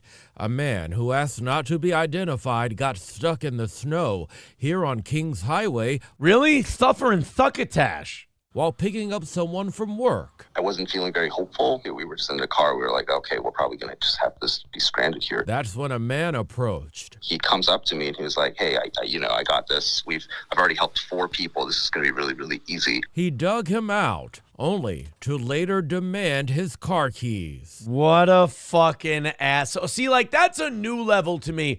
It's one thing to carjack somebody. Carjackers have been around since cars have been around, you know? When the Model T was out, there was a guy going, 23 Skidoo, give me your car keys. Huh? But, like, to help a guy out, like, how sinister is that? You're going to help dig a guy out. You're going to do a really nice thing. You're going to restore this guy's faith in humanity. And then when you've got him really believing that people are decent again, then you're going to rip his fucking heart out of his ass and steal his car from him. What a fucking dick. That's worse than just a straight up carjacking. Like, a lot of people think, oh, well, at least he did a good deed beforehand. No. It would have been better if he just would have carjacked the dude in a parking lot somewhere. It did not cross my mind at all that, he was about to pull out a gun. When it gets cold, then people look for other opportunities to find people with their guards down. James Clark with the National Urban League's Public Safety Department sees these scenarios routinely. They will set a scene where they seem to be stuck, and then you pull over to help them, and they'll rob you. Crime and violence does not stop when it gets cold. Brent Solomon, 5 on your side. And how unfortunate to have a guy. Like, if a guy has trouble with his S's and his last name is Solomon, like, just pick a new name for him. That's all. Just pick a new name for him. Dive Bar with $5. Says not to beat a dead horse, but you don't have to go looking for his information. It shows up and you have to be cognizant not to expose it. And fuck Andrew. You don't have to go looking for his information. It shows up and you have to be cognizant of it. I don't know what you're talking about. Oh, Andrew's son, the guy who hates Johnny. Thank you, Dive Bar, for the $5. Camel Toe says Nick's coom diatribe seems like a projection. It's a post? Oh, the thing we were talking about earlier today. Yeah, where he keeps talking about the cum. He's still talking. He's still big on the cum thing. Which, by the way, not gay at all to keep talking about that.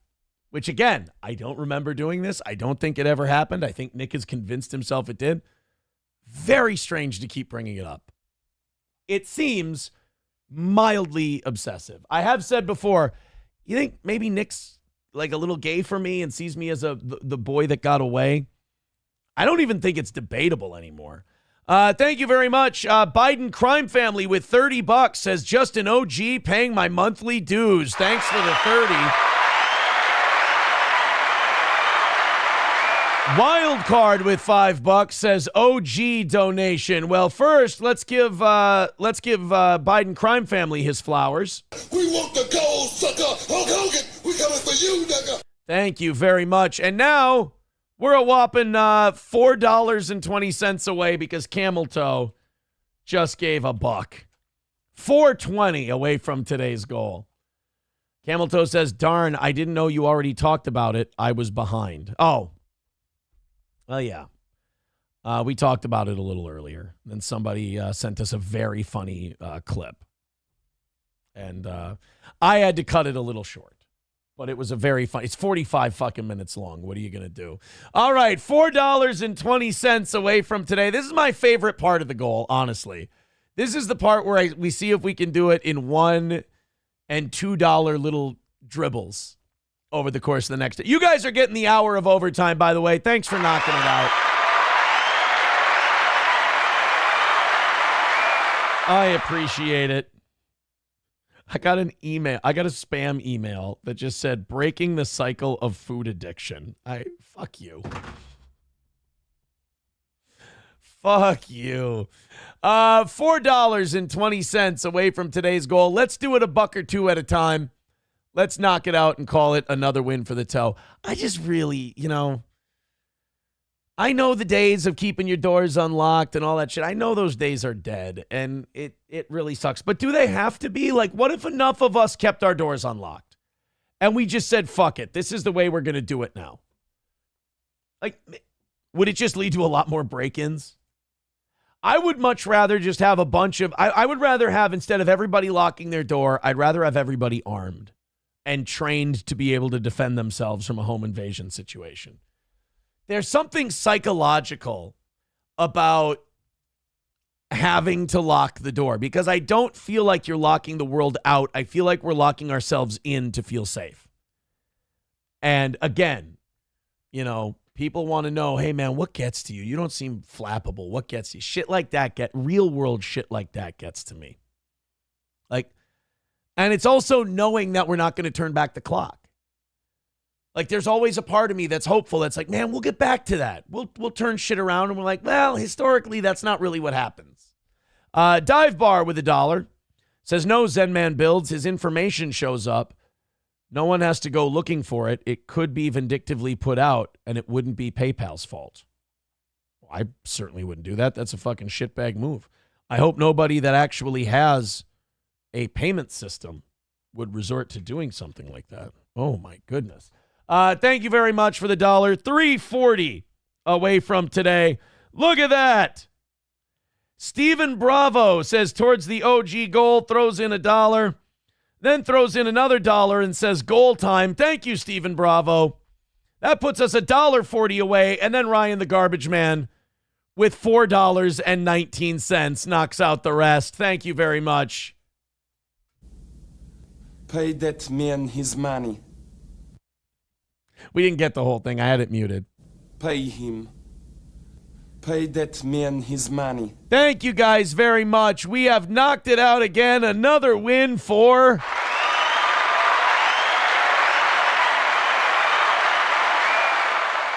the Toe. If you guys knock out the $70 that they missed on the evening show, I'll go till 11:30 today. But that's as late as I'm gonna go. Fuck. Holy Jesus, that would be. In matter of fact, I'm regretting that I said that. I'm regretting that I said, if we knock out the 70 we missed, I'll go till 11:30.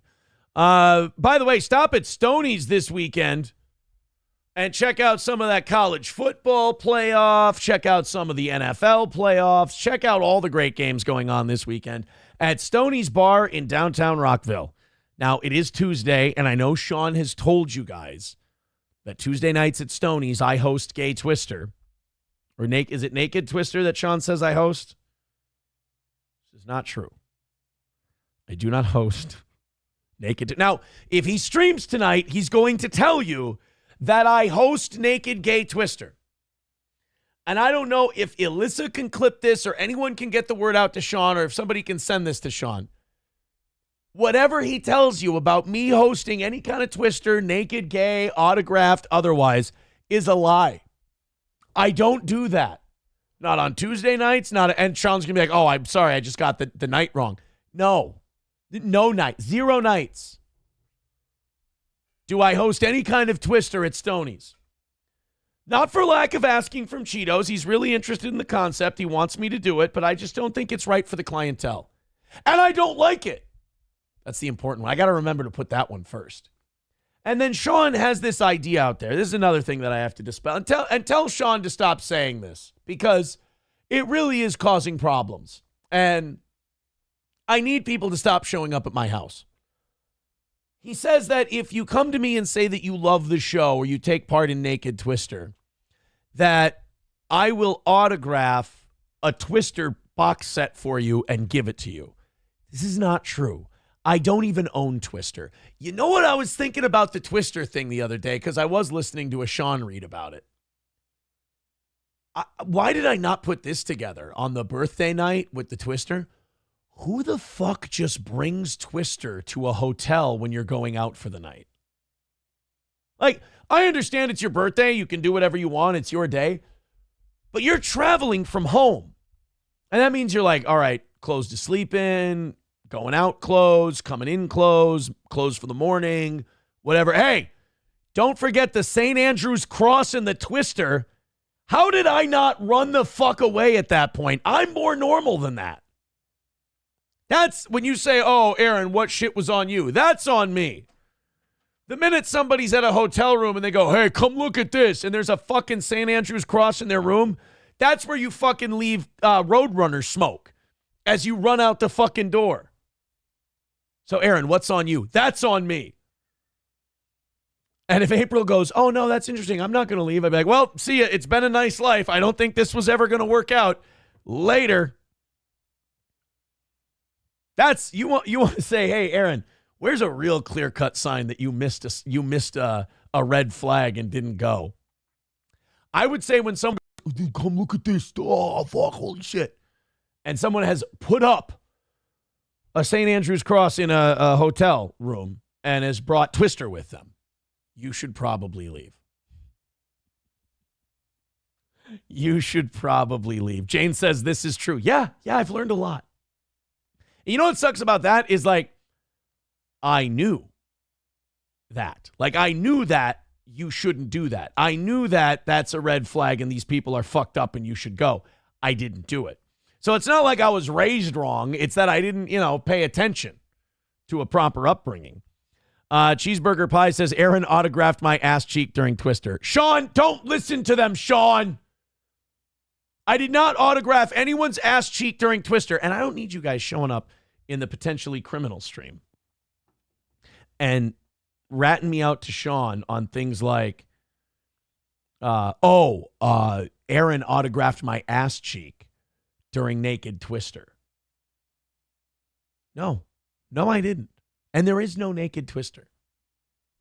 Somebody, too, says, sounds like another way to make money, Aaron, and you're turning it down? I guess I'm not that Jewish. What can I say? Jane says, sorry I was hateful yesterday. You weren't hateful yesterday. You just didn't like how I was talking about the girls. And SP and I she did talk to me yesterday. SP was like, whoa, you really fucking went for it on that Hooters and cop story. Jesus Christ. Like, Aaron, people don't think that way. I'm like, oops. Am I fucked up? She goes, a little bit. You're a little bit fucked up.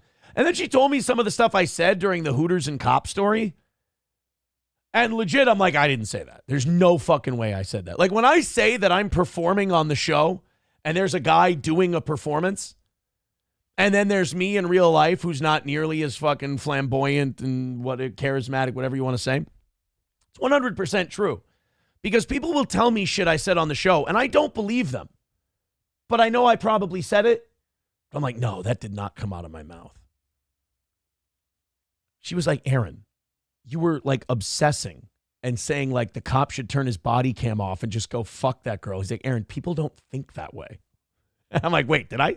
And she goes, you said that would be your third wife. And I'm like, I didn't say that. She's like, no, you did. I'm like, holy shit, I really was out of line. I really fucking got after it. Now, people in the chat are like, ignore SP, don't let it change the show. Oh, no. I'm still going to say fucked up shit like that. Like, that kind of stuff is still going to come out of my face because I'm going to think it's funny and I'm going to throw it to you and see if you think it's funny. But I appreciate that after the show, someone throws cold water on me and goes, do you know? Like, sometimes I'm like Ron Burgundy where I go fuck yourself, San Diego. And I just walk off and I'm like, you're fired. Boop, boop, boop, boop, boop. And then SP will call me and be like, do you know what you just said? And then I go, great, Odin's Raven. I didn't even know. And then I'll do it all again the next day. And then, like Jason Whitlock's, now that I'm going to watch more Jason Whitlock and maybe use more Whitlock on the show, he's going to get me in trouble because he and we're simpatico. We agree on a lot of shit. Whitlock and I. Jane says, we don't want our cops to be like that.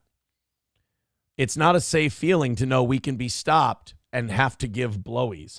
No. That was not the Hooters girl saying that she would give blowies. Or the cop telling the Hooters girl that she should give blowies. She was full on offering a makeout sesh. I felt bad for the cop. She was coming on to him. Dive Bar says, that's right. It's supposed to come in your mouth, not out of it. Wait, no. That's not what I'm saying is all. That's not what I'm saying at all. Somebody too says that's the difference between April and SP. SP says, did you hear what you just said? Whereas April goes, oh my God, that's sexy. That's a pretty accurate. If you're going to compare SP and April, there's an adult, that talks to you like an adult. And then there's someone just going, sex and sexy. It's so sex. That's just sexy sex all over the place. That's true. There is, some people would say that if I'm going to find a partner, I really need an adult. That if I have someone who just caters to my whimsy or my impulses, that's probably the worst possible fucking thing for me. And I would say that in the different relationships I've been in, that I definitely have a fonder memory of the ones where I was with an adult versus someone who catered to impulses. So that would be a fair criticism.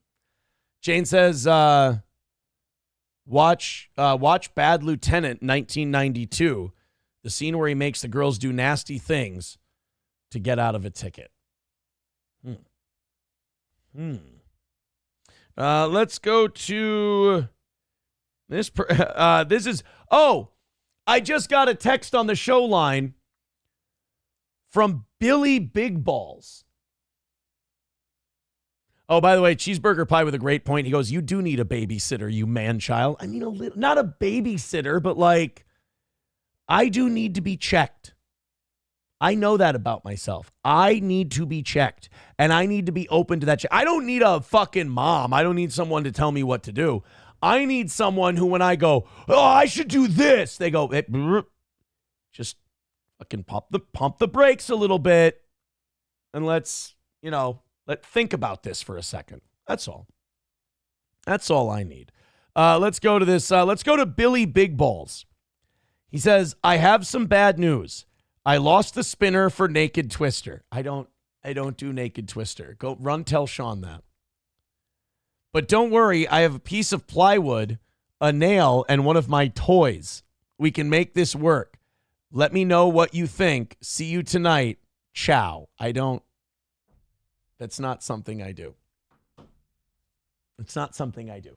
I don't do Naked Twister. Oh, yeah? Well, Sean at the local Subway has a night where he does a buffet and it's sandwich, all meat and stuff because he's fat. Huh? Right? Good. Yeah, let's make that a thing. That's not fair. Sean's a good man. And I'm only besmirching him because he made a really good Stoney's joke. And it is a joke. There's no Naked Twister. McBuster says, I don't need a mom. Meanwhile, jumps from relationship to relationship with no alone time in between. Oh, have you ever been alone? It's terrible. Got your thoughts? You're not a failure, you know. You don't want to be alone with that shit, do you? You're really not as good as you think. I don't think they're going to call you back, dude. No, who the fuck needs that? I love Doom's chats. Doom writes, someone check Aaron's prostate. It's time. He needs a check by his own admission. Not of my prostate. Of my impulses. And now I love this. Jane says and Sam Show are going back and forth in the chat. You know what that means? Someone's getting called a Jew at some point. I'm sure nobody will make any jokes at my expense when we do this story. This one's out of Boston. Off we go. With trauma and broken bones after she says a stranger pulled her out of her car, picked her up and body slammed her head first to the street. Holy fuck. Look, there is no reason to make this racial. That doesn't mean that Sam Show and I won't. Maybe that's our next co-host is Sam Show. We'd be banned so fast. I think Doom and I should do a show together. Doom, Stephen Bravo, and Chad Buzamak and numero uno Josh Denny fan. Those are the front runners. But and so thorough Joe Burrow. I don't want to make this about race. But is it just me, or when black people fight out in public, does it just hit a different level? Like, it just hits different. A black road rage fight versus a white road rage fight, it just feels like there's levels to this game. I mean, this woman picked this woman up like a grizzly bear. I didn't say gorilla. And just body slammed her right to the fucking picked her ground. up and body slammed her Go head, back. broken bones after she says that. a stranger pulled her out of They're both adults, by the way. And look at the size difference in these fucking monsters. and broken bones. Look at the size of this fucking animal. This little woman looks like a little 10-year-old girl. That's a grown-ass woman. After she says a stranger pulled her out of her car, picked her up and body slammed her head first to the street. I believe in the business that's called a uranagi, but I could be wrong. Witnesses tell police it all started with a fender bender. Thanks for joining us tonight. I'm Lisa Hughes. WBZ's Tammy Mutasa was the first reporter to speak to the victim about what happened this morning in Attleboro. Tonight, the victim told me it is a miracle this wasn't worse. She's in a lot of pain, but thankful to be home after being slammed to the ground. And we have to warn you, the video is disturbing to watch. And that's why we're going to show it to you 90 fucking times. Yeah, we know. You think it's disturbing. The only thing that would have been better is if this woman, the woman who body slammed her, would have taken the straps of her shirt down like Kurt Angle. Or if afterwards she would have went like this and then put her up in the tombstone pile driver. Watch. By the time I was realizing I was in the air, Oh! and I thought to myself, like, I might Oh, he's white? Oh, that's a white girl. Oh. Well, life in prison. No. die right now. The road rage attack was so violent, Haley Suarez says it's a wonder she's home from the hospital. This morning, police say a man is seen on cell phone video snatching the petite mom of two. Oh, that's a dude. Okay. I thought that was like a really fat black chick. My dad. My bad. My dad. That's what a lot of black kids are saying to this video. Stop it. Fucking stop with the racism, for God's sake. Might. People from fucking Boston to LA going, my dad. Get the fuck out of here. Young kids out of her car, picking her up, and then slamming her head first on the ground. It was like a weird sensation I felt on Yes, you had this white woman with a septum piercing, and then this black man committing domestic violence against her, and yet somehow, with that interaction, she got pregnant. It's fucking amazing. I can't believe it. It's just remarkable how that happens. my face. And that's when I realized I was on the ground, and I rolled over and there was blood dripping all over my hands. And pictures showed the brutal aftermath. Haley suffered a very serious injury to her skull and eye socket. Her knee and foot are broken. She says she couldn't move them. That's all I could think. You know how fucking hard you got to throw someone into the ground to break their knee? Not like tore the ligaments in their knee. Broke it. Was I'm probably never going to be able to walk again. I can't even tend to my kids. I can't even walk up a staircase. I can't put That's okay. You're a young, white, single mother with a septum piercing. Nobody expects you to do a good job. Yeah, I mean, white, single mother, you can probably pull it off. But once we saw the septum piercing, don't worry. We knew. my own sock on my By the way, can you clean the blood stains out of your jacket before you fucking go on TV? Jesus Christ. foot. We're getting a second 911 call on this saying there's a fight involved there. 306, we need an ambulance here. And all that violence for Oh, man, now all those cops are going to go to that Denny's to respond to this call. None of them are going to know what they ordered. Oh, this story just keeps getting worse and worse. what? Investigators say the victim had just been in a fender bender with the suspect, Gladior Quasia. He was just being a jerk off on the She was going to say dick. Go back. She was going to say he was just being a dick. Gladior Quasia. He was just being a jerk off on the road. Haley says she accidentally hit his car from behind. Oh, I didn't. Now look, nobody deserves to be body slammed, you know. But like, even if he's driving like an asshole, I mean, the rule I was taught when you grow up driving is you rear end someone, it was your fault. You got to give them enough space to react to whatever it is they're doing. Along Route 1 and Route 1A. After the crash, witnesses say Quasia banged on Haley's car, yanked her from her car, and that's when he grabbed her and threw her down on the pavement. That's some fucking Donkey Kong shit, bro. Like, no offense. It's really hard when it looks like a certain thing, but you can't say it's a certain thing because that sounds really bad. But like, I imagine that there have been certain zoo animals that have done that same exact thing, just picked someone up and just threw them to the ground like that. I don't know if he was having a bad day. No, everything was going great until you came along.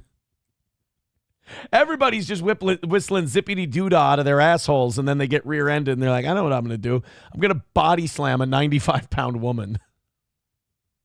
I don't know if he was just having a bad day. Like, well, you know, I mean, you did kind of wreck it. I don't know what that was. But if that's the type of person he is, then I don't think he belongs in society with the rest of us. Whoa! Holy shit! Wow. Is she saying that black people don't deserve to be in... Oh, you sound racist. Good. Yes. Yes, I am. Given how Haley's day started, she's thankful. Isn't it funny? Her name's Haley, and he launched her like a comet. Sorry. She can see her 1-year-old and 8-year-old children again. Nothing else really matters in life except for the people you love that are close to you. That suspect is facing Well, and that guy mattered. several charges, including assault and battery. Haley is just asking the on a white girl, thank you. Community to pray for her to recover and for everybody to be kind to one another. In Attleboro, Tammy Mutasa. Yeah, I mean, or Pay him. Oh shit, there we go. Pay that man his money. I don't think that's necessary. Yeah, I mean, be good to one another. That's a great message. I endorse that message 100%. I think that's awesome. And hear me out, or let's just start at when someone rear ends you, we don't give them a fucking Uranagi choke slam like we're goddamn Kane. That would be nice. And then like once we take care of that, we can work on the whole being good to one another thing. Huh? That sounds all right. Can we work on that, please? Because I feel like going right to let's be good to one another. It's a big ask. That's all. Somebody too says, did the video show the beast hitting his chest after the body slamming? Right? Just that would be way too much. Like if the media saw that, like, and they like, hey, we can finish the video. It turns out we can show her getting body slammed to the ground. All right, can we show the part where he beats his chest? I'm like, not unless you want fucking Sharpton calling the station. No, we're not going to show the guy beating his chest right afterwards. Jesus, dude. Is it bad that I'm automatically skipping Sam Show's chats? Is that bad for this story? If she was prepared, I'm not going to I start reading them. Atomic Ray says white privilege now are in women. You cannot rear end a black man without giving a reach around. Oh, see, she forgot the rules of the road. Carlos Cameo says once the cameras were off, she called him the hard R. Well, you're going to have to say that through a collapsed lung and broken ribs, really. Chips and Diff says send her the Steel Toe Morning Show theme song. Well, just send us our coverage of it. She'll feel better. Poe says that move gets you a Diddy Kong on the game. Yeah, you get some bonus content. Okay.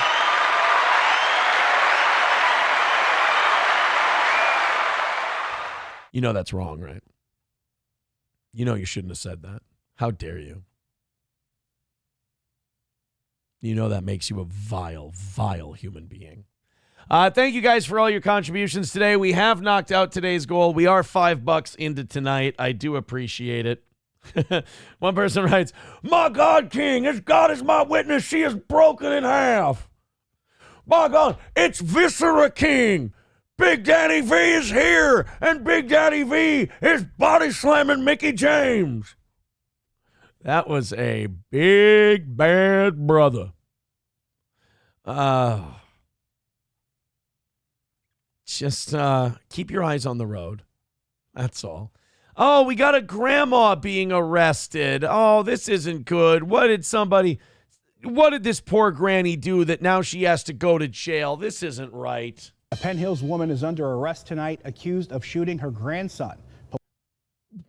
Well, what did he do? And by the way, I will be skipping Sam Show's chats for this story as well. Yes.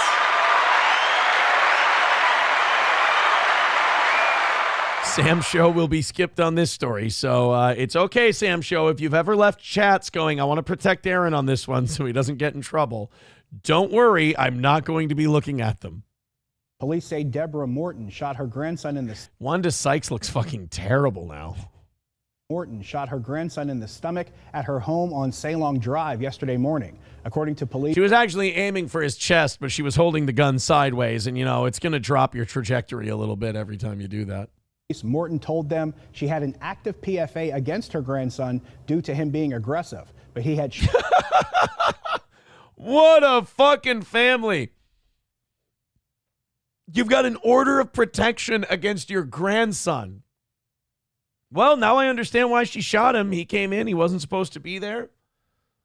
She had to cap him. She's defending herself. Not guilty. Due to him being aggressive, but he had showed up at her home asking for a bracelet.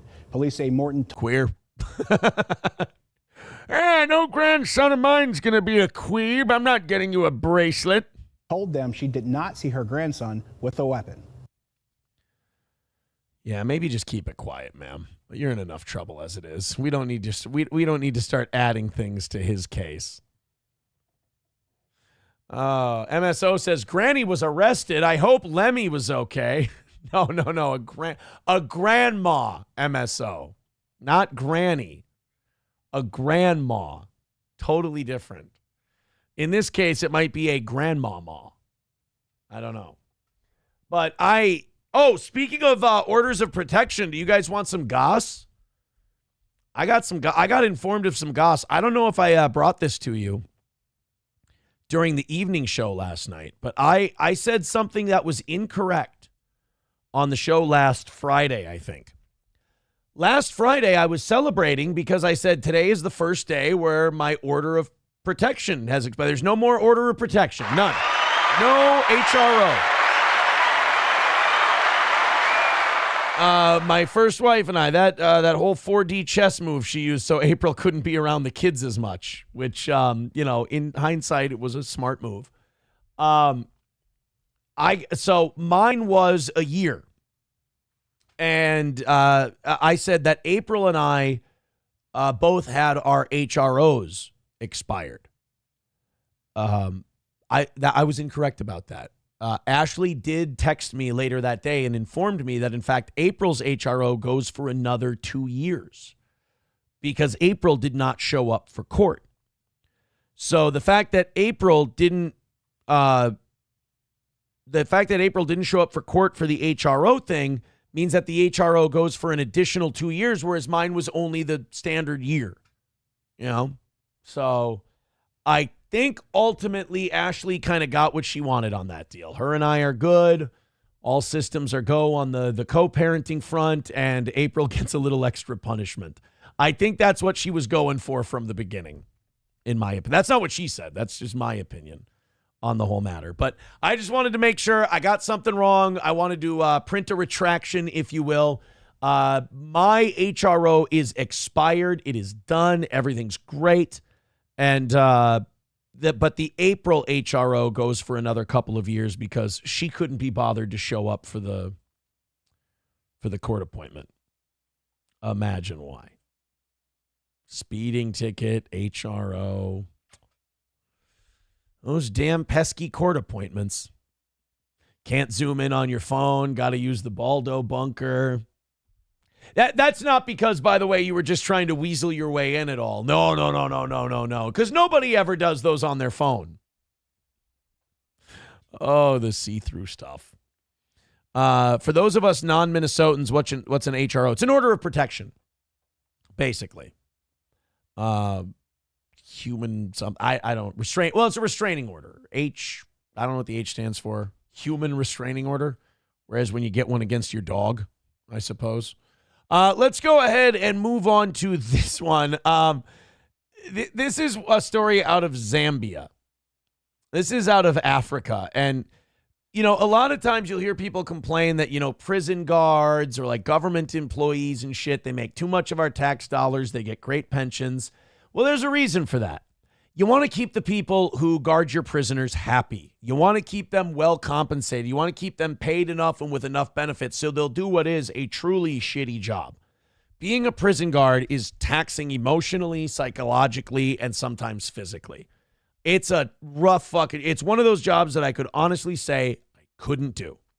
And the people who do them they deserve a lot of credit if they do that job and do it well. And you want to make sure those guys are well paid, because if they're not well paid and they ever get resentful, or if they ever get a case of the fuckets, you don't want this happening. 13 suspected criminals are on the loose in Zambia after a drunk detective unlocked jail cells on New Year's Eve and told inmates they were free to go, police said Friday. The detective, in a state of intoxication, forcibly seized cell keys from Constable Sarah Banda and unlocked both the male and female cells and instructed the suspects to leave, stating they were free to cross over into the new year. And I bet you a lot of these guys did not have to be told twice. The ones who are like not a threat to society probably stayed in their cells and went, what the fuck is going on? I only got like 4 months left. I'm going to serve out my time and just stay in here and read and shit. You know, I might take the occasional buggering from time to time, but, you know, whatever.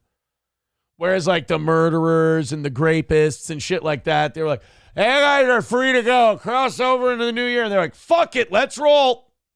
Don't have to tell me twice. As soon as they heard the click of the cell door about to open, they were like sitting there just running in place. They're like, all right, I got probably 30 seconds to sprint out of here before they know what the fuck is going on. All but 2 of the 15 suspects in the jail at the time escaped when the cells were opened on the morning of December 31st. The suspects remain fugitives, according to a police spokesman. Many of the suspects face charges for serious crimes, including assault, theft, and burglary. Allowing them to remain at large may pose a risk to public safety. Hold on just a moment. I believe we have the audio of the man freeing these people from the prison. Zambia is yours. Do as you please. But start by opening this prison and freeing your oppressed. You're a police detective, and this gives you power over me. Sorry. I know a lot of you are probably asking, Aaron, do you think the juice was worth the squeeze on that bit? Every single drop. Every single drop. Professor Tie-Dye, harassment restraining order versus OFP order of protection. Order of protection is if threats or violence are made. Oh, shit, so I don't have any. Okay, so I never had an order of protection. I've been using those two things interchangeably. Yeah, April and I were talking a whole bunch of mad shit on the show, so she made it so we can't talk a bunch of mad shit on the show. And then I was a good boy and showed up for court, so I got it for a year. But April got a couple extra because she kind of thumbed her nose at the court. Pakistan with 199 says he ate the greens before they were done. Tragic. Ate the greens before they were done. What story was he talking about?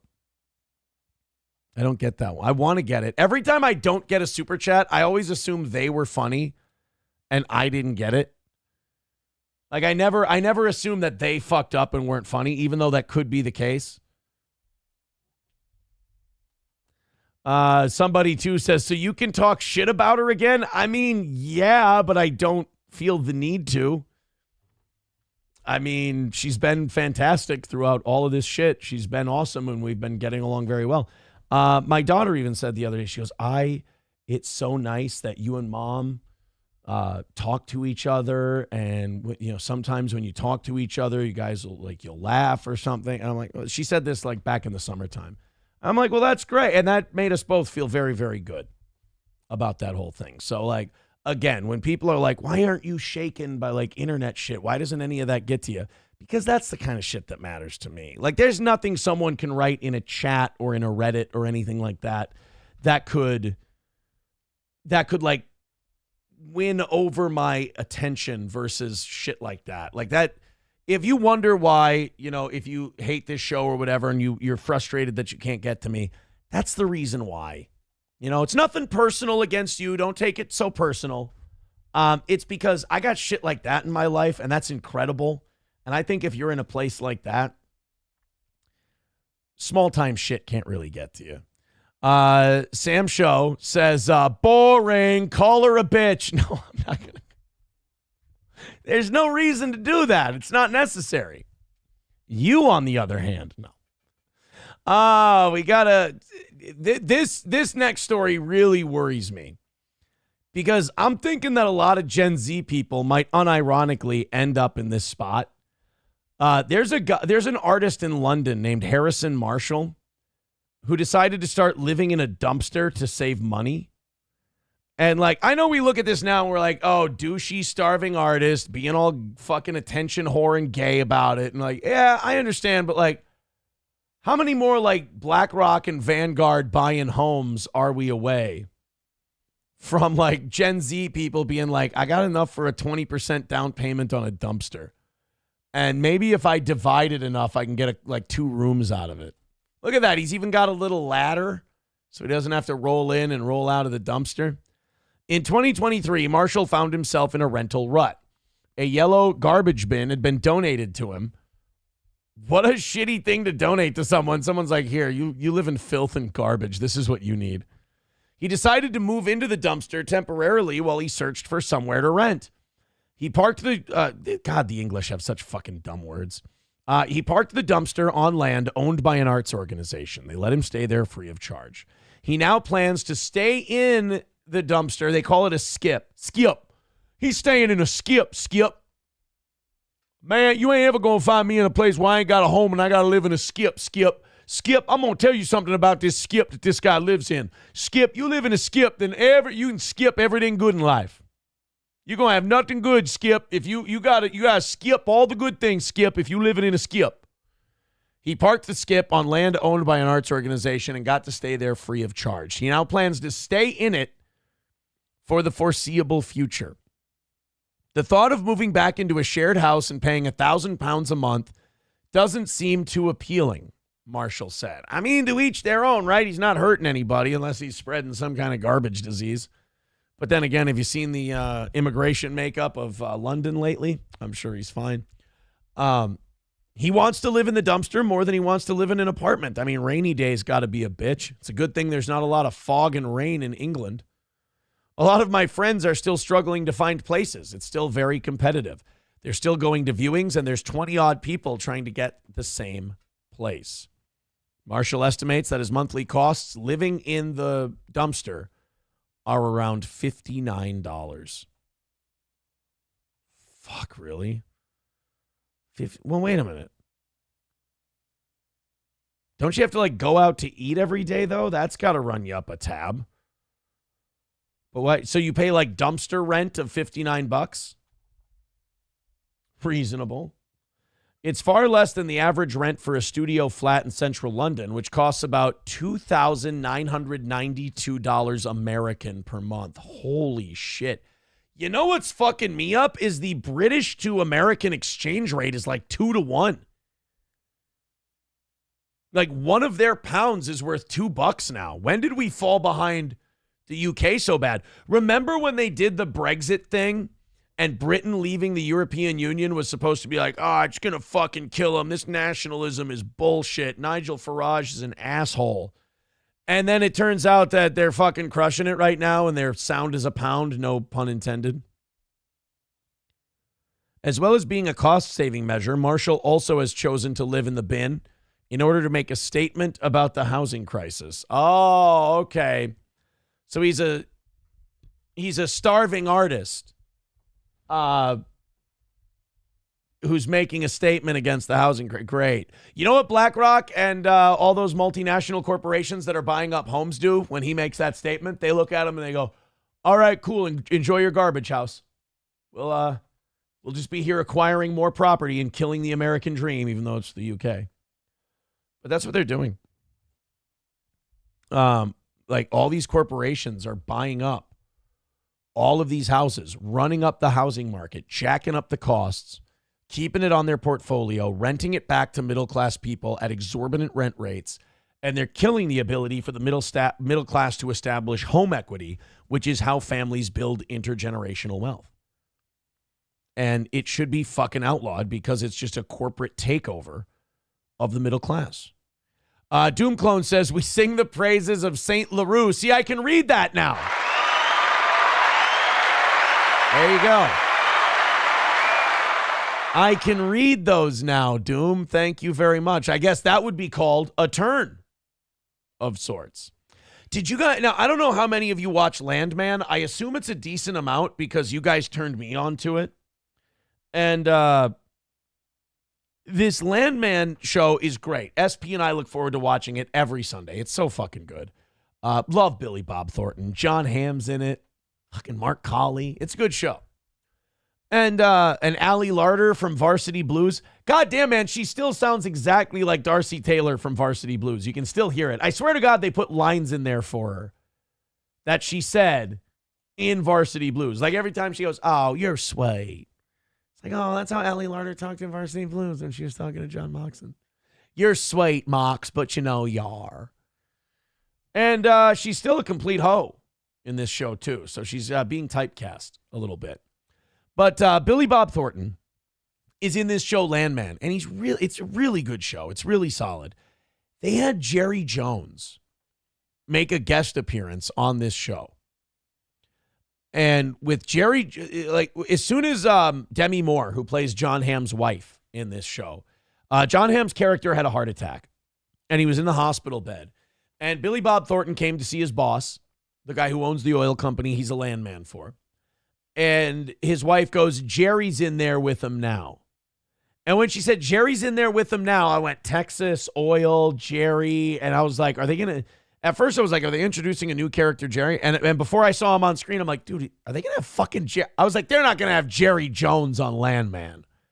Not only was Jerry Jones on Landman, but usually when you see like a famous person who's not an actor in a show, you're like dying for the scene to be over with because they're such a bad fucking actor. And SP and I both looked at each other while he was performing and we're like, fucking Jerry Jones is giving her in this scene. Like, I think Jerry Jones should have been doing more acting. Let's play a clip from Landman here. God damn, right? And there's another minute of that clip, but I know YouTube's going to pop us for it anyway. But I'm watching that and I'm waiting. I'm like, when's Jerry Jones going to fucking suck at acting and the scene's going to go horrible? And I'm like, holy shit. Fucking Jerry's doing it. And, like, to be honest with you, with this whole, with the whole scene that he did, like I said, when they showed Jerry Jones, I was like, oh, God, this is going to be so bad. And then as he started, even as he's doing well, I'm like, it's going to go bad, right? It's going to, fucking crushed it. Fucking crushed it. All right, NF Caps, who's lying, you or the article I saw? It says, Aaron, the exchange rate is $1.25 for 1 pound. It's not double. They said $1,500 a month in the UK was $29.95 here. I'm just reading what the thing said. I'm not making a definitive statement that it's 2 for 1. I'm seeing that $1,500 in the UK was 29 something here, and that's about 2 to 1, if my math is right. Watched episode 9 earlier today, says Bigot on socialist media. Yeah, did great. It's a great episode. The whole fucking show's good. There hasn't been a bad episode yet. Sam Show says, why are we using action shots for 2 people sitting and laying on furniture? Well, now don't wreck it, because you're supposed to see a close-up of Jerry's face as he's telling this very emotional story about being with family, to Monty, John Hamm, who just had a heart attack because he's working too hard. And he's supposed to be emotionally impacted by what Jerry Jones is telling him. Atomic Ray says, exchange rate is not purchase price. Laughing my fucking ass off. What a bunch of smart people in YouTube. Fuck YouTubers. I don't know anything about exchange rates, motherfucker. I just saw that $1,500 was $29.95, and I went, that sounds like 2 to 1 for me. I really didn't know that was going to cause a serious problem. I don't know. I thought that was going to be something very innocent. People pick very weird things to spurg out over on the internet. NF Cap says, I got it off Google exchange rates. No, I'm not saying you're wrong. I'm saying, why did the article say that 1,500 was worth that much? How much is 1,500 pounds in U.S. dollars? See, now this says it's 1874 in U.S. dollars. Again, very strange. How about euros? Could they be talking euros? Nope, because that's like even. That's like dollar to dollar. 1,500 euros is $1,554. We need to strengthen that fucking dollar again. I'm tired of these goddamn currencies kicking the shit out of us. Why is their currency worth more than ours is? Fuck that news. Dive Bar says, you call yourself a broadcaster and you don't know about exchange rates. You're right. Guys, thank you for knocking out a full goal today. That is massive. That makes me feel so good. You guys are also $10 into tonight. That's great, too. Let's have a fun evening show this evening, 7 o'clock Central Time. You know, we did that one at 6 o'clock a while back. I'm thinking about maybe doing that. It's not a bad idea. I also want more members. We may make the evening shows after they go. We'll make it live for everybody and then maybe members only after. There will be a free option on Rumble, so you'll always have that if you don't want to pay the members thing. I'm not saying we're going to do that tonight. I'm saying that might be something coming down the pike. I want to bump up those membership numbers. Take it easy, everybody. Have a great rest of your day, and we will see you tonight at 7 o'clock.